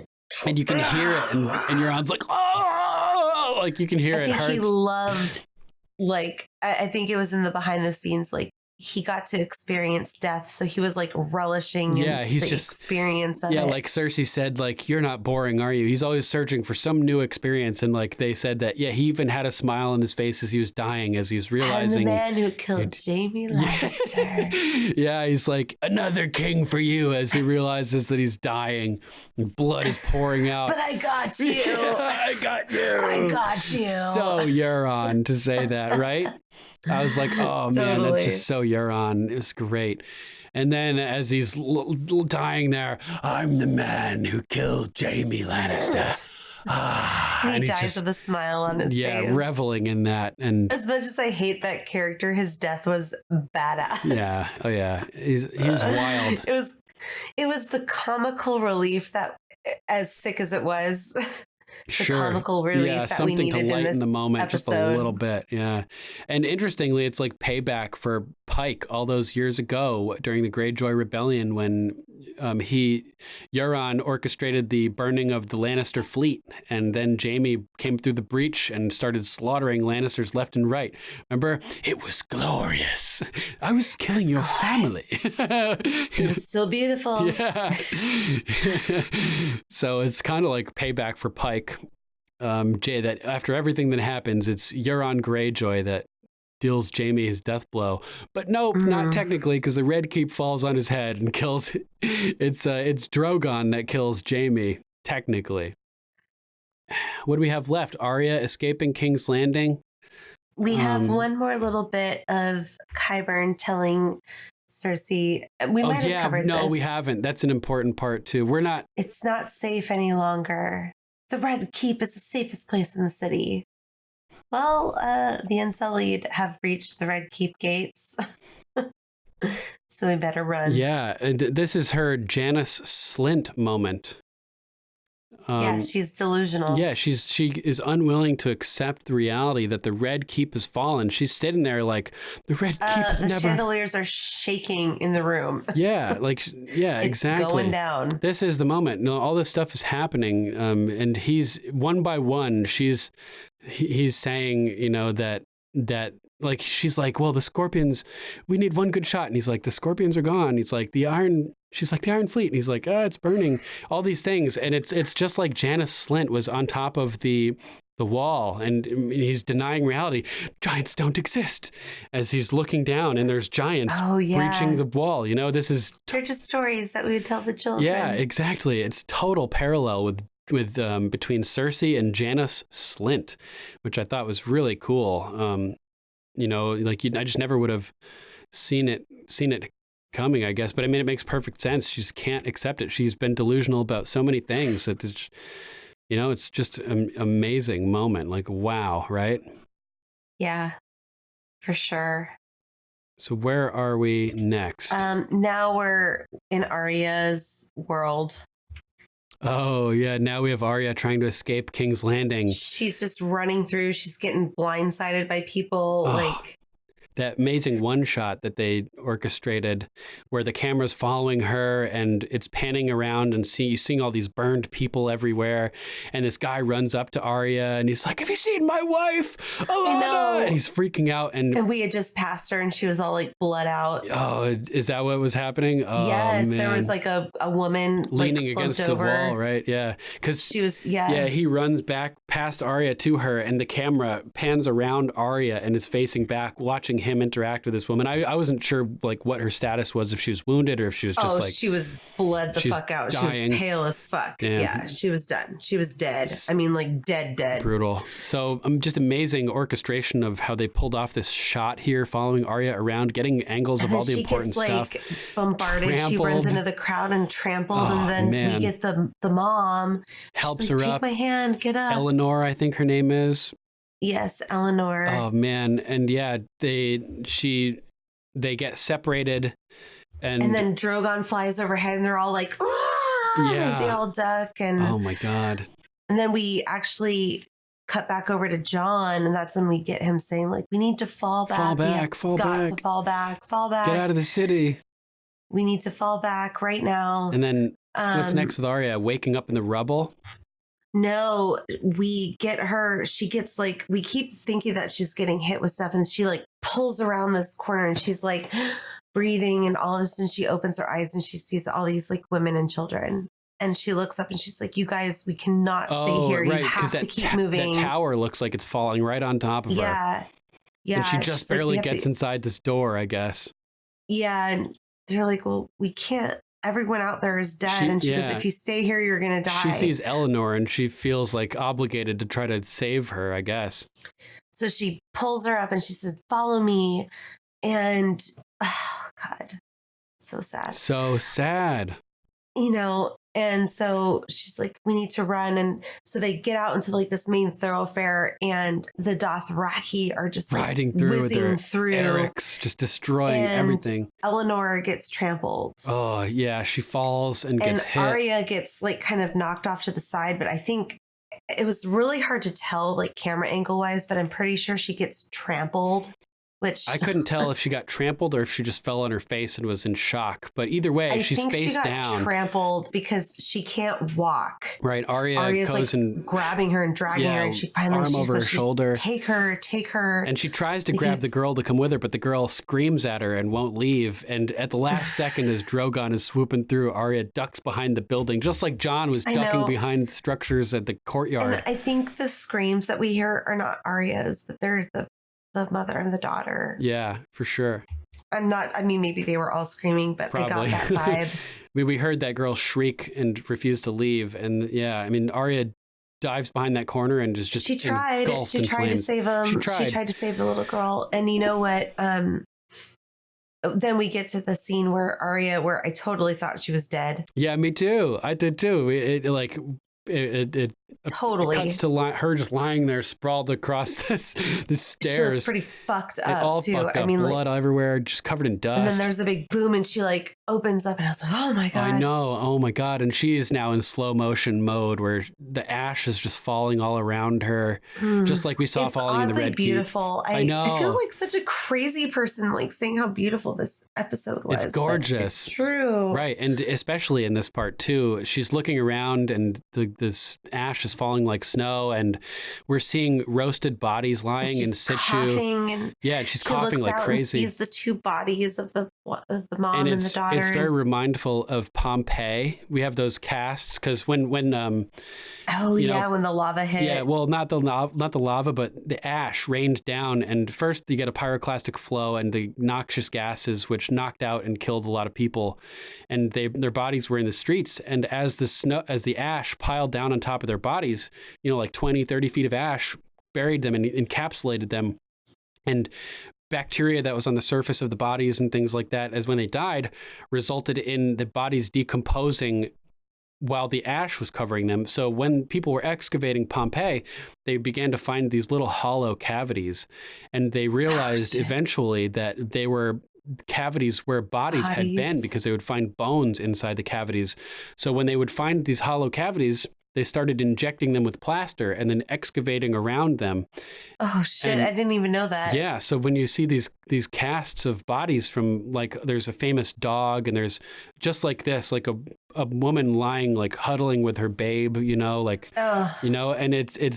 was an homage to Pompeii. It's the opposite. Like, ash buried the bodies, and you had hollow cavities, which were then casts. But it was, it evokes the same feeling: ash falling from the sky. These bodies burnt and clustered and lying as they died, just like Pompeii. So eerie. It makes me sad. I mean, as a mom, after watching Arya see them embracing each other, I wanted nothing more than to like go wake Justin up and just give him like this really big hug. And she was holding like this little, ironically, a white horse in her hand. Who was? The little girl. Oh, snap. The one. Oh, man, I didn't notice that. Yeah. I mean, it was white. You see it kind of throughout the episode, but it was burned. The one the girl that Arya was trying to save? Yeah. When they're like hugging each other all burnt, there's like little. So she probably saw it as as like she's trying to save the girl, you know, and then she sees the white horse and she's like, oh my God, like it's a sign. It's a sign. Like, yeah, that's what if it was Bran like warging into the horse? I saw somebody saying that actually. That horse was Bran. They said. I think it was somebody in our live chat last night. That's badass. But it's amazing. Arya is like in shell shock mode, the way that Jon was, slow motion, everything, and seeing the bodies. I commented in our rewatch messenger, like that horse. Okay, let's be real. Horses are flight animals. Oh, right. There's fire There's all no around. way it would have been anywhere near there. No. It would have been so long gone. It would, even if it been was in the Riverlands at this point. It would still be trying to get out. Oh, hell it would yeah. just be sitting there like sniffing around looking for hay. Right. Like it would be frantic. So it probably is Bran. So I felt like that's what made me think of Bran. Only way that there would possibly be a horse there is if it's Bran going to send somebody in to rescue Arya, basically. Exactly. And it is the same horse that Harry Strickland was riding, even though it's a different horse. Yeah, that one's dead. Yeah. Man, when she sees that horse, though, it's what a beautiful sequence of shots. I loved that whole sequence. Yeah, we get this one shot as she's approaching it, and the sun is shining in the background, and we get the gleaming rays of the sun. And the horse's ears. Yeah, and it's like shining off the horse and shining through the ash as it's falling, and it's like gleaming off the ash.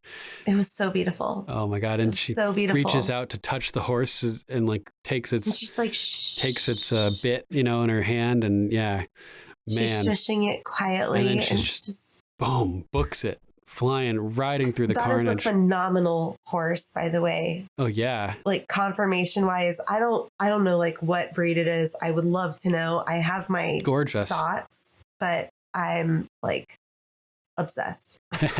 Yeah, it was a great looking horse. And that final shot of Arya fleeing the city, riding through the street with just flames coming from everywhere, and just like dragonfire is like napalm, like it catches you and you just keep burning and burning. It just keeps burning. Yeah, and so there's just flames coming out all these windows, just flying out of piles of rubble everywhere. Like, man, what a shot. This episode is a feat of filmmaking, in my opinion. Completely. It was incredible what they did with the set, and the destructed and intact sets were like, oh my God, it's just amazing. That's all I have for notes, I think. How about you? Anything else you want to add? No, I think I'm good. I'm just, before I forget, I'm turning off my house alarm because the past couple weeks that we've podcasted, I've set our alarm off going back into the house. Okay, do it up. Oh, what we never mentioned, Varys, he always hated the bells. Oh my God, yes. They ring for horror. For horror, dead kings, a city under siege. He always had a bad feeling about the bells, and then he dies in the episode called The Bells, which is pretty crazy. Oh, yeah. You know, and like his attitude towards the bells in general just has foreshadowed this moment where the bells were like the pivotal moment of you know, it was the moment where we learned what was going to happen, how it was going to play out. It all revolved around what happened when these bells ring. And so I thought it was particularly poignant back in season 2, episode 9, before the Battle of the Blackwater Bay, that Tyrion is talking with Varys, and Varys laments about his feelings towards the bells. I love it. So how are you feeling about where we are at this point in this season? I know you've said that you... it's turning around for you a little bit, huh? That's good. Yeah, I mean, I'm not disappointed. Like, it's hard to say that I'm disappointed in the past episodes, but I felt like a little lost where the season was going, and this kind of turned it around for me. Nice. Awesome. How about you? I thought this was a really strong episode and in a strong season. So, I mean, all the criticisms that I've heard, I've at least been able to rationalize with plot points that I feel validate the director's decisions. So if anybody, you know, wants to throw some criticisms at me, and I might be able to help you maybe feel a little bit better about them by rationalizing them to some extent. But yeah, I really liked this episode. The extent, like the scope of the tragedy made it just amazing. So I'm feeling good about where we are right now, and I'm really looking forward to see what happens next episode. Sad. It's the last episode. I know. Yeah, I'm sad that it's the last one. It's crazy. I'm in Vegas Thursday through Sunday. Oh, so shit. I'll be back just in time to watch with my husband. Perfect. So unfortunately, I was trying to get to a live show, you guys, but unfortunately that's not going to happen. I was going to try to get to the finale, but I'm not sure we can make that happen. So it's all good. We can always go live. We can do something live, you know. We'll do something live. I love listening to the lives. You guys do such a good job. Thanks. I usually listen to them during the week when I'm working. So nice. Glad you've been enjoying it. Yeah. All right. So stick with us, guys. We'll be right back after a short break. Make sure to check out the new Game of Thrones rap album, The Iron Throne of Microphones, by Purpose from the rap group Tragic Allies. Just go to tragicallies.bandcamp.com to get the album for free today. This track is called The Long Night. Fear. Fear is for the winter. Fear is when the snows fall 100 feet deep. And for the long night when the sun hides for years and you come to meet grief. Where children are born and live and die all in darkness. Where an infant, a dead body, or a carcass can turn into a white, walking, heartless creature with arctic features and blue eyes, who rise upon the touch of the Night King with new lives. Fear does not care about who dies, as long as they do. All the tales you were told were lies when you were a youth become true, one after the other. You hear stories of mothers who smothered their babies to their chests while shedding tears so cold they froze to their cheeks as they wept. So yes, be afraid, but not of grumpkins and snarks, but of ice spiders as big as sharks, and ice dragons whose breath can rip apart a wall 700 feet tall and watch it dissolve into ruins. As an army of whites that walk the long night are constantly moving, generals riding dead horses, pursuing humans in all life forms in an all-night swarm. It doesn't matter if you're from Flea Bottom or someone who's highborn. Death awaits you. It makes you uncomfortably horrified. Because even though you were born to die, it should not be glorified. So now the maesters pray and cry for the return of Azor Ahai, the prince that was promised and sworn to rise. He who is said to abolish the White Walkers and not let the night linger. The champion reborn to wake the dragons from stone and reforge the sword called Lightbringer. We ask the sightseer, is it false hope or is it prophecy? Come the time we all shall see. But for the sake of the realm, we call to thee. Azor Ahai, Azor Ahai, save us all before we die.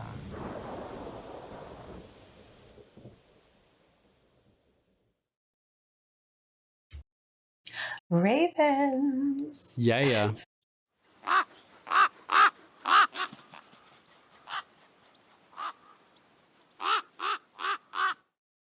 Lady Stancha of House Hall. The episode proved that chaos is not a ladder. It's a city of innocence burned. A Shakespearean ending for Cersei. A jump to light speed for character arcs faster than Gendry ran back from beyond the wall to deliver that message. And some of the most brilliant characters, Tyrion and Varys, were robbed of their cunning and prowess that we've enjoyed the entire series. I mean, I guess it makes sense with all that she's been through for Dany to go mad after losing her voices of reason, Jorah and Missandei.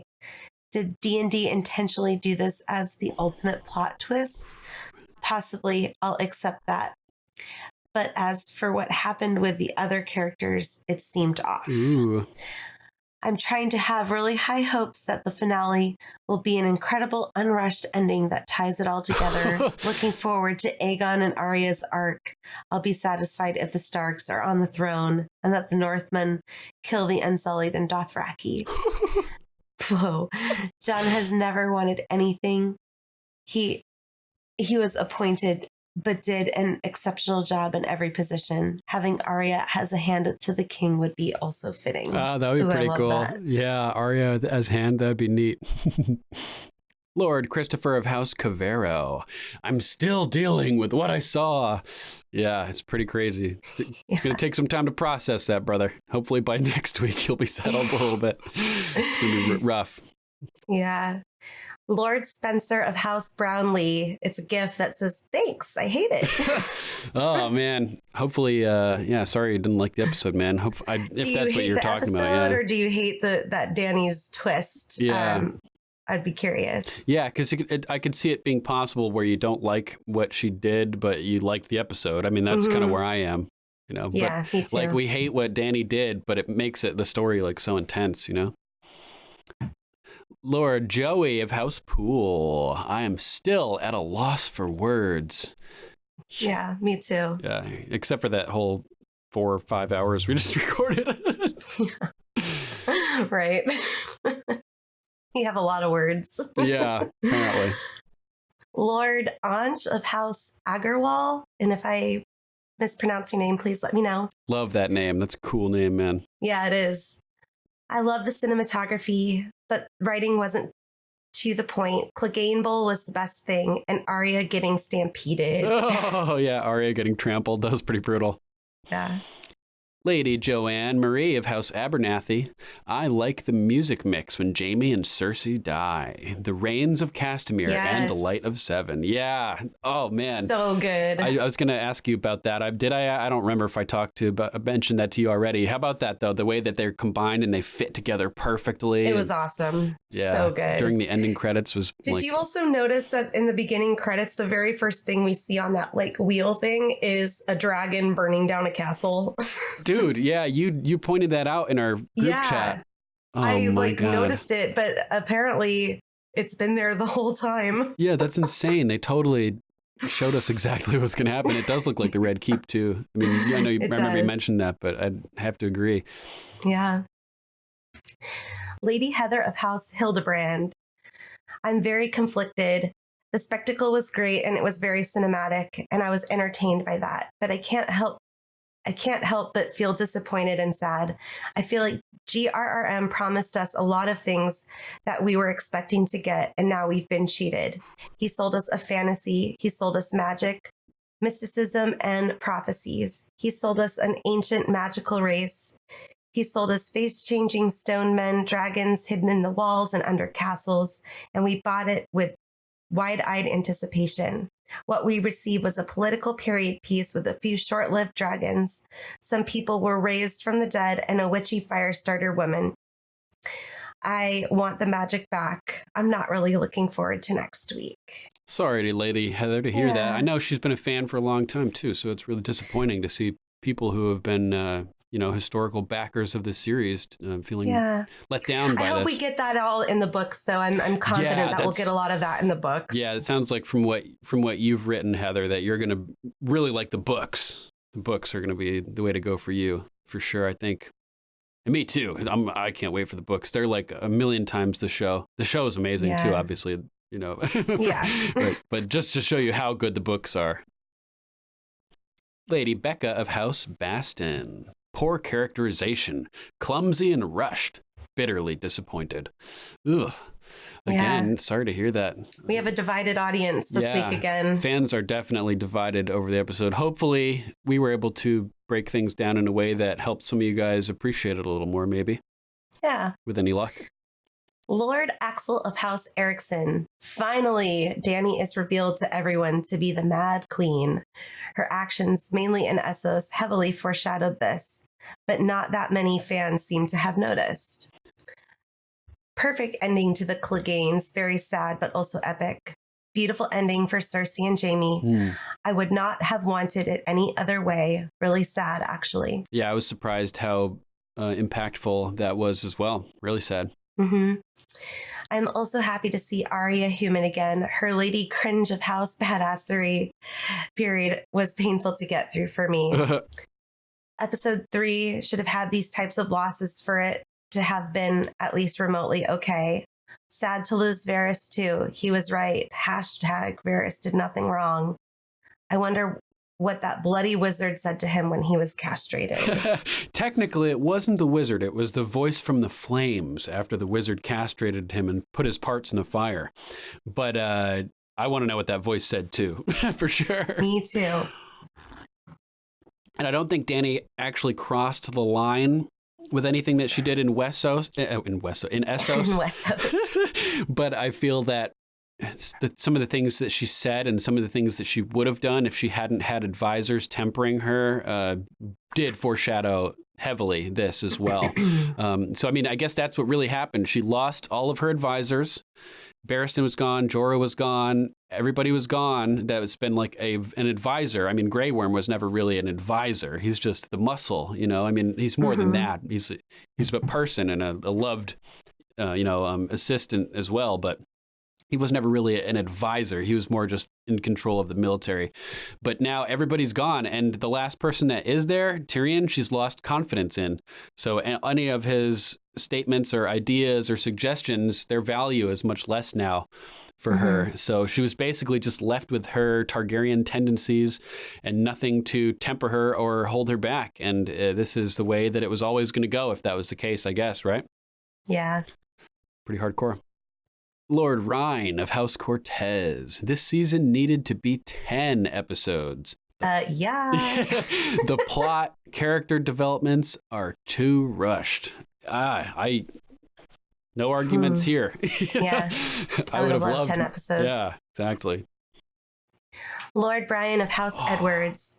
This fight was the Dark Souls of Game of Thrones scenes. Yes. There you go, Duncan. Yeah, I literally said Souls. that earlier, that I had the same feeling walking up those stairs for the Clegane Bowl.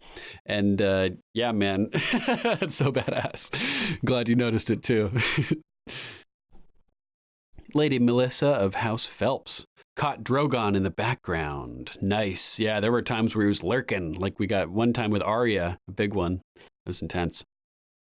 Lady Evgenia of House Lazarova. I'm still sitting on the sofa and don't know what's going on.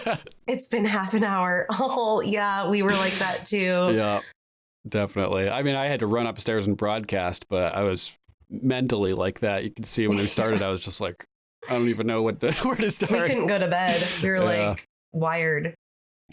Lady Cherami Jobert. Let me know if I butchered your name. Sorry about that if I did. Cool looking name, though. I always believed that Daenerys would go full Targaryen. I felt Arya's character was betrayed for cheap plot twists, and it all felt like Michael Bay produced this episode. I read all the books starting with book 3 and reread them to refresh myself when book 5 was coming out. Hopefully, George R.R. Martin won't die before he finishes them. I don't think he will. I think we'll get them all. I can see why he turned down a cameo. Don't go the Stephen King route. Since he got hit by that van, he sucked. I can't wait to hear what Star Wars fans think of what these guys are going to do to their precious. Yeah, Dave and Dan with their Star Wars series that they're going to be doing for Disney/Lucasfilm.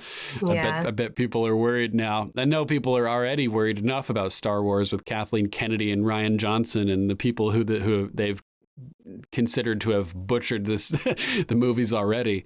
So yeah, it's I mean, I was looking forward to Dave and Dan doing Star Wars, and I still am. I think they'll be able to give like a level of gravity that's been absent in previous Star Wars movies. But apparently Benioff also wrote X-Men Origins Wolverine, which was just terrible. Like the ending of it, it's horrible. So I guess we should be a little bit worried for sure what they do when they don't have something to adapt. Yeah. I mean, they did have something to adapt for Wolverine though, and they still butchered it. Oof. Lady Angelica of House Garcia Decker. It's a GIF that says, "Here's the simple truth. You let me down." Oh, sorry you feel that way, Lady Angelica. She's been a listener for a long time too, and I know she's a huge fan of the series. So disappointed to hear that the fans are so divided. I guess it's inevitable with such a huge show, though. People have such high expectations, and yeah, it just sucks.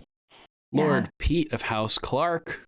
George R.R. Martin's Game of Thrones is said to be inspired by Robert Frost's poem, Fire and Ice, from 1923. I love this poem. Yeah, I didn't know about this. This is pretty awesome.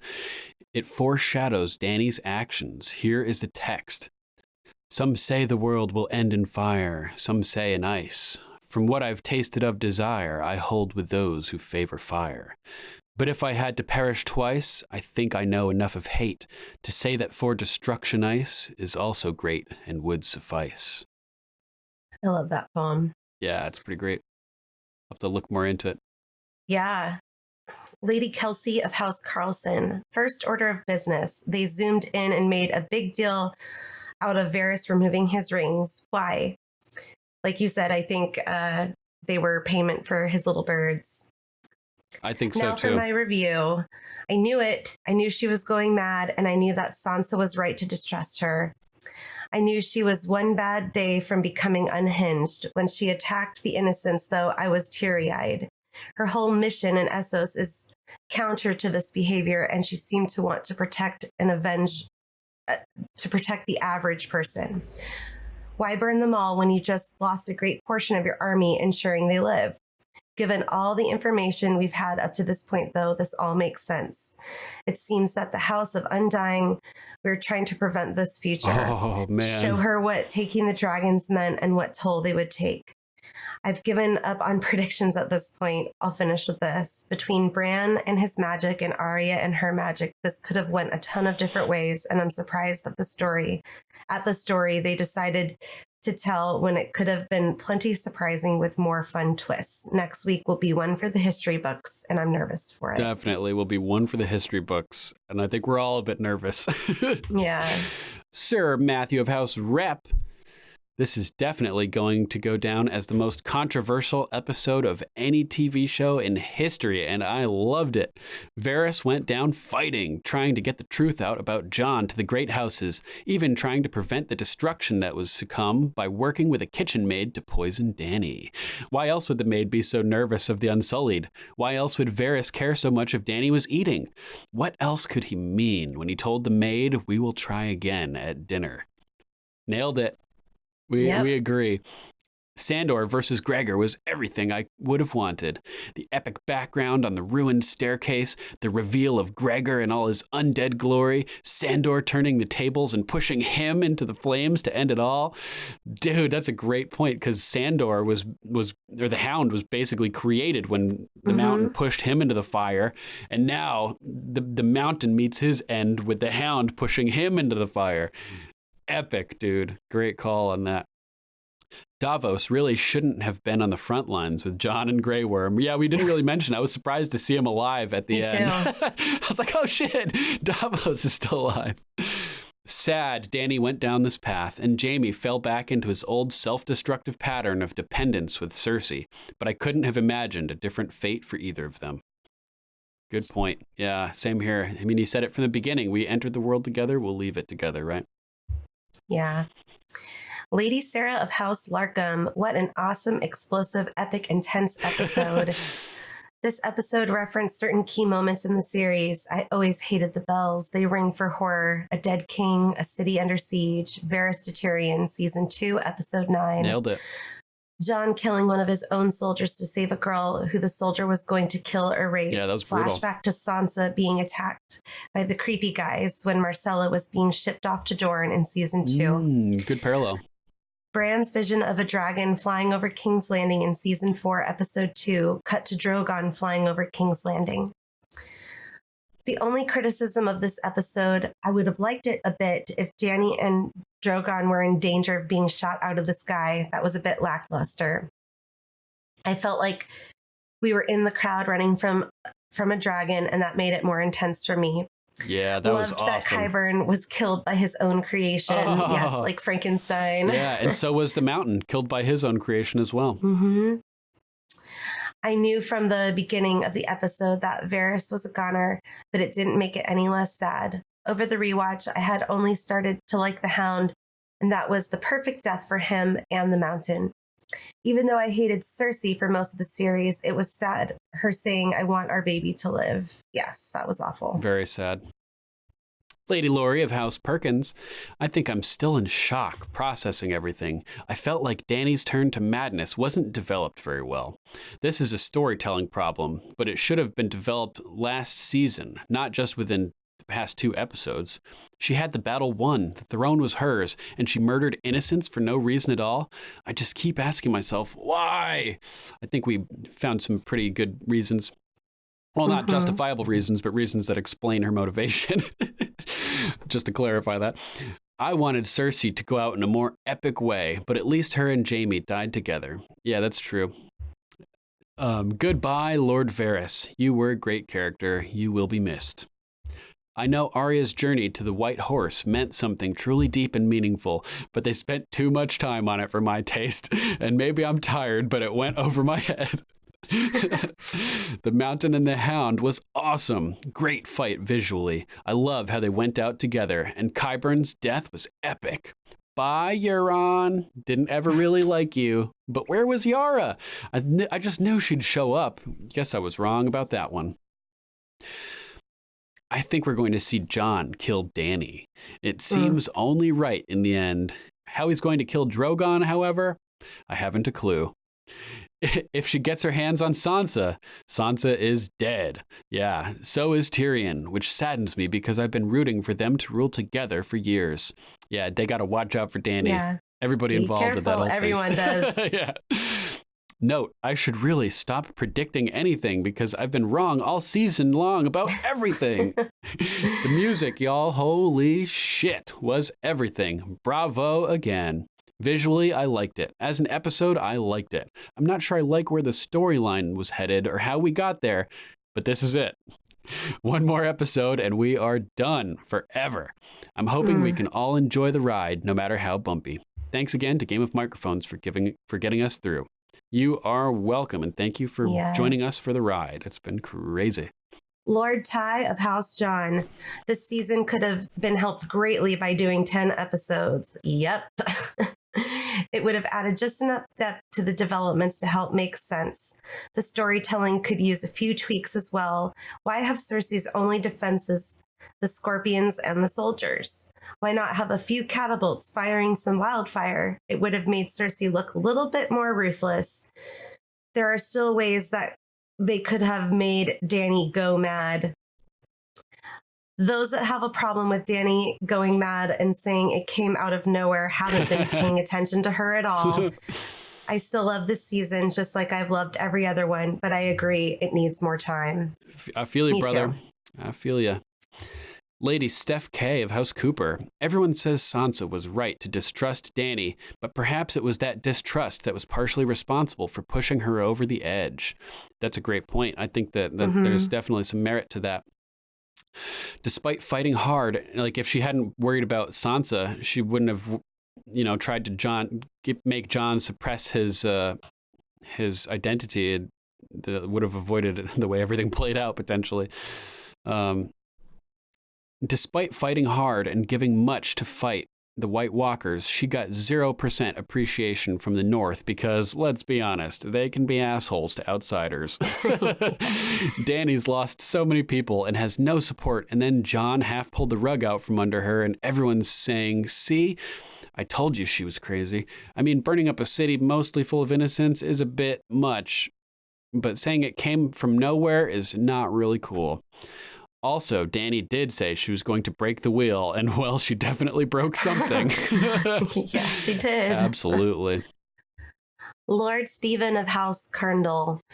Better than episode 3, but that's not saying much. Character assassinations galore. Damn, yeah. Sorry you feel that way, man. I know he was definitely upset after episode 3, too. I was really disappointed with that. Bummer.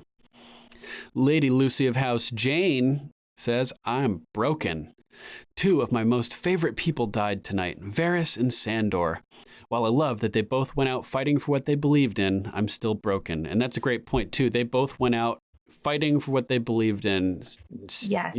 Backing down for nobody and doing what they thought was right. I got to respect that. Yes, absolutely.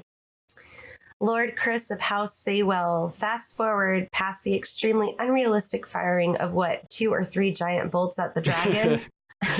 After showing them slaughter one dragon easily, they took it all away. The quick descent wouldn't do shit. There was 100 ships with giant ballistas. Mm-hmm. Then not one was fired from the walls of King's Landing. However, after all that bullshit, old Mad Queen popped up for her barbecue Goosebump sadness and racing heartbeats. Big time. Tyrion, Jon, and Grey Worm's realization was hard to watch. Grey Worm loyal as ever, but still knowing it was wrong. Unfortunately, I'm on the worst season episode camp, but that was GOT. Without all the unrealistic non-use of extremely effective ballistas. Oh, and what the hell was the mountain? Yeah, good question. LOL. Love the Qyburn death. Yes, me too. Yeah. Lord Jamo of House Maxwell just finally finished watching here in Scotland, and we've lost another Scot, sad face, Rory McCann, Sandor, to add to Ian Glenn, Jorah, last week. Thankfully, Daniel Portman, Podrick, is still going. I get why some folk think things are being rushed, but I loved the pace of the episode. It was true edge of the seat stuff. Yeah. I also like that things aren't being tied up neatly with pretty bows on top. I want to be left with questions and theories we can discuss forever, and so we can continue to get podcast episodes to keep us going through the long night when it all ends next week. That's good points, man. Very good points. Yes. You'll get more episodes, we promise. Oh, yeah.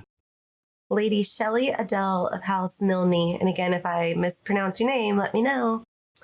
She has a meme here. It says season 1, Dany burns Mary Master. Season 2, Dany burns the House of the Undying. Season 3, Dany burns Astapor. Season 4, Dany crucifies the Maesters, the Masters of Marine. Season 5, Dany burns Myronese noblemen.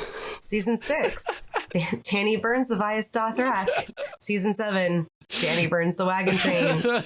Season 8, Dany burns King's Landing. Game of Thrones fans, it's a picture of Pikachu going, oh. Yeah, we should have seen it coming. Yes, we should have. That's funny. Nice. I love that. Yeah. Lord Mohammed of House Tusif. I really liked the episode. It showed what Daenerys should have done in the first place. Of course, I do think she shouldn't have killed the people of the city and should have stopped after the bells rang. But I guess this was the way she'd become the, quote, Mad Queen. Her anger, in a way, was justified. Tyrion failed her multiple times. Her nephew/lover is a threat to her legitimacy on the throne.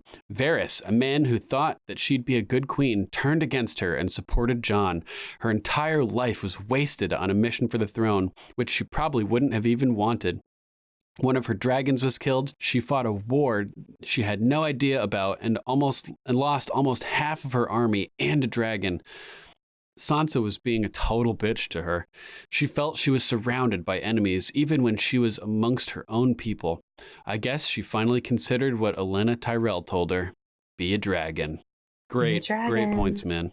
Good to hear from you, Mohammed. Thank you for writing. Lady Stacy of House Relo. I hope I'm not pronouncing that wrong. Loved it. Yeah, so good. Lady Mary Patricia of House Diarigo. Maybe this whole episode will make more sense after next week. Jon and Tyrion should have helped her find the love she craved. Varys' death was epic, and he didn't even scream. Wow, that's a great point. Didn't even scream. Silent, as opposed to Miri Mazdur or all these other people who've shrieked as the fire has engulfed them. Yeah, Varys, man. Stoic. Oh, statuesque. Yeah, you gotta respect him, man. Clegane Bowl, epic. Not sure why Arya was even there except to thank Sandor.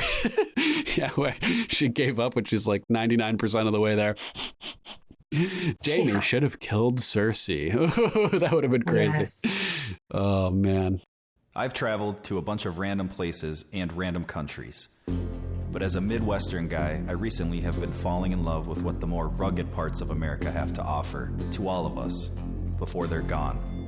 TEA MAGE Productions and Powers Media House presents Beautiful America, a musical documentary series with all original content. Explore the Southwest of America and indulge in some places you've heard of and plenty more that you certainly have not. Cooking under the stars and below freezing temps of Death Valley. 4K drone footage of one of the most insane monoliths on Earth. Driving in abandoned mines, cliffs, canyons, and wild times. Check it out. TEA MAGE Productions on Facebook and YouTube. That's TEA MAGE Productions. Beautiful America.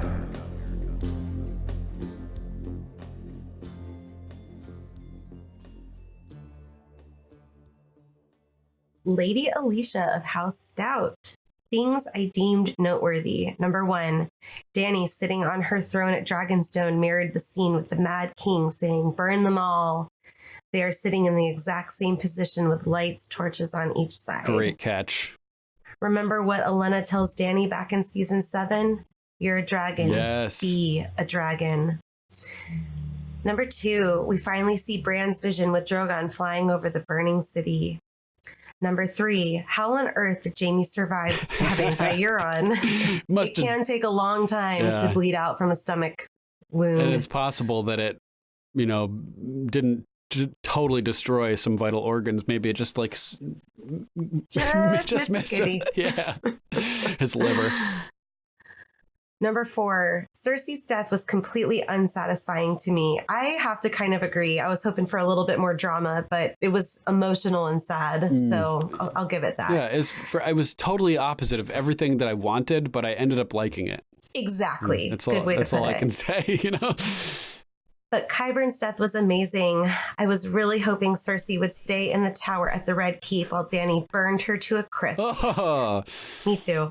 Yeah, that would have been awesome. Number 5, I'm still pissed that Jaime got with Brienne only to dump her and run to Cersei.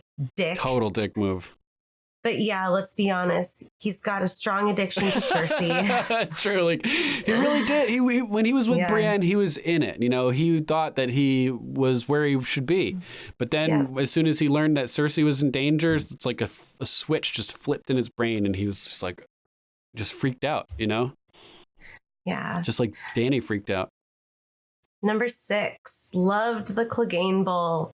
Now that was 100% completely satisfying. Awesome. Yes. I'm glad people are at least liking that. After the Hound stabbed the Mountain and he didn't die, my first thought was fire will kill him. Which is amazing because, fire burned the Hound by the hands of the Mountain. Damn. After that, I had a feeling they would both go down. Number 7, so there's magically a white horse standing around after a big battle. Yeah, I thought that too. Somebody sent us a message that, they said Bran sent an Uber for Arya. And oh, and Arya is amazing. I feel that she may come back to kill Dany. Ooh, could be. Green eyes. Could be. Oh, does Dany have green eyes? Yes, she does. I never noticed. Well, in the show, she does. Nice. In the books, she has purple eyes. Right. Yeah, because I never notice anybody's eyes except for your eyes, which are extremely blue, and I know edited they can get very blue. hours of video with it, so I noticed that. And this one I've always had blue eyes. Arya's coming for you. Better get out of California quick. Amelia Clark and my son actually have the same color eyes. They kind of changed, but they have a brown center and they're kind of greenish, bluish, hazily. Nice. Yeah, mine changed from green and blue back and forth too. It's weird. Mine are just blue, really blue. Yeah, super ridiculously blue. I don't think I've ever seen eyes as blue as yours. Yeah, they're just dark blue. It's crazy. If you want to see Rachel's blue eyes, gaze into the ocean of her eyes. You can join us on YouTube. Creepy. Thanks for writing, Lady Alicia. Always good to hear from you. Hopefully we'll have the episode out faster this week for you. For everybody. Yes. Lady Laney of House Mycel. Cinematically, it was beautiful in my opinion, but it seemed rushed and unsatisfying. Cersei has been the one to hate from the beginning, seeing every flaw, love, hatred, betrayal from her, and then to just be crushed by the castle? I was really looking forward to some form of justice that involved at least one of the Stark children. Another thing that stood out as odd to me was Arya.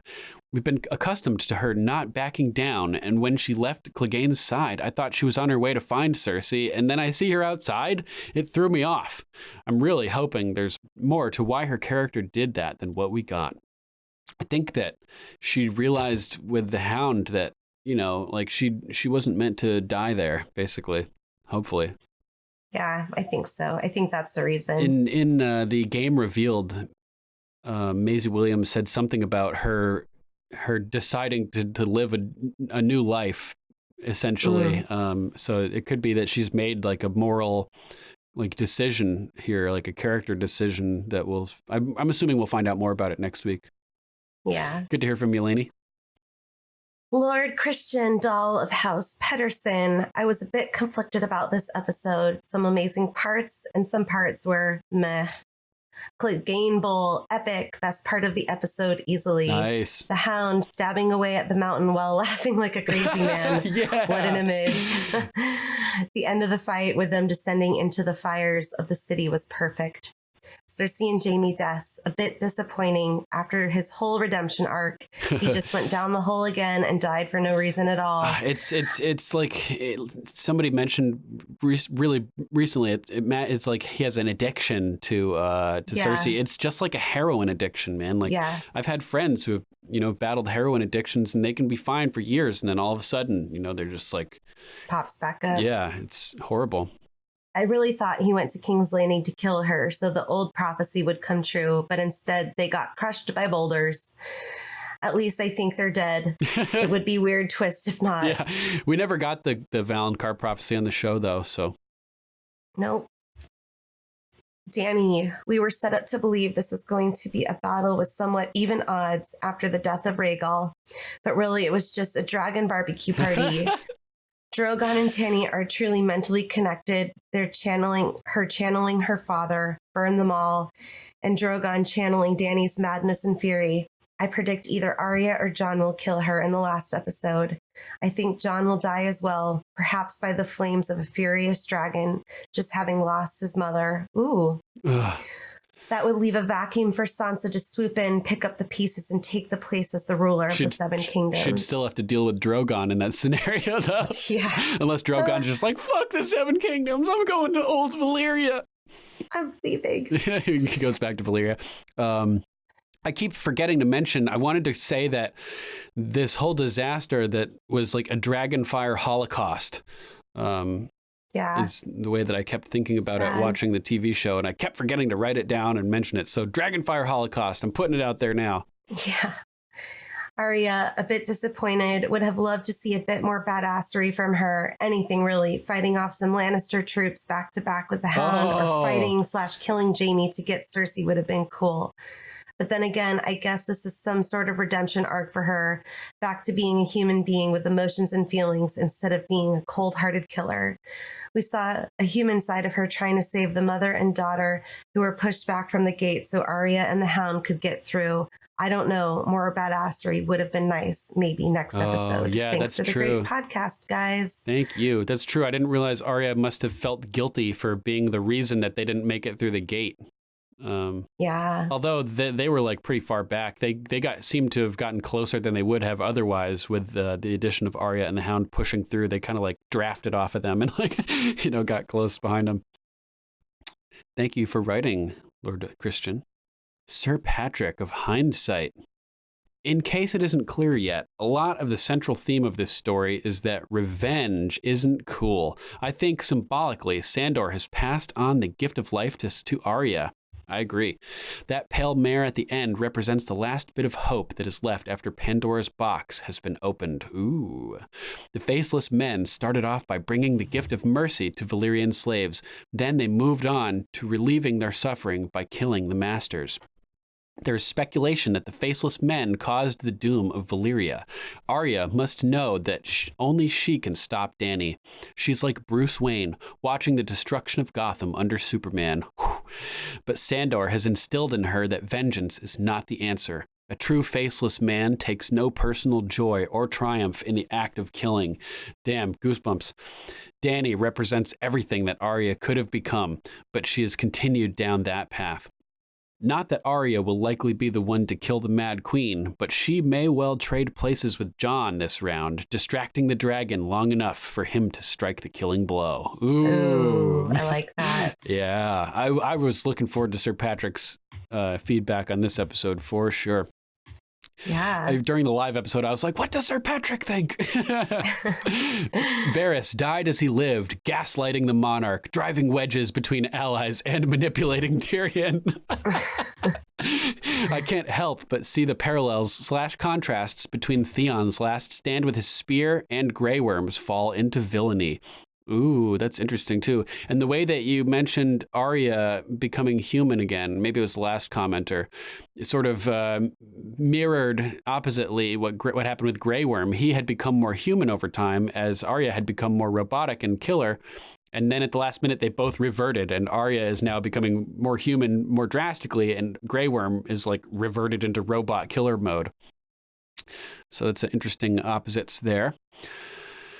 It only just now dawned on me that the episode aired on Mother's Day. Those cheeky bastards. Yeah, with Eleanor, the mother, who has tried to be saved but ended up getting roasted. They had to kill Tywin on Father's Day, and then they killed Eleanor and Cersei. And Cersei, a pregnant Cersei. On Mother's Day, yeah. Yep. Cersei called it last episode. So much for the breaker of chains. Damn. Cersei's right about something? Wow. Seriously, though, it vexes me to no end how everyone just lets Varys do this shady shit and keep making excuses for his ass. Jon just doesn't want the throne, but what he wants doesn't matter. But what he wants doesn't matter. He's a war hero who draws people to him. Nobody else notices that he's describing Robert. He makes a show of telling Dany she's making a mistake. So it's okay for him to wage a campaign against her and have children try to poison her.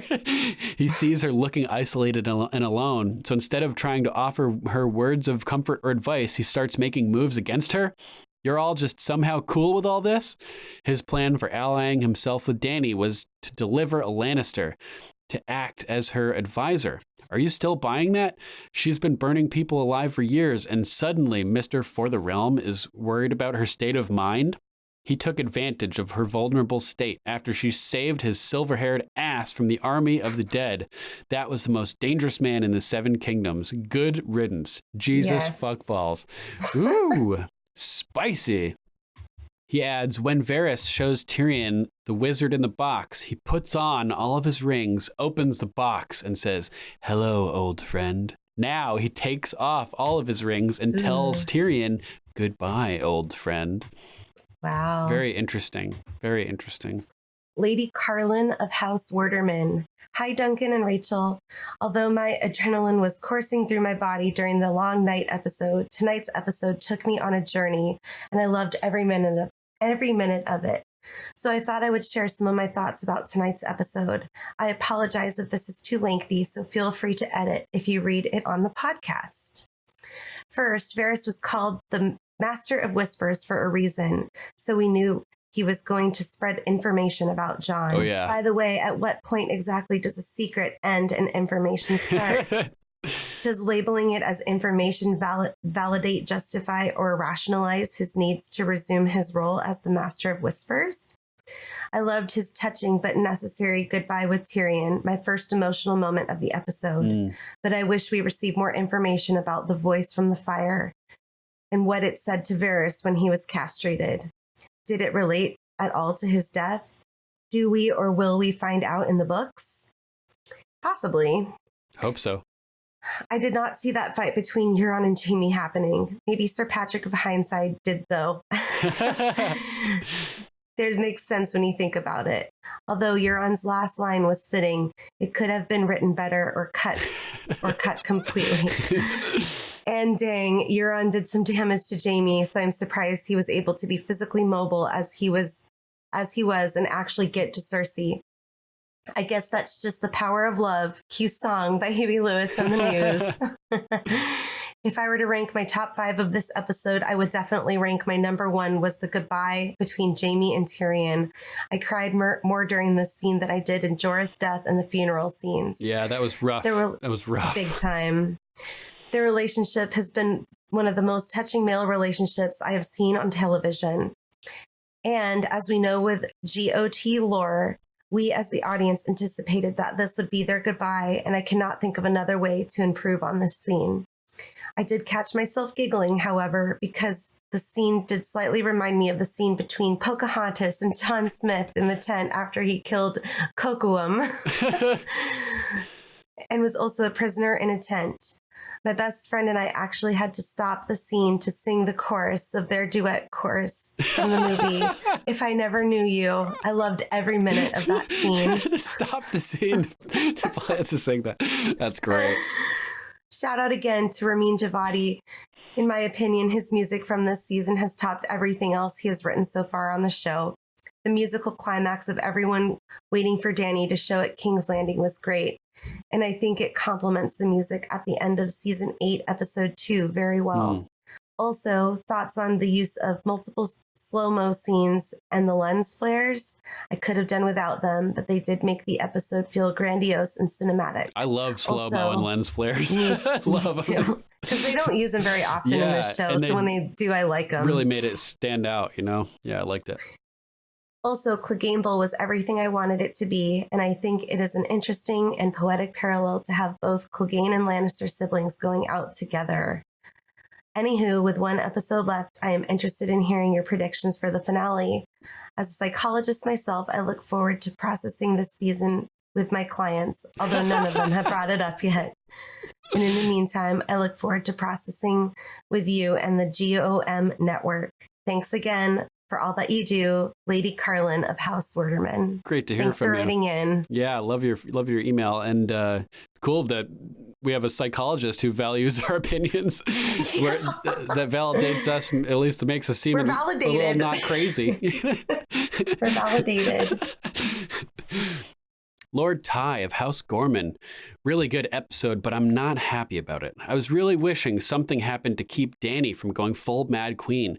It seemed like an in-the-moment decision by her, but we should have seen this coming because she now has total tunnel vision about the throne and getting it at any cost. She even refers to it as hers multiple times after finding out it's actually Jon's. Denial. A few interesting things I've heard. Do you think Bran sent Arya that horse to help her escape the carnage? Yeah. Otherwise, don't you think it would have panicked and ran off in the midst of things? No, Rachel thinks that. Yeah. Also, Jon Snow has a lot of pressure on him right now. May he reestablish the Night's Watch, bringing the Targaryen family full circle with Dany playing the Mad Queen and Jon taking the place of Aemon? That'd be crazy. He has to do something. I don't know if he'll kill her because of honor and he loves her, but obviously he won't support Dany's rampage. Maybe she'll burn him like the Mad King did his grandpa. He is part Stark after all. Thoughts? We're down to one final episode. Good questions, man. I feel like Jon's going to have to kill Dany. Drogon's going to be an issue. And yeah, craziness. Lady K from House Shah. Both Lyanna and Arya have so many similarities. They both have had to prove themselves when a lot of people doubted their power, and they both are physically small compared to the other characters. Arya and Lyanna have another similarity in this episode. Both were in the air being choked and then stabbing a major character Arya stabbed a major character in this? I think this is from last episode, now we're thinking about it. Oh, okay.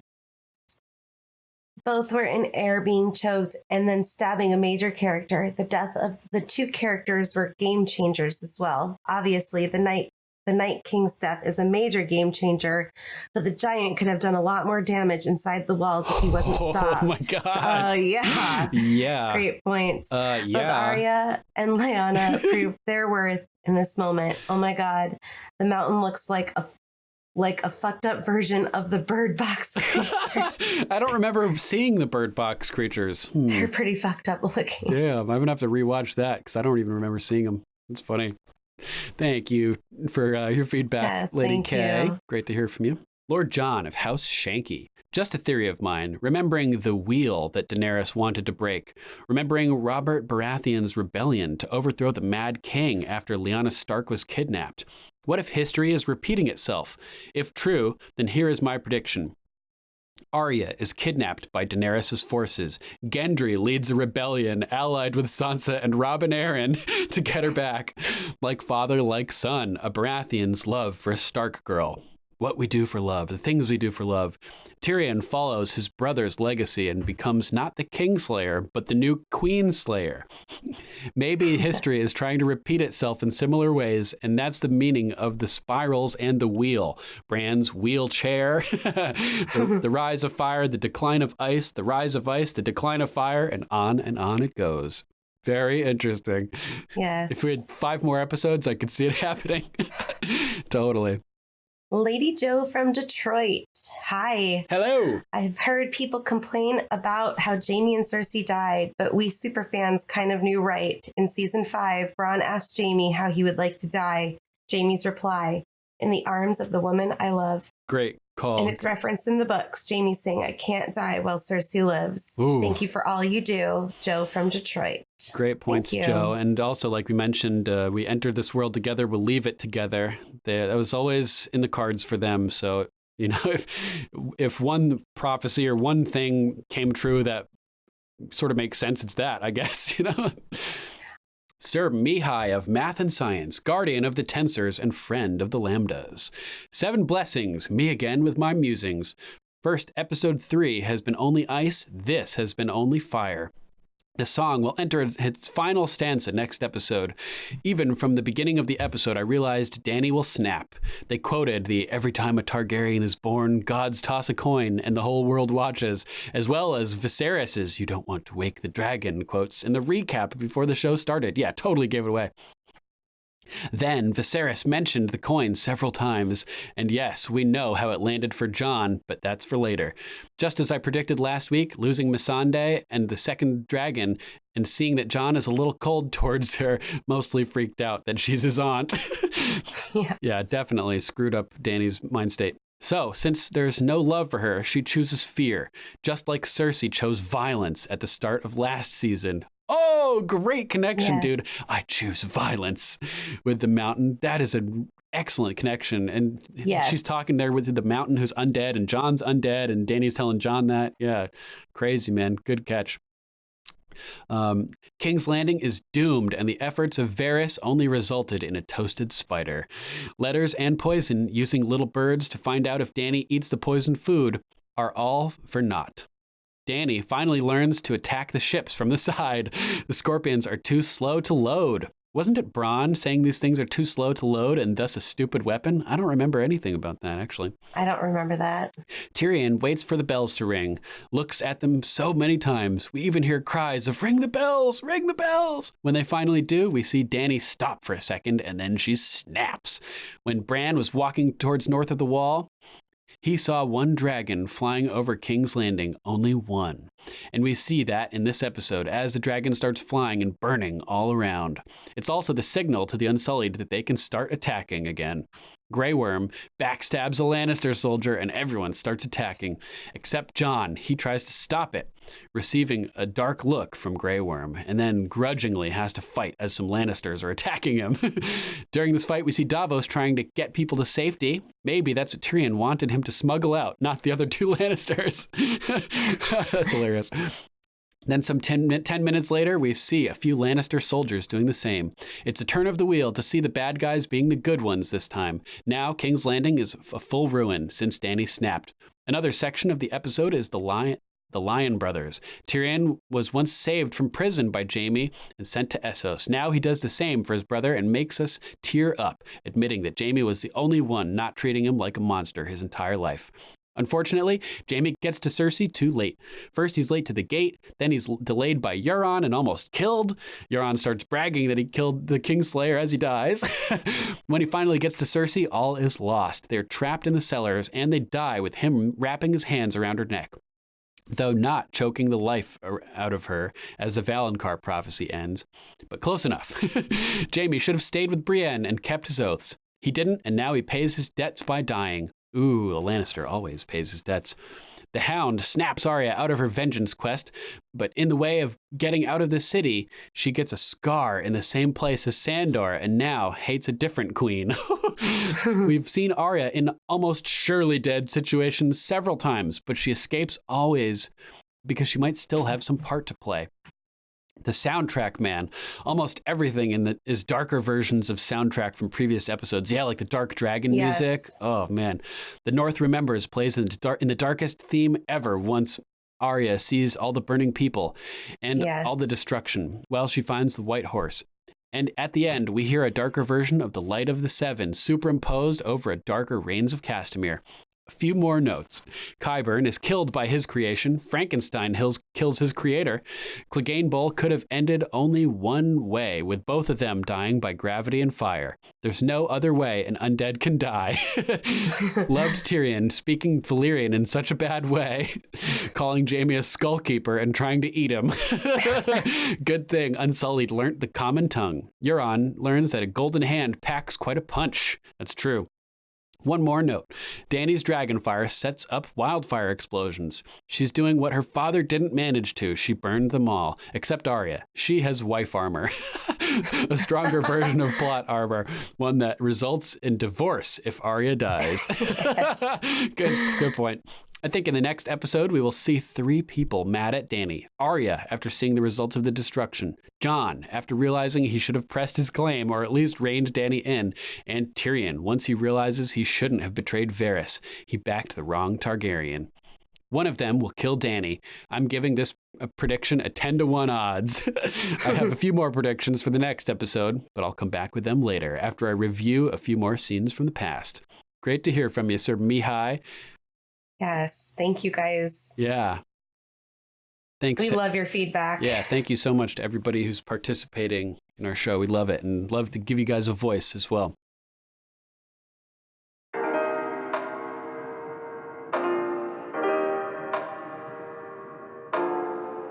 All right, that's our show, episode 118. Thank you so much for listening, everybody. Yes, thanks, everybody. And a huge thank you to Lady Rachel for being awesome. What up? And also major thanks to John Bailey, the epic voice guy from the Emmy-nominated Honest Trailers, for announcing our show. If you like what we've been doing and would like to donate or subscribe to support us, now is the perfect time. We have an investor who's offered to match 3 times any donations that people make. So if you appreciate the content we've been providing for the entire rewatch and during season 8, and you want to hear more from us, we'd love to stick around and keep podcasting. Now is the perfect time to donate. You can always go to paypal.me/GOMPodcast or patreon.com/GOMPodcast to donate an amount of your choosing. There are links to both at gameofmicrophones.com. And thank you in advance. Doing some online shopping? Go to gameofmicrophones.com and click on our link to Amazon. As an Amazon associate, we learn. We learn from qualifying purchases. We earn from qualifying purchases. That's right. And any contribution you make helps. You can help secure the continued existence of Game of Microphones. Really, if everybody would just consider donating a single $1, that would be enough to keep us around for a good long time. Yes. We're planning on staying around anyway, but we need the funding to do it effectively. We'd like to thank our patrons, Sir Matthew of House Rep, Lady Lucy of House Roberts, Lady Candace of House Twos, Lady Terry of House Theodore, Lord Jeff of House Allen, Sirenicide, Lord John of House Grills, Luke the Low Duke, Lord Jeremiah of House Carpenter, Lord Robert of House Misuveg, Lady Jen from Tarot Spirit, Lord Corey Eugene of House Coon, and Lord Calvin of House Cook. We love you guys and appreciate your patronage. Thank you so much. 7 blessings. And make sure to check out Sirenicide, the serialized horror drama podcast featuring me and Archmaester Stitches. Season 4 is approaching, so go to Sirenicide, download it wherever you get your podcasts, and get caught up while you still can. We also want to give a huge thanks to Lady Lisa of House Sky. She has been amazing behind the scenes, getting our website, gameofmicrophones.com, up and running. She's an extremely skilled artist, and you need to check out her amazingly illustrated book, The People You May See, available now on Amazon.com. It's Prime eligible too, so you'll get it in a couple of days, and I will tell you, your child will not be disappointed. You can check all of her work out at fineartsbylisa.com. She's also on Instagram and Facebook /fineartsbylisa. Next episode, we'll be covering the Game of Thrones series finale. Oh my God. What the fuck? What the fuck? Right? Give it a watch and send us your thoughts. We'd love to read them on air. We'll also be going live immediately after the episode airs, so make sure to join us for that as well. We'll have a stacked group this weekend, I'm sure, for that. Unfortunately, Lady Rachel won't be able to join us. I will be in Las Vegas. We'll forgive her, though. We'll forgive her. So if you guys want to call us, you can always call us at 813-563-3739. That's 813-JOFFREY. If you would like to write in, you can email us at ravens@gameofmicrophones.com. Check out our Facebook page at facebook.com/GOMPodcast. Imslap! Oh! You can also listen to Game of Microphones on YouTube, BitChute, and Steemit. Just search for Game of Microphones to find our channel. Likes, comments, and shares are greatly appreciated. We're also on Instagram, Twitter, Gab, and Minds at GOMPodcast. And we're on Tumblr too at Game of Microphones. All right, that's our show. Thanks for listening.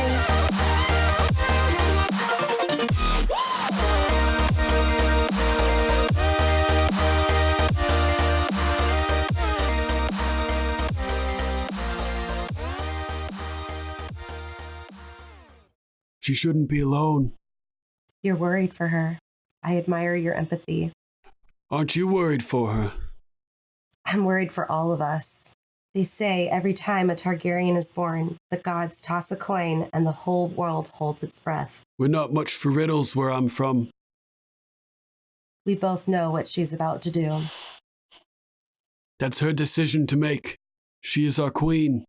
Men decide where power resides, whether or not they know it. What do you want? All I've ever wanted. The right ruler on the Iron Throne. I still don't know how her coin has landed, but I'm quite certain about yours.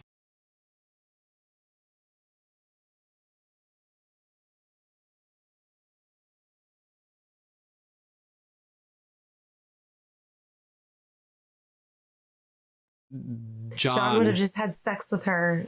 We could have avoided this whole carnage. Well, you know, to put it simply, yeah, but it's just that final deeper. Devastating emotional blow of losing who you think is your soulmate, you know, that just made her feel hopeless and desperate. I know, you know, some of the most hopeless points in my existence have been as a result of losing a relationship like that or something like that. Yeah. So it makes perfect sense that that's the trigger point that would send someone over the edge, you know? Someone that danced close to it. Yeah, exactly. For a long time. Exactly. Who's has a hereditary history of madness. You know, like the Joker said, sometimes it just takes a little push. You know? Yeah, but I mean, I instantly got that they were trying to poison her because he's sitting there like sending out ravens so that Jon's the true heir to the Iron Throne. Yep. And they're talking about eating and she's not eating and he seemed disappointed in that. And we know that while Varys may care for Dany to an extent, I don't think he really cared about her like eating. No, he basically told Tyrion last episode. Tyrion was like, "Well, what happens to her?" When they were discussing, we're gonna fucking kill her. Yeah, we're gonna poison her. He's like, "You know what happens, and poison man. Is a woman's weapon, but it's also a eunuch's weapon as well." Yeah.